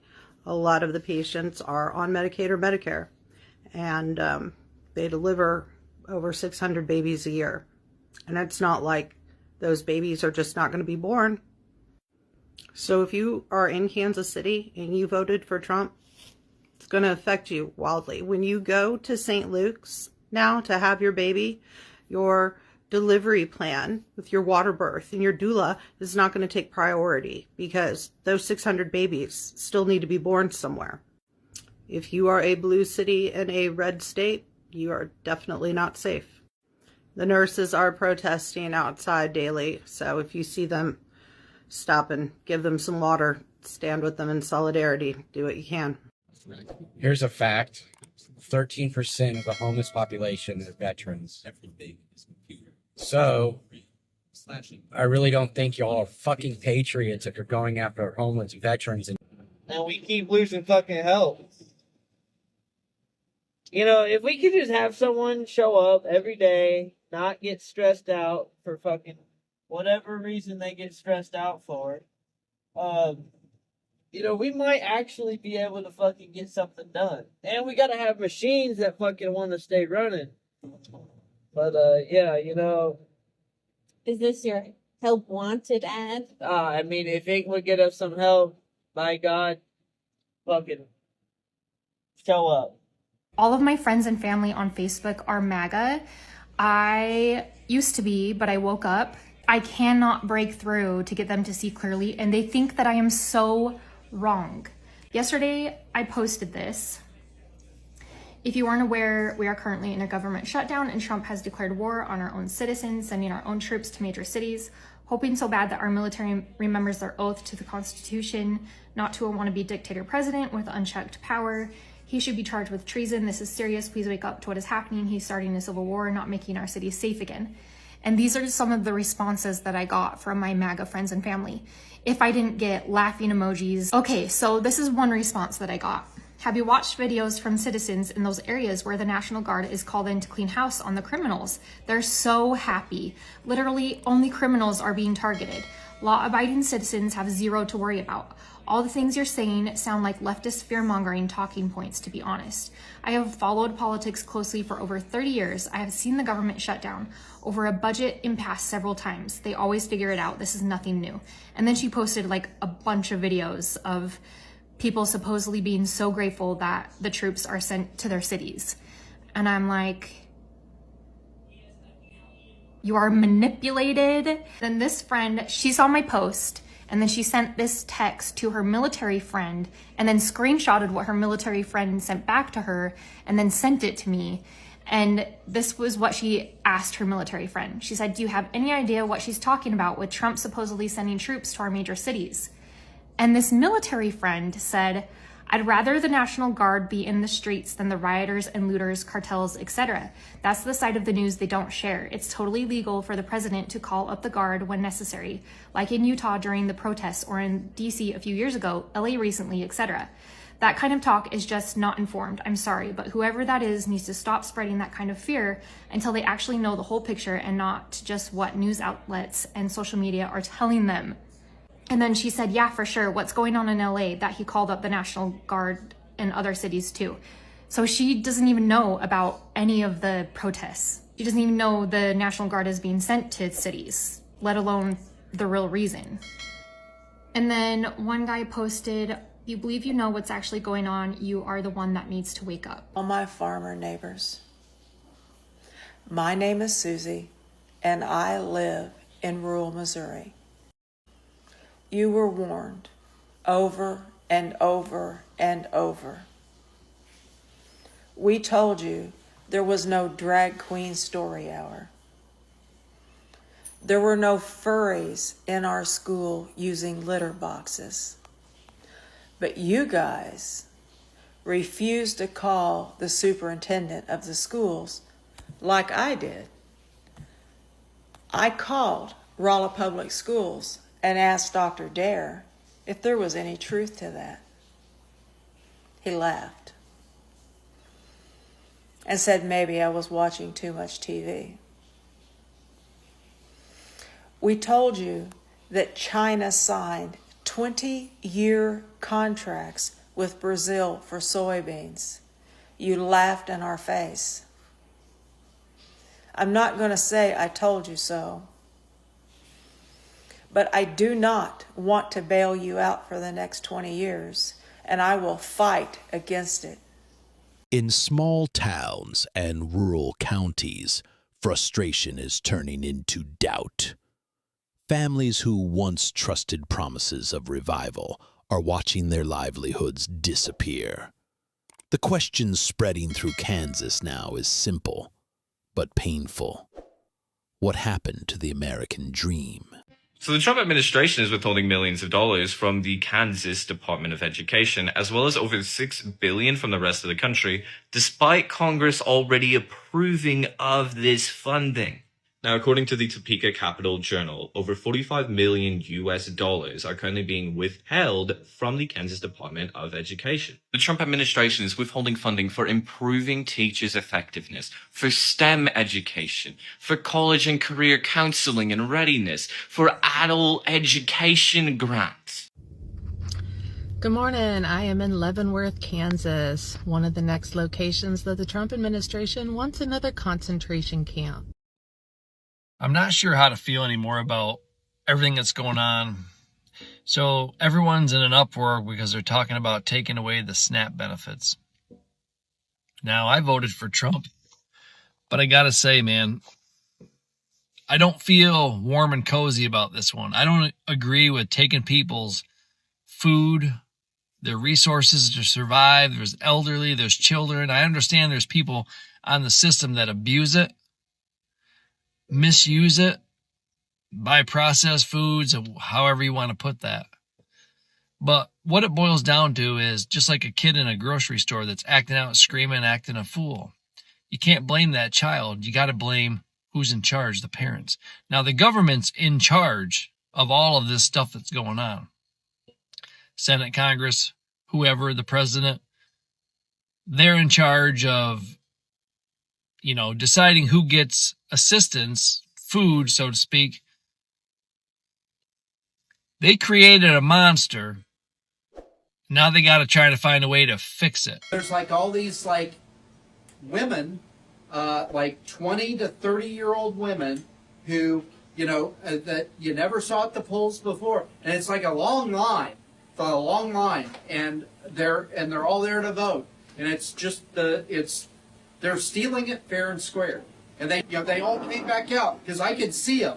You had 700 unaffiliated female voters, 20 to 30, that all came out just to circle in one circle because it was the only question on the ballot. And they all came back out for the general to vote again. In Leavenworth, we have a high turnover of people.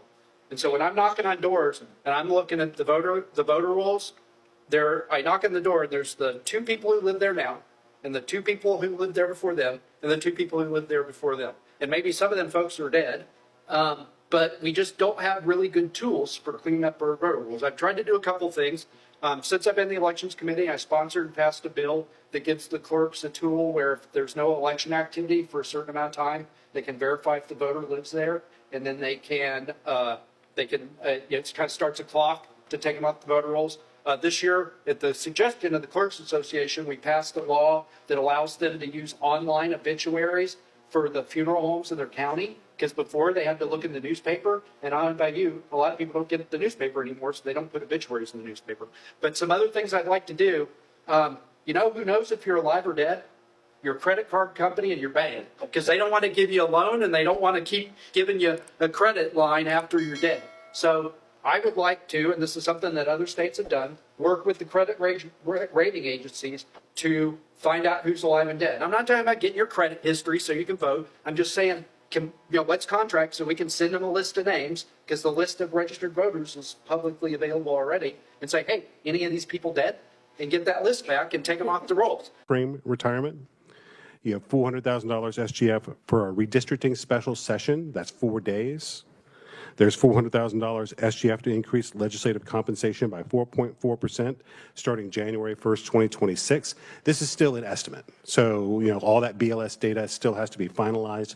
Why do rural Americans keep voting straight red tickets and actively undermining their futures? I have an example. This is Josh Hawley. He's my rich senator, and like me, he grew up in rural Missouri. But unlike me, he did not go to his underfunded public school. He went an hour's drive away to a private school in Kansas City.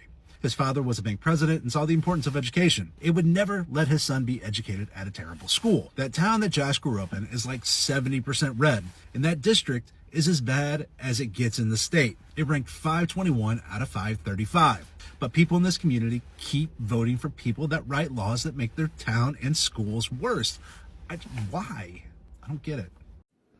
I bet you've been hearing a lot about rural hospitals that are going to have to close because of these Medicaid cuts. But it's not just rural hospitals. Research Med is ending NICU labor and delivery services. Research Med is in a predominantly black area of Kansas City. A lot of the patients are on Medicaid or Medicare, and they deliver over 600 babies a year. And it's not like those babies are just not going to be born. So if you are in Kansas City and you voted for Trump, it's going to affect you wildly. When you go to St. Luke's now to have your baby, your delivery plan with your water birth and your doula is not going to take priority. There are Democrats out here. We live here. And if the pain and suffering only targeted Trump voters, I'd be all for it. It's fun. Leopards eating faces, I enjoy it too. But the truth is, it hurts the weakest and the poorest and those who need the most help in our communities. The elderly, the children, the disabled. So I know we've all been seeing a lot of town halls of Republicans fighting for their life, but this is one that I had not seen until earlier today. What you're doing right now, what the government is doing right now, as far as cutting out those jobs, a huge percentage of those people, and I know you care about the veterans, are veterans. Yes. And that is a damn shame. Yes. Yeah. That is a damn shame. I'm not a Democrat, but I'm worried about the veterans, man. Well, I yielded to one of my elders, and I appreciate his comments. I think it's a great. We don't have time for everyone to stand up. I do got 2 more commitments today. Appreciate everybody making the drive out, and God bless America. Thank you. We're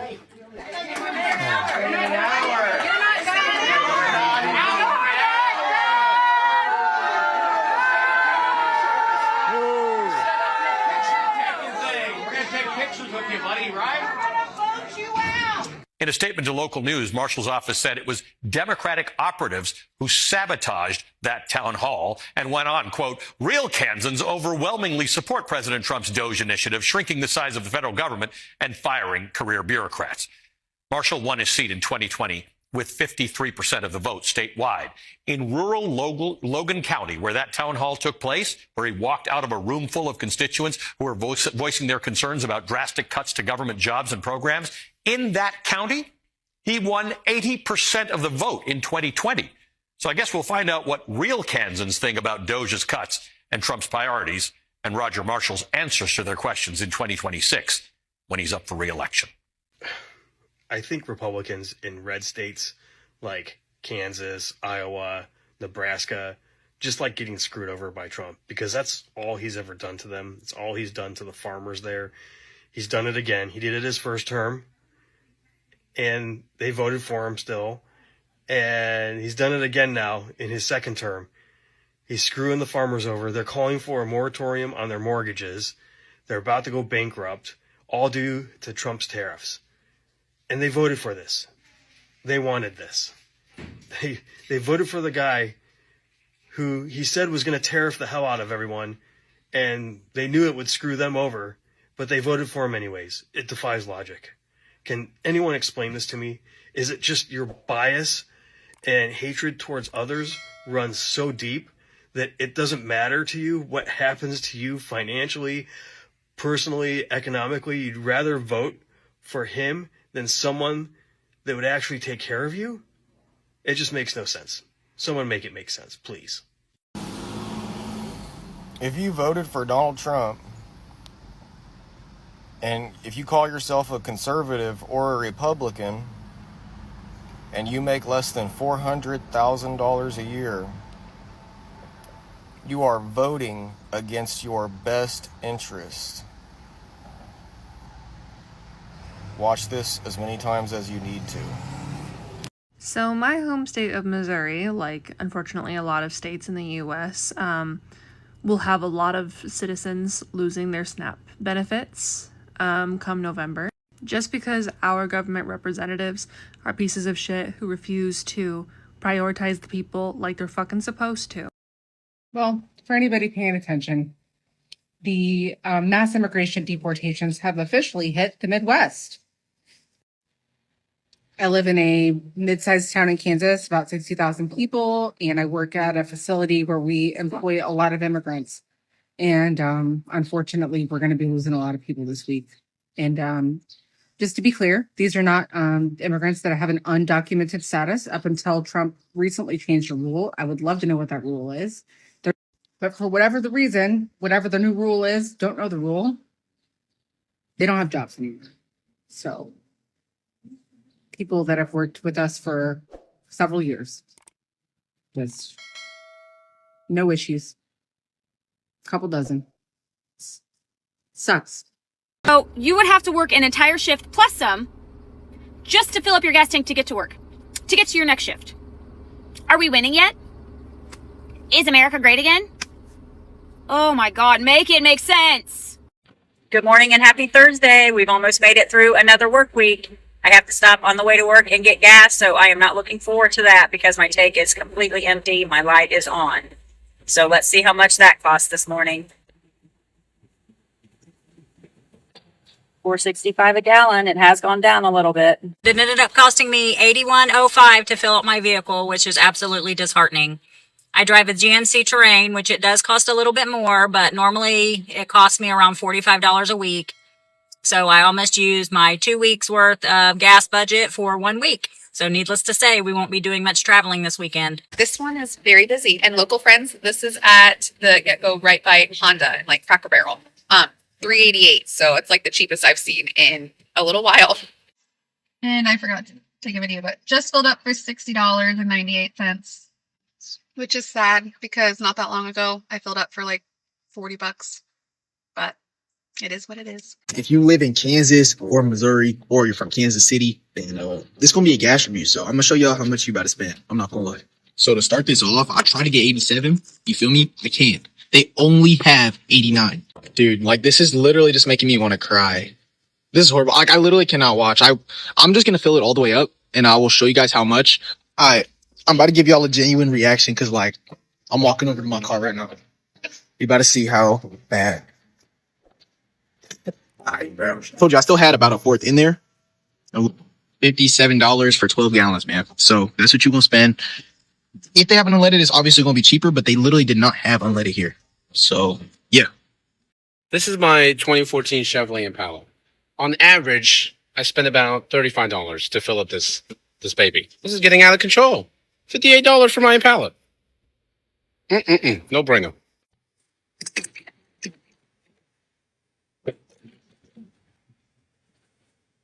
Usually it costs me like $35 to fill up my Impala. Now it's this much. We need to figure it out. We need to figure it out quickly. Because I can't keep doing this. Can't keep doing it.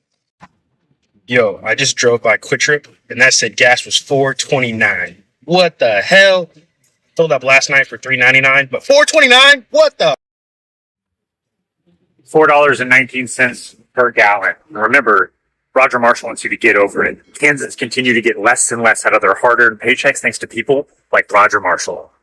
If you really think about it, like, this generation has gone through so much. We've gone through a recession. We've gone through COVID. We've literally gone through it all. Like, what's next? A tsunami in the Midwest? Like, that's not even possible. But, like, at the same time, I'm not going to hold anything back, you know? I used to be able to fill my car up with literally $20 full. And now it takes 46. Okay, so I am at Get-Go filling up for $3.88. There'd be one time that I would think that that's terrible, but right now that's pretty darn good. But $3.88 at Get-Go. But look at this. Across the street is another Get-Go. Like, hey, I just want you to know, yesterday regular gas was $3.99. Today, you want to know the price? Here you go.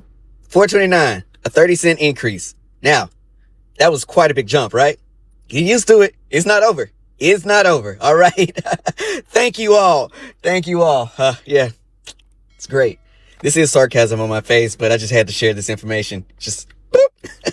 It's not over. We're just getting started.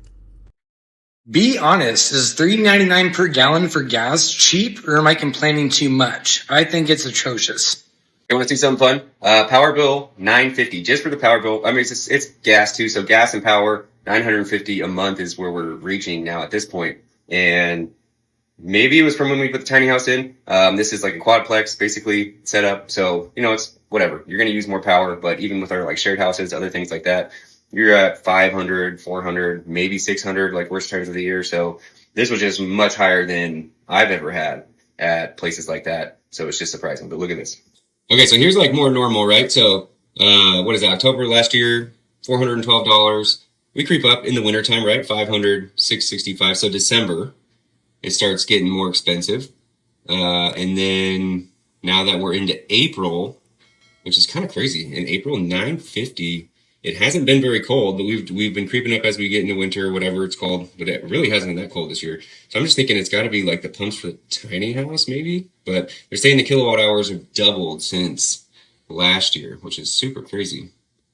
If you live in Kansas, they're trying to put 2 of those AI centers in Central County.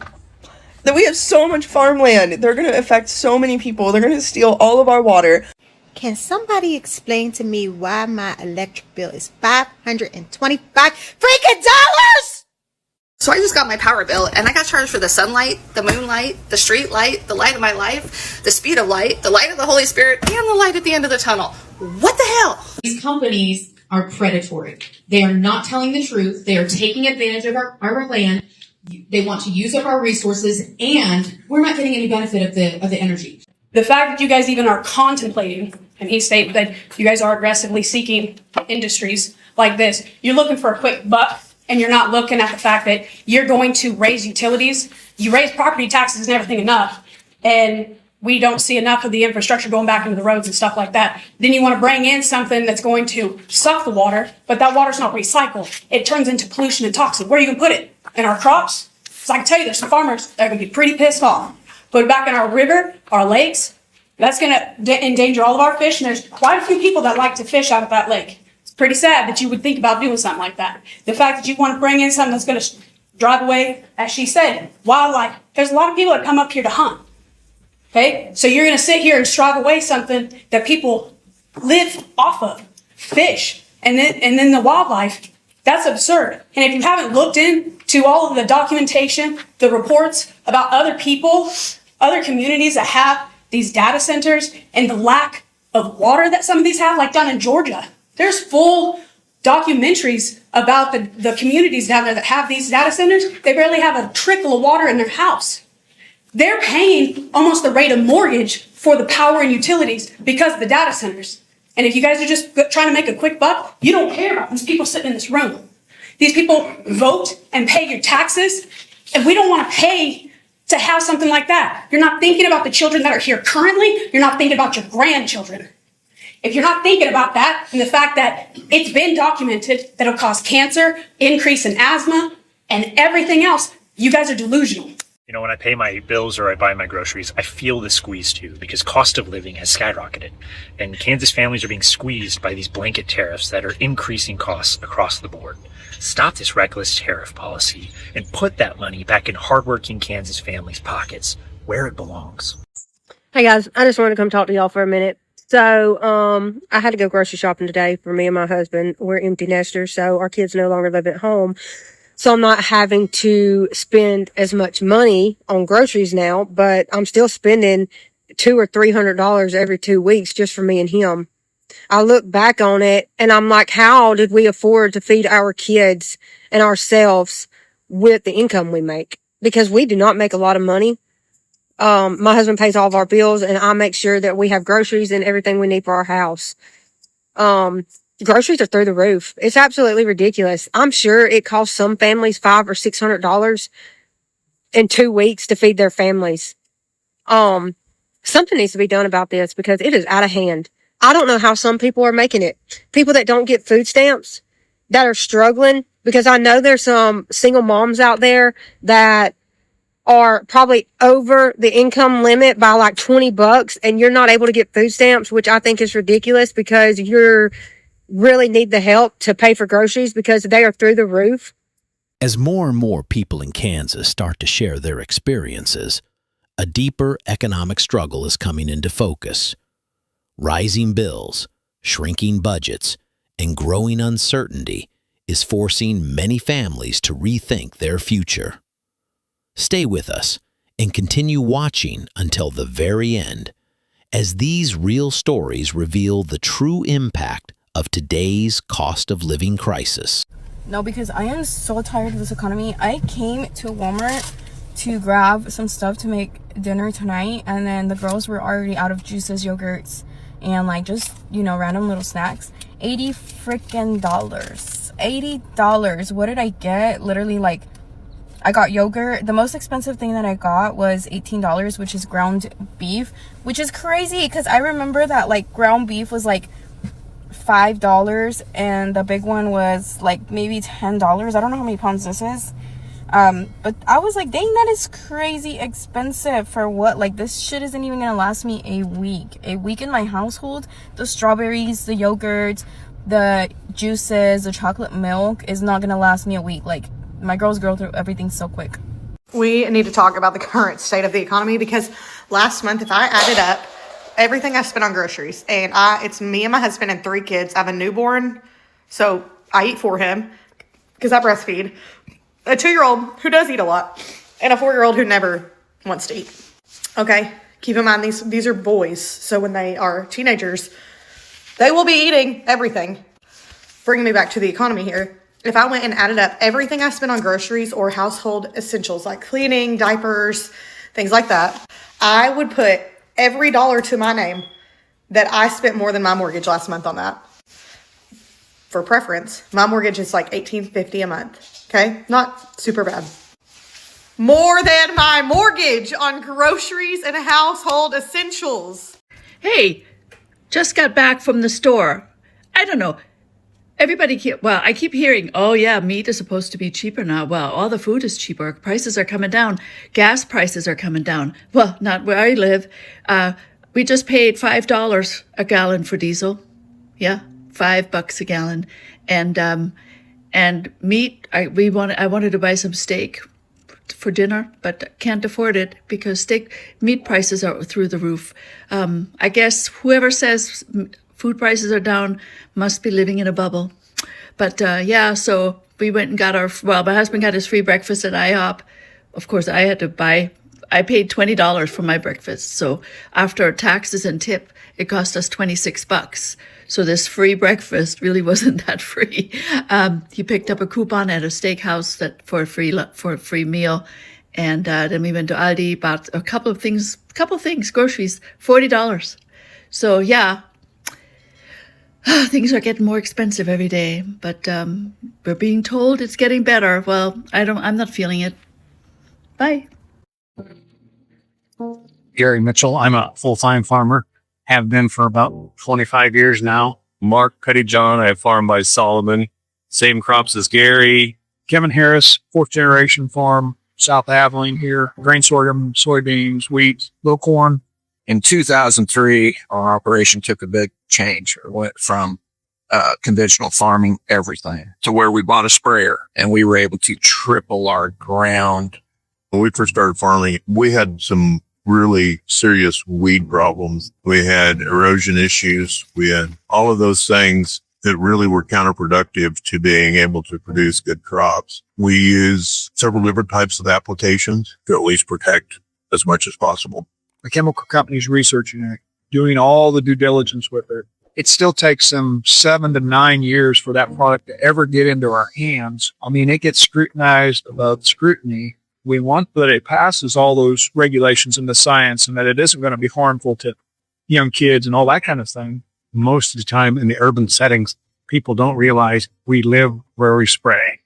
And that's so important. Farmers, they were the first conservationists. We don't want to hurt the land, nor his kids. Our main goal is to be the most economic and most agronomic, that the future generations succeed. Because of good chemicals, we've been able to totally change the way we produce crops, and I'm terribly concerned about losing those. Have y'all heard of Spencer Farms LLC? Because I hadn't until somebody sent me this video. And we keep losing help. If we could just have someone show up every day, not get stressed out for whatever reason they get stressed out for,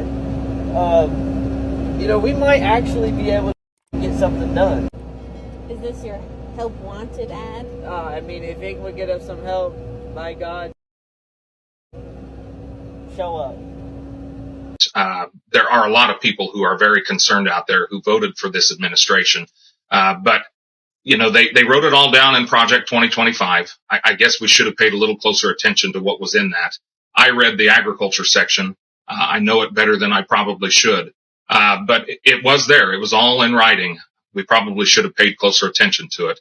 I'll just say this. I think it's time for this administration to recognize who put them into office, and also to understand that these people are hurting, and this only adds to the hurt that they're already dealing with. What is your message to the White House, to the administration on all this?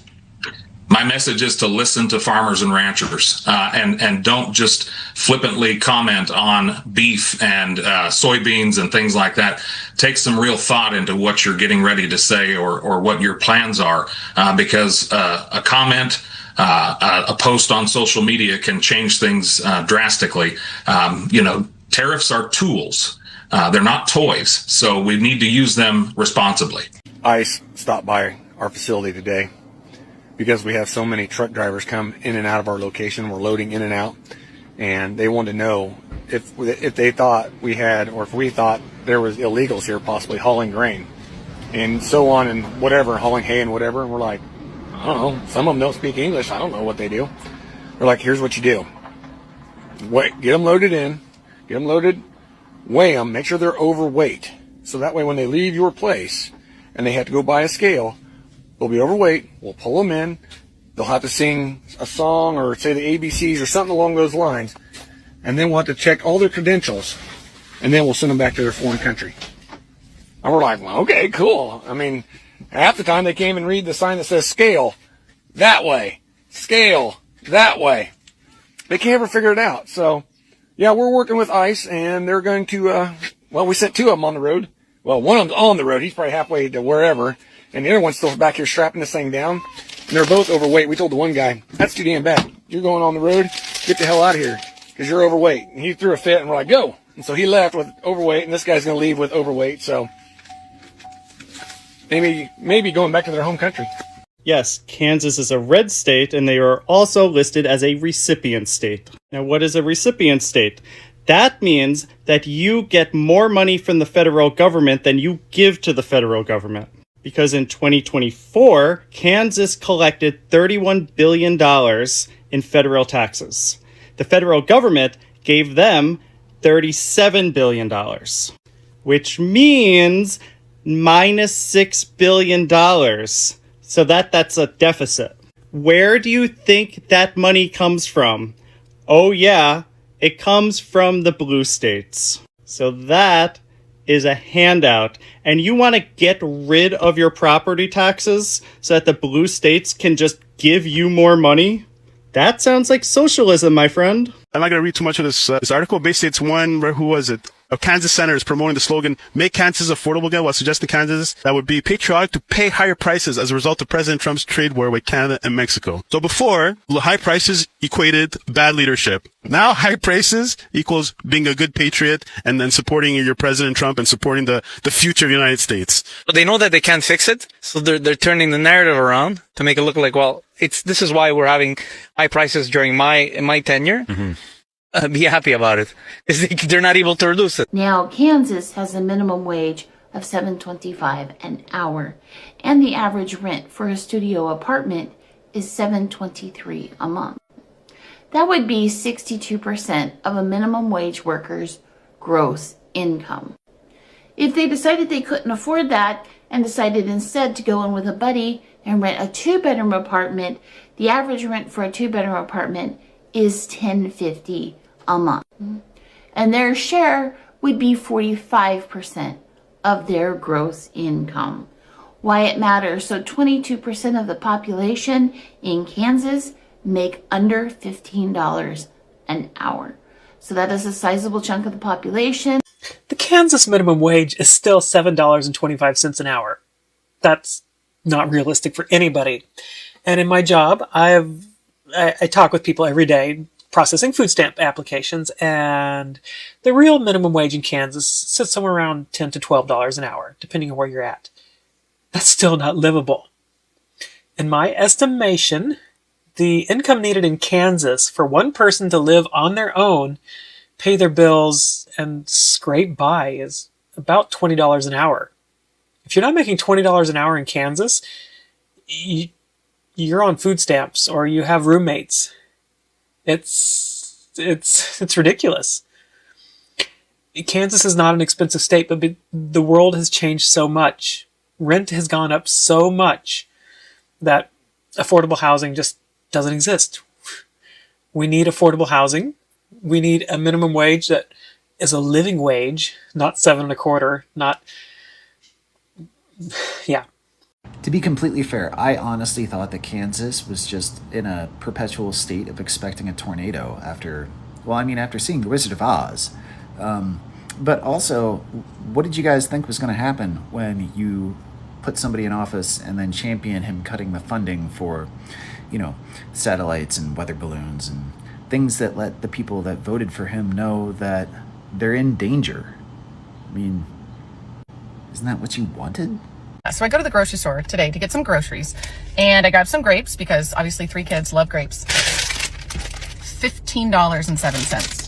$15.07. Ridiculous. So then I go over to red grapes. Maybe that'll be better. Nope. $11. $26 of liquid candy. You guys, I pay my babysitter $15 an hour for babysitting 3 kids and watching 2 dogs. This is crazy. Help me understand. Help me. What is happening with the grapes? They'll both be gone by tomorrow. What is the matter? These stories highlight the growing financial pressures many Kansas families are facing in their everyday lives. Beyond politics, the rising cost of essentials is reshaping how people live, work, and plan for the future. These voices offer an important look into the challenges affecting communities across America. Thank you for watching all the way to the end. If this video gave you something to think about, please like, comment, and share your thoughts below. Don't forget to subscribe for more powerful stories from everyday Americans, and click on the video on your screen now to hear more real experiences from people across the country. Are you better off than you were 5 years ago? What about 10 years ago or even 20 years ago? If you answered no to any of those questions, then if you live in Indiana, you need to stop voting for Republicans. In Indiana, tensions are rising fast as Trump voters grapple with an economic meltdown they never expected. Stay tuned and listen closely. These are real stories from real people dealing with the fallout of Indiana's growing Trump voter uproar. Indiana is a purple state. The only reason people think it's a red state is because Republicans control the maps and control the narrative. These Republicans, like all of our congressional reps, our governor, and a bunch of state lawmakers, are talking about Indiana as if it is so conservative it should be 100% Republican. That's not even close to being true. Over the last several presidential elections, Hoosiers have gone for the Republican presidential candidate with 52% of the vote. Our current governor, Republican Mike Braun, who, remember, was a Democrat until 2012, he flipped to be Republican because he knew it would be advantageous to him. He only won with 54% of the vote. How does any of that mean Indiana should be 100% Republican? It doesn't. They're all just desperate for power. And they already have so much power, it's insane that they want more. Indiana's current congressional delegation is 82% Republican. It was 45% Republican as recently as 2008. Indiana's state legislature is 73% Republican. It was 56% Republican as recently as 2008. Indiana has not become drastically more Republican. They have just drawn the maps to benefit their party. Just a man walking his dog with this fucking Trump sign. Swear to God. Can't make this shit up. I have a question. No, we're not. Why? Get out Why? of the car. Why? Because you're a Trump supporter. I know, but don't you guys want our money? No, actually we don't. Get out of my bar right now. You're not welcome. I'm not f***ing around. Get out of my bar. Are you serious? I'm dead serious. Out. Because I'm wearing a Trump hat. Yes. That's wild. I don't care. Get out. We can call the police, or you can just leave. You know this is like discrimination, right? Move! Get out of my car. Meet Micah Beckwith, current Lieutenant Governor of Indiana. So due process is in this situation is: are you here legally? That isn't. That is due process. Yes, it is. Due So process did is we- getting arrested and charged with a crime If you- and seeing a judge, and these No. people are not seeing a Listen, judge. That's not true. They don't have a right to see a judge. Why? They came here illegally. They came here illegally. If you are on American soil, your status does not matter. You have a legal right in this country for due process. Micah here has no fucking idea about due process. Just want to point out that the Lieutenant Governor of Indiana doesn't know what rights you have under the Constitution. There has been no invasion of the United States of America, period. It's not happening. That's not a thing. The Lieutenant Governor of Indiana doesn't know that the Supreme Court has held numerous times that regardless of your immigration status in the United States of America, you are afforded the right to due process. Hoosiers, I am so serious that I think that the new tactic that Republicans use is just straight up lying because nobody holds them accountable. Literally never. Trump will say prices are down, grocery prices are down. And don't get me wrong, there will be an occasional journalist that's like, that's not true. And he'll say something terrible and everybody will just laugh because it's fine to be a piece of crap now. But Braun did the same thing. He said, we are working on making Indiana more affordable, bringing down prices and having a thriving economy. But I'm sorry, my gas prices are up. My grocery prices, my electric, my gas, my water, my property taxes, everything. My property taxes have gotten so high that that little measly $300 he's going to give us a year won't even make a difference. It won't even make a difference. But why should they tell the truth? Because nobody holds them accountable. So Hoosiers, you tell me, are your prices down? Hey everybody, let's give a quick roundup of how things are going in the state of Indiana now that all of these dipshit laws that everybody said weren't going to do anything have really gone into effect. Indiana alone has lost over 200 programs from all of our various campuses because they are being cut at a state level. Purdue has lost 80, Ball State has lost another 60, and there's more just throughout the state. People have already lost their job because Mike Braun is gutting any instance of DEI in the state and closing down public health offices and departments and firing all of the staff. Rural hospitals are already making plans for when they inevitably close and trying to help the people that are going to those hospitals find another place to get healthcare. We are no longer dedicated to our plan to reduce greenhouse emissions, which is going to negatively impact our farmers and continue changing the growing seasons for all of our farmers. Because of Mike arbitrarily just cutting jobs, unemployment claims in the last week have gone up in comparison to the rest of the year.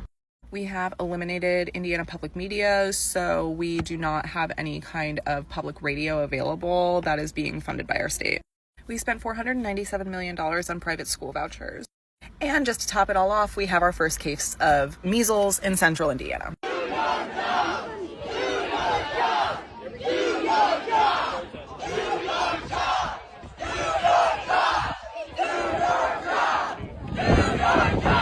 Two of the thirstiest bitches to ever exist, Micah Beckwith and Diego Morales, led a real ragtag group of ruffians in a rally for redistricting at the Indiana State House today, Tuesday, November 18th. And I'm using the word rally very loosely because I don't know what the number limits are for rally, but I'm pretty sure 11 does not qualify as a rally. This is not even a crowd. Maybe it's a group, a small gathering, or a hang. This small group project is being led by Trump fanboys Micah Beckwith and Diego Morales, clad in their Indiana 9-0 merch, making the same argument they have been making for months to support this election cheating nonsense. Their only argument is, well, California did it. Beckwith even claims there is bipartisan support for this.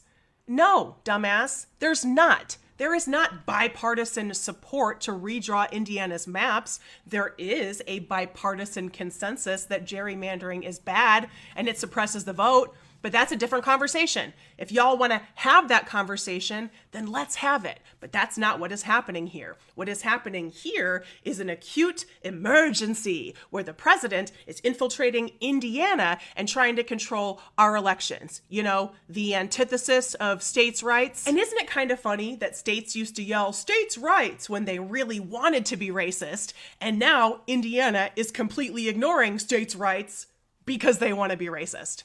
It's very on brand for Indiana. Rich people are not the only ones who deserve to live in a single family, single generation home. Rich people are not the only ones who deserve to see a future where they get to own a home. But that is the reality that we are living in right now in Indiana. A recent article by WFYI found that the average worker in Indiana can't afford a 2-bedroom apartment at fair market value. We're not even talking about the average minimum wage worker. We're talking about the average worker in Indiana. They can't afford a 2-bedroom apartment at fair market value. That is a serious problem. And quite frankly, it's a manufactured problem in my opinion. It's a complex manufactured problem. I see one major issue being the fact that big companies are coming in and buying up real estate in towns all across Indiana right now, renovating those homes, and then they're either A, selling them for a very high market price value that they're going to capitalize off of a significant amount compared to what they paid for the property. Number 2, they are then just leasing the property. They're not selling it. They're keeping it and becoming a landlord and leasing it at a great profit to themselves. Or 3, worse than just leasing it, they've converted a single family home into a duplex, and now they're leasing it. And they're making great capital for themselves, which they will maintain the benefit of for many years to come. So let's talk minimum wage. Did you know that the federal minimum wage is $7.25? And Indiana, being Indiana, hasn't raised it at all. Someone making a minimum wage works 40 hours a week. That's about $290. And that's before taxes, Social Security, Medicare, and anything else is taken out. So in Indiana, we have a relatively lower cost of living than many places. But in Lafayette, an average apartment can cost you around $900 a month. And then you talk about groceries, that's another $200 a week. And the average cost of owning a car in our state is around $430-ish a month.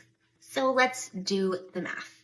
If I work 40 hours a week at $7.25 an hour, I'm making a little more than $1,100 a month. You add up all of my expenses, and my expenses for just groceries, rent, and owning a car, because we don't have great public transportation here, we're talking about $2,100-ish a month. And if you remember, I'm only making $1,100 a month. So just to cover the basics, I'm already net negative $1,000. There's no money to cover the basics, let alone anything else. But not every wage is supposed to be a living wage. That's what they like to say. To that, I like to say, every wage should be a living wage if you're working 40 hours a week. If you're only working 20, 10, maybe you can't live on that. But if I work 40 hours a week for Walmart, who is bringing in billions of dollars a year in profit, I should be able to pay for an apartment, my car, and my groceries. Federal minimum wage has lost 21% of its buying power since 2009. But guess who does get an automatic cost of living and inflation increase every single year to their salary? That's right, the congressman in Washington, D.C. Victoria Sparks held a town hall yesterday, and boy, was it messy.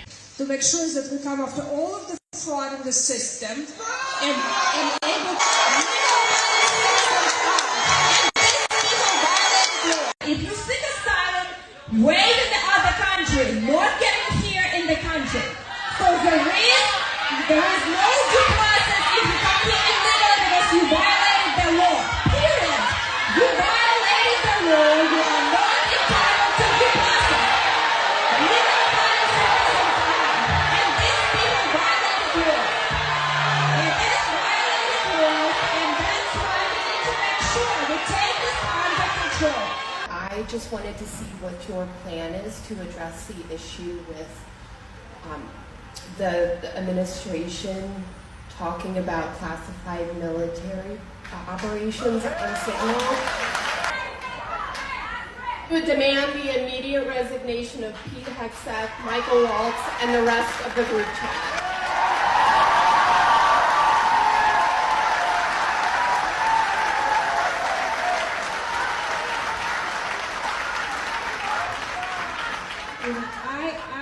So let me just address, no, I will not demand their resignation.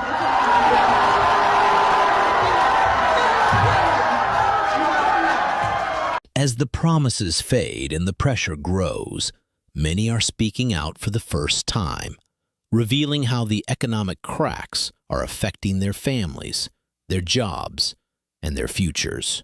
These voices matter, and their stories deserve to be heard. The result of the tariffs has been devastating for soybean farmers in particular. Currently, 25% of our soybeans grown in the United States goes to China.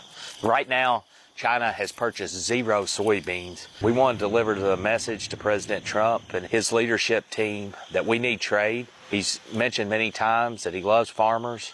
Right now, we need to see swift action, or we're going to lose a lot of these farmers that the president loves. You're going to bail them out. That's fine. You want to help them? I support farmers. I support that. However, do you know also what would have helped is if the president of the United States wouldn't have jacked up the tariffs and screwed all the farmers? But hey, a majority of Indiana voted for this, and he talked exactly about tariffs. Did we not understand? So for me, like giving a bailout for people who voted for this and didn't do research prior, like, that's not my fault. I know exactly how tariffs work. I'm not sure that the bailout is going to fix everything and make it all better. You're just putting a Band-Aid on a big-ass wound. I'm going to jail, so actually that was all fucking you. If you guys were attacked, why are you addressing women? I can address you too. I can address you too. Just because you get triggered by us wearing hats, okay, that's insane. For you guys to get triggered by us wearing hats, you guys are so fucking childish. You guys should be ashamed of child. You can go sit down. Children, bye. You start cursing at us. You want fucking children. Hey, fuck off, kid. You start cursing at us, and then you're fucking children. Indiana's Lieutenant Governor Micah Beckwith held a town hall in Newburgh, Indiana, which is in Warwick County. At some point during the town hall, after unleashing a beautiful string of expletives at our disgusting Lieutenant Governor, a woman was asked to exit the town hall. So she got up from her chair and started to leave. The next thing you know, she is face down on the floor being handcuffed by sheriff's deputies. In a subsequent social media post, Beckwith claims that this woman slapped one of those deputies. But as far as I know, there's been no video of that. Maybe body cam footage will be released eventually. But what Beckwith does as she is attempting to leave the town hall is chilling. Take a look. Unfortunately, it is a mental disorder. TDS. He said, it is a mental disorder. TDS. TDS stands for Trump Derangement Syndrome, and it's a fun little acronym that MAGA trolls have made up. You'll see it frequently in my comment section. They use that term because they are in a cult and they like to feel special, like they have their own vocabulary. Beckwith's behavior during this clip seems really out of place until you recognize what he is doing. He is employing a classic tactic of an abuser, of a gaslighter, remaining unbelievably calm as he endorses fascism and then calls someone's reaction to that endorsement crazy. He accuses that woman of being mentally ill while he endorses the behavior of a fascist administration. I have no doubt that TDS is a real thing, but it's pretty clear that woman and people like me are not the ones afflicted. The people who are afflicted are people like Micah Beckwith, people who claim to be Christians, people who claim to be pastors, but also endorse the behavior of habitual sexual predators, continue to vote for habitual sexual predators and felons for president, people who call the Three-Fifths Compromise a great idea, people who call women who disagree with them Jezebels and witches, people who want the president to come into the state of Indiana to rig our elections to help him cheat, people who support the rantings of our president as he complains that nobody talks about the good parts of slavery. And Micah Beckwith continues to defend his abhorrent behavior with his interpretation of Christianity. He is doing all of this because he is going to be judged by God someday. I get an unbelievable amount of satisfaction knowing how people like Micah Beckwith are going to be remembered in the history books. But I honestly get giddy at the thought that someday people like Micah Beckwith are going to realize their version of heaven doesn't exist. They were just an unbelievable asshole on earth for their entire life for nothing. When it comes to suppressing voters' right to choose who they want to represent them. So it was all the more shocking when Vice President Vance visited Mike Braun last week to talk about gerrymandering our congressional districts so that it's harder for Democrats to win, which means it's harder for certain people to have their voices heard. But that's not the only thing that Indiana has done. We're one of 6 states that have straight party ticket voting, which means when you might vote for someone at the presidential level, you can then just click R or D and it just pulls down and votes for everybody else. You never really know who you're voting for. You're simply voting for a party. Indiana is also very highly gerrymandered already when it comes to the state senate and state representative map, which means there's less reason for people to come out and vote. Indiana is also really good at changing voter locations on people. You'll see that one year you're voting at the school that you've been voting at for the last 50 years, and you'll show up to that school and they'll say, sorry, you can't vote here. You got to go across town and vote at the other voting center, which we switched you to. And by the way, we didn't go out of our way to really make sure you knew that. Indiana is also one of 15 states that makes it so that you can only register to vote 30 days before the election. 22 states allow you to register on the day of. This means at the time when you are thinking most about the election, you're not able to register for it. Indiana has a cumbersome absentee ballot process with tons of questions that are somewhat irrelevant and somewhat prying as well that makes people even scared to fill it out. Right here in Indiana 9, the way the district has been drawn, it actually encompasses 5 different media markets. So if I were to place an ad in the Louisville newspaper, it wouldn't get to those who get their media from Bloomington or Evansville or Cincinnati or Indianapolis. And then we have intrastate restrictions, which are rules that have been passed at the state level to make it so that cities are unable to express themselves. So the people that you vote for to represent you in the city can't do things like raise their minimum wage above what the state says, or they can't make landlord restrictions harder. These things invalidate what it is to be a city official and make it so that voters have less reason to go out. Republicans voting to not redistrict, despite the efforts of this administration of J.D. Vance being all up in Indiana trying to schmooze the senators, and it didn't work. It didn't work. Indiana, who's mostly a red state, has said, fuck you. And I'm here for it. Go Indiana. Proud. What is the current status? There's been tons of videos. Everybody's talking about tariffs, what they are, what they're not. I'm just going to give you a current status update on where things are right now and how it's affecting people here in Indiana. Because on average, we're seeing rising costs for households between $2,000 and $3,000 this year alone. And that's not looking like it's going to get any better. That's not on just luxury goods anymore. It's now on everyday things. So how that affects us here in Indiana? Well, China, Canada, Mexico, those are our biggest trade partners. And they're the places that Indiana gets the most of its imported goods from. And those imports from China facing big tariffs, that's electronics, packaging, all more expensive. Lots of Indiana businesses rely on Chinese suppliers, so those businesses are really hurting because of that. Then you got Canada and Mexico, also some of our biggest partners that are really getting hit. That's a really big deal for the auto industry because we make a lot of cars here in Indiana, but we depend on parts from both of those countries. So with those prices rising, some manufacturers are starting to slow production. I've seen some estimates that say car prices could jump $10,000 over the coming years if the automakers end up just deciding to start passing along those costs. So that will remain to be seen.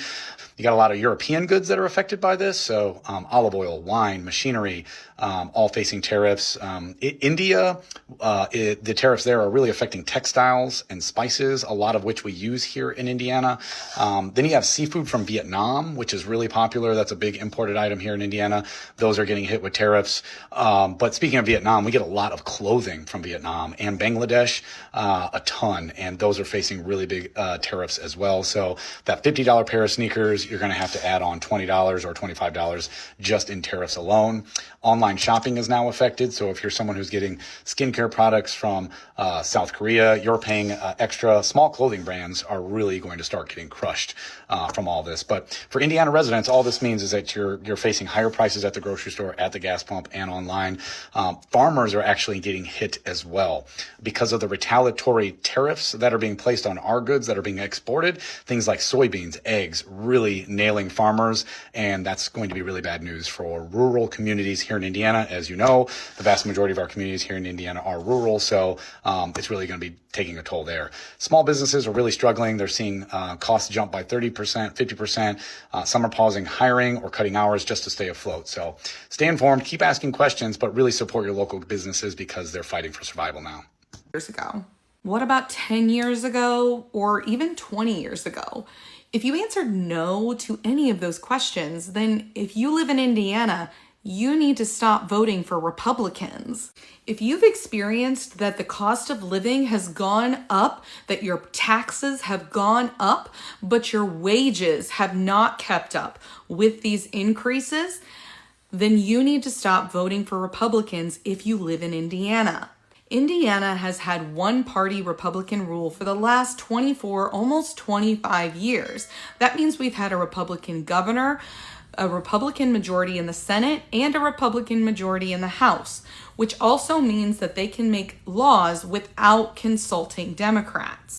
Which means that all of the policies that have been created that you don't like in Indiana have been made by Republicans because they cannot be approved without Republicans' approval. You're actually not saving a ton of money by living in Indiana. Indiana is at the top of the list for the rising cost of living in consideration of the quality of life that Indiana offers. Housing, utilities, groceries, gas, quite literally, all of the costs of living in Indiana are inflating beyond what wages in Indiana can keep up with. Indiana school boards all over the state are financially gutting public education programs in exchange for voucher programs to charter and private schools, which is then inflating the tuition costs of said charter and private schools. Micah Beckwith, who is a literal Nazi, has been harassing public schools all over the state with the specific intentions to obliterate diversity and mandate white Christian nationalism into public school curriculums. $7 for 10 slices of cheese? I know they lying. $13.99 for a goddamn watermelon. You want some fruit, honey? Yeah. Let me go sell the car. $40.60 for a fruit tray. This is my favorite shit. Simply orange juice. $7. That's simply too high. Put this shit on Simply layaway. Look at these dumpsters. They're filled with dog beds. They take razor blades to them and cut them so nobody can garbage pick them. The grilled beef, why is it $30? Who can afford that? A box of cereal costs $6. Look at this, $6 for a box of cereal. Who can afford this shit? I really felt like grocery prices were getting out of hand about a year ago when to buy the ingredients to make spaghetti went from being $20 to $25 to being $40 to $50. Oh my God, look at these prices. $3.99 for a little small tub of cream cheese. That's the deal. That's the lowest price. You want a watermelon? It's only $8. Check out the bacon. Okay, so the lowest price was $5.99 and it went up to $12.99 for a pound of bacon. French fries, $5.99, $3.99, $6.49. Everyone's favorite, ice cream, $6.99. Look at that thrifty ice cream. There's nothing thrifty about $6.49. How about some Ben & Jerry's for $4.99? Remember how cheap Pringles used to be? It's just off the charts. Everything. Look at this, pizza. I'm not showing you the greatest foods because meat is out of control, but frozen pizzas, they start off as low as $4.99, but they're all like $6.99, $11.99. For a frozen pizza, you get to take it home and make it yourself. $10.99. BlackRock has officially bought our electric grid.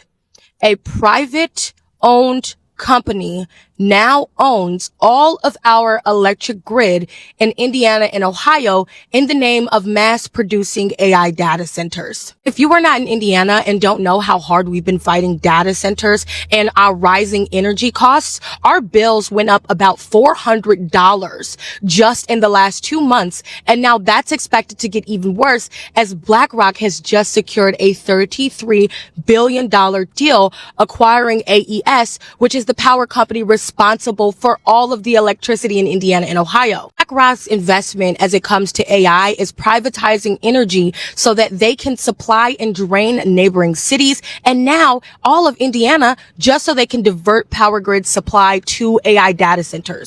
Listen, Indiana is not number one in many things. Education being one of them. But look, we got number one in something. Look at that. Isn't that lovely? Indiana thinks that it's acceptable for employers to pay their employees $7.25 an hour. Now, I'm not naive. I know that that's not what most employers pay, but they do exist. And I just wanted to point out that 1 hour worth of work at $7.25 an hour can buy me a family pack of fruit snacks, 1 pound of ground beef. It could buy me 4 children's protein shakes. It could buy me this pancake sausage on a stick situation. It could buy me a 12-pack of Pepsi. I could buy applesauce pouches. I could buy this carton of blueberries. I could buy snack packs of goldfish, this bag of frozen pasta. I could get this bag of frozen chicken nuggets or 4 Starbucks drinks. So I could work for 12 hours and be able to walk out with 12 things from the grocery store. Honestly, less, because we know that just because you earned it, $7.25 does not mean that that's what you get to bring home. There's taxes, healthcare, Social Security, all those things. So 12 hours, 12 items. Absolutely nothing of that going toward childcare, housing, transportation, or fun. So now let's think full time. And so you work 40 hours a week. That doesn't even get you a full cart of groceries. Our minimum wage hasn't risen since 2009. And our prices have substantially increased since then without wages following suit. So they are recording record profits while our wages fall behind. You have to be kidding me, right? Yesterday at this time, gas was $4.19. Do you know how much it is right now? $4.99. And yesterday my feet hurt. So I was like, I don't want to put gas right now. I should have put gas yesterday. Because what the hell? $4.19 to $4.99. The farmers market here in Bloomington, Indiana, where I live. And I'm going to tell you right now, I just found out that the city of Bloomington, if they find out that these farmers at the farmers market are selling their products for less than BlackRock stores like Kroger and Walmart, they get fined. The city of Bloomington literally tells them, this is how much minimum you have to charge for your product. So that Walmart and Kroger, which are BlackRock companies, gets to sell their shit, their poison shit, for cheaper.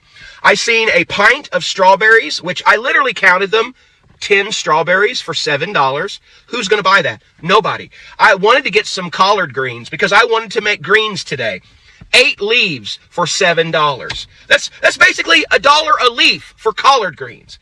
And they know, the city of Bloomington knows, because they have contracts to do this with BlackRock companies. What's up, America? I'm here at a grocery store in Indiana, and I'm going to check out the ridiculous meat prices. By the way, prices for meat, they haven't been coming down. It's worse than it's ever been. Let's take a look. Or nearly as bad as it's ever been. So I'm going to start with pork prices because those are still low.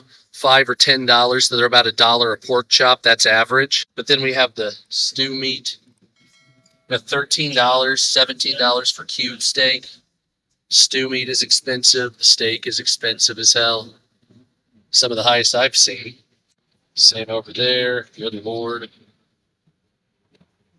Let's do $25.99. Yeah, good God. So look at that. $35. Yeah, that's insane. These meat prices we're looking at what? $7.50. And there's a 3 pound, so that's going to be more. So you got $12 right there. $12 for Kroger beef patties. $10 for 4 right there. Chicken is cheap, though. Not bad. You can see, except for bacon, pork is fairly cheap. But then you have steak is crushing it. $8 a pound for beef. It's killing it. And sausage, still not a bad price on sausage. So it's mainly just beef Now, sausage is a little high. Here's all the lunch meat. You're looking at high price for beef bologna because it's better. Then you have your bacon prices. Still $8, $8, $7.5 you have it. Still pretty high. So that's your meat prices here in the Midwest. Go to a butcher. Jesus Christ. I just got home from Kroger, and I want to say that I am appalled at how much groceries were. It is just two of us, and groceries will last us maybe 2 weeks because, you know, people eat every day. And I'm going to show you how much I got. It was almost $419, almost $430, and I coupon, and I saved about $43. So if I didn't coupon, thank God I do, groceries for two people would have been $500. And like, really, I got the essentials and maybe some snacks. Like, I don't even know what in here is dinners and whatnot, but like, it's nuts. Okay, so yeah, I did get a fern and a pansy, but come on. I mean, like, this would have been $500 if I didn't coupon. I don't normally commute. I don't usually care about gas prices because I work from my house, and when I do, I have to go to the airport and park and fly, and it's usually on my company's dime, right? But right here in central Indiana, we have hit $4.99 per gallon for gas, and so that means we're at California level prices, baby. Hell yeah, so much winning, we're going to be tired of winning because fuel prices have doubled in the last 2 months right here in MAGA country. You know, a state that overwhelmingly voted for the guy, not once, not twice, but 3 times. And yeah, you're basically getting what you voted for. A guy that can't figure out how to handle Iran and fight his way out of a wet paper bag. And yeah, every one of you are paying for it. And I'm just laughing at your sorry asses. I'm pretty sure that being woke, aware, alert, in the know of what's really going on right now and how everything just sucks. I'm in Indiana. We got the highest gas prices at $5 a gallon. Can't afford to eat. Can't afford to go outside. Doesn't even look like we can afford summer this year, being as it's 46 on May 3rd. But so many people are depressed. So many people are just lost. So many people are just tired. In the ultimate form of tired, mentally, physically, emotionally, spiritually, brainily. The more you know, the more it sucks. And the cutting gas now, oh my goodness. This shit is getting insane. What do you mean that gas went from $4.19 at $7.59? It is 8:07 as I'm recording this. It is now $4.79. It went up 60 cents yesterday, $3.59. What the do you mean it's almost $5? Yeah, the wage here, $7.25. So you're telling me, like, what is the least amount allowed to be paid at 1 hour of your job because taxes is literally a gallon of gas. And my hours are getting cut. And I'm moving in July. I've never been more stressed in my life. We're going to do as a collective, especially since it's been confirmed that they are watering it down. So it's also, you're not getting as much bang for your buck. As more Indiana families share their struggles, the economic pressure is becoming impossible to overlook. Skyrocketing utility costs, gas, grocery, and other expenses are forcing many to choose between essential needs and monthly bills. Stay with us until the very end as these real stories uncover the true impact of Indiana's growing affordability crisis. Oh, so gas is $4.99. $4.99.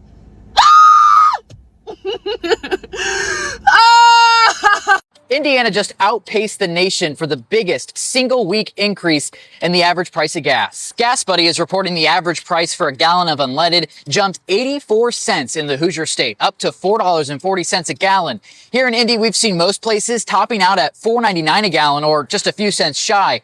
These are some of the highest averages impacting the state in nearly 4 years. Experts attribute this surge in prices to the ongoing conflict in Iran and battle over control for the Strait of Hormuz. We caught up with several Hoosiers filling their gas tanks today. All of them said they can see and feel the price jump. With two more gas stations, 1 second down the road. And guess what? Right here is the best option. If I time it right, then I can maybe get to the $70 mark.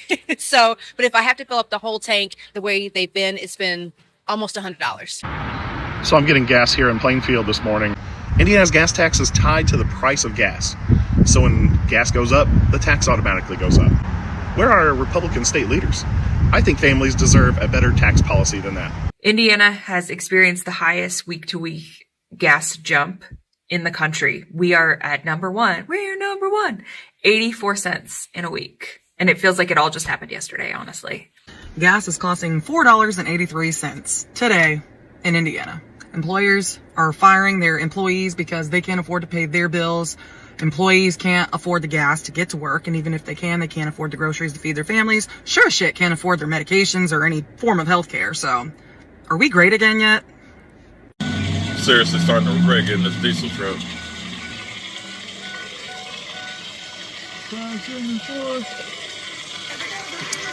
So Indiana legislators were able to approve the increase for electricity and gas rates from NIPSCO. GenCo, another business created from NIPSCO, a tax break for data centers up to 50 years. They also approved like a non-compete agreement with NIPSCO. And they also made it illegal to be homeless, living on public property. But they could not agree to raise the minimum wage from $7.25, considering the fact that the minimum wage has been $7.25 since 2009. Very interesting. Today I want to talk to you about your utility bills in Indiana and why they aren't just shaped by economics, they are shaped by politics. And a big part of that comes down to one thing: who controls the process and who holds the power within it. So what does that look like in Indiana? Well, every bill filed has to go through a committee hearing first, and the chairs of those committees hold a lot of power. They decide what bills get heard. So even if a bill has strong public support, even if lawmakers back it, it can be stopped before there's ever a real debate. If a committee chair doesn't call the bill, that bill dies. So let me walk you through a real example. Not only do I serve as a state rep, I'm also a nurse practitioner. And a bill that I have filed the last several years, a bill that would benefit nurse practitioners and patients, a bill that has even been filed in the Senate and passed out of Senate committee twice, has never gotten a hearing in the House. Why is that? Well, because the Indiana State Medical Association, a lobbying group, opposes the bill, and the chair of the Health Committee in the House is a member of the ISMA, and he refuses to hear the bill. So even though the bill would lower costs and improve access to health care, it has never moved forward. That's how much power exists in the process and how easily it can be used to stop change. When your gas and electric bill go up hundreds of dollars, the state starts asking questions. The state of Indiana is officially launching an investigation into NIPSCO's natural gas meters. All across Indiana, NIPSCO customers are complaining that their bills have doubled, almost tripled in some cases. And this is all much more than the 16% increase that NIPSCO said was coming this year. NIPSCO, for its part, is aware that people are really upset about these high bills, and they're pointing people to assistance programs, but customers say that's just not enough. A lot of people are skeptical that the state investigation will uncover anything because it's not looking at why the supply charge on these bills is so high. Rather, the investigation is focusing on potential errors with the gas meter readings. For now, protests are ongoing, and customers really hope that NIPSCO will take their concerns seriously, and at some point in the future, there could be a cap placed on these rate increases so they don't get out of control. If you live in Indiana, you're most likely seeing your utility bills skyrocket, and it's not because you're using more power. The truth is, you're paying for data centers. Massive data centers are moving into Indiana at a rapid pace. They're getting massive tax breaks, some for 30 years. They're making sweetheart deals with the utility companies. And they're getting guaranteed power. All while working class Hoosiers are getting stuck with higher rates and unsustainable grids. Let's be honest about what this is. It's corporate welfare causing higher utility rates. These massive facilities are using an insane amount of electricity and water, and that's not lowering your rates. It's driving up demand, and the utility companies are passing that burden on to working class families. Did you know that in Indiana, our rates are increasing faster than any other state in the country right now? It's something to really be aware of, and the reason that we are where we are is because our state legislature has allowed our utility companies unchecked rate hikes in Indiana. We are paying for every infrastructure update they need. Anytime they need to expand buildings, add on to them, it's all on the backs of us. Hoosiers are footing the bill. And it's something our legislators have allowed for years. Indiana lawmakers keep passing morality-based bills. Meanwhile, my clients are passing on basic needs. They're choosing what to pay for this month. Food, housing, healthcare, meds. Surprise, pick one. Then we're framing this as a mental health care crisis instead of what it is, a cost of living crisis causing mental health care issues. Can't therapy your way out of living in survival mode because your needs are not being met chronically. Minimum wage been $7.25 since I graduated high school. I repeat, minimum wage has been $7.25 since I was in high school.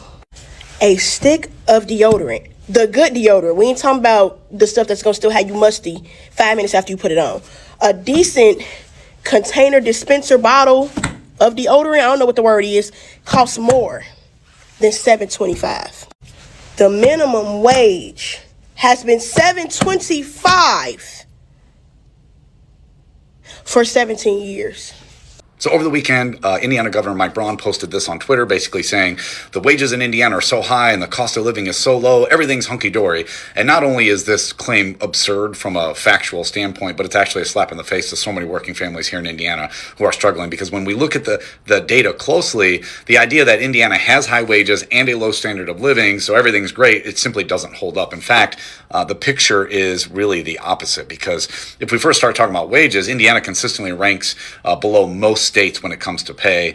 As of late last year, we were in the bottom third. We were ranked 33rd in the nation when it came to wages. And even after you adjust for the cost of living, we only go up a couple places to number 29. And the problem is, even when our wages do start to rise, we're still being far outpaced by the national trends of rising wages in other states. Now, it is true that the cost of living here in Indiana is much lower than many other states around the country, but the problem is that is changing fast. Household costs are rising faster than wages, and that's eroding any benefit that we might get from those lower prices or that lower cost of living. 6 months last year, inflation added $668 in extra costs for Indiana families. Then when you talk about essentials like housing, transportation, food, childcare, healthcare especially, are all rising especially fast. In just a couple of years, the cost of necessities in Indiana has risen 8.2%, which far outpaces national inflation. What is the latest electric bill that you can remember paying? Our latest was $593.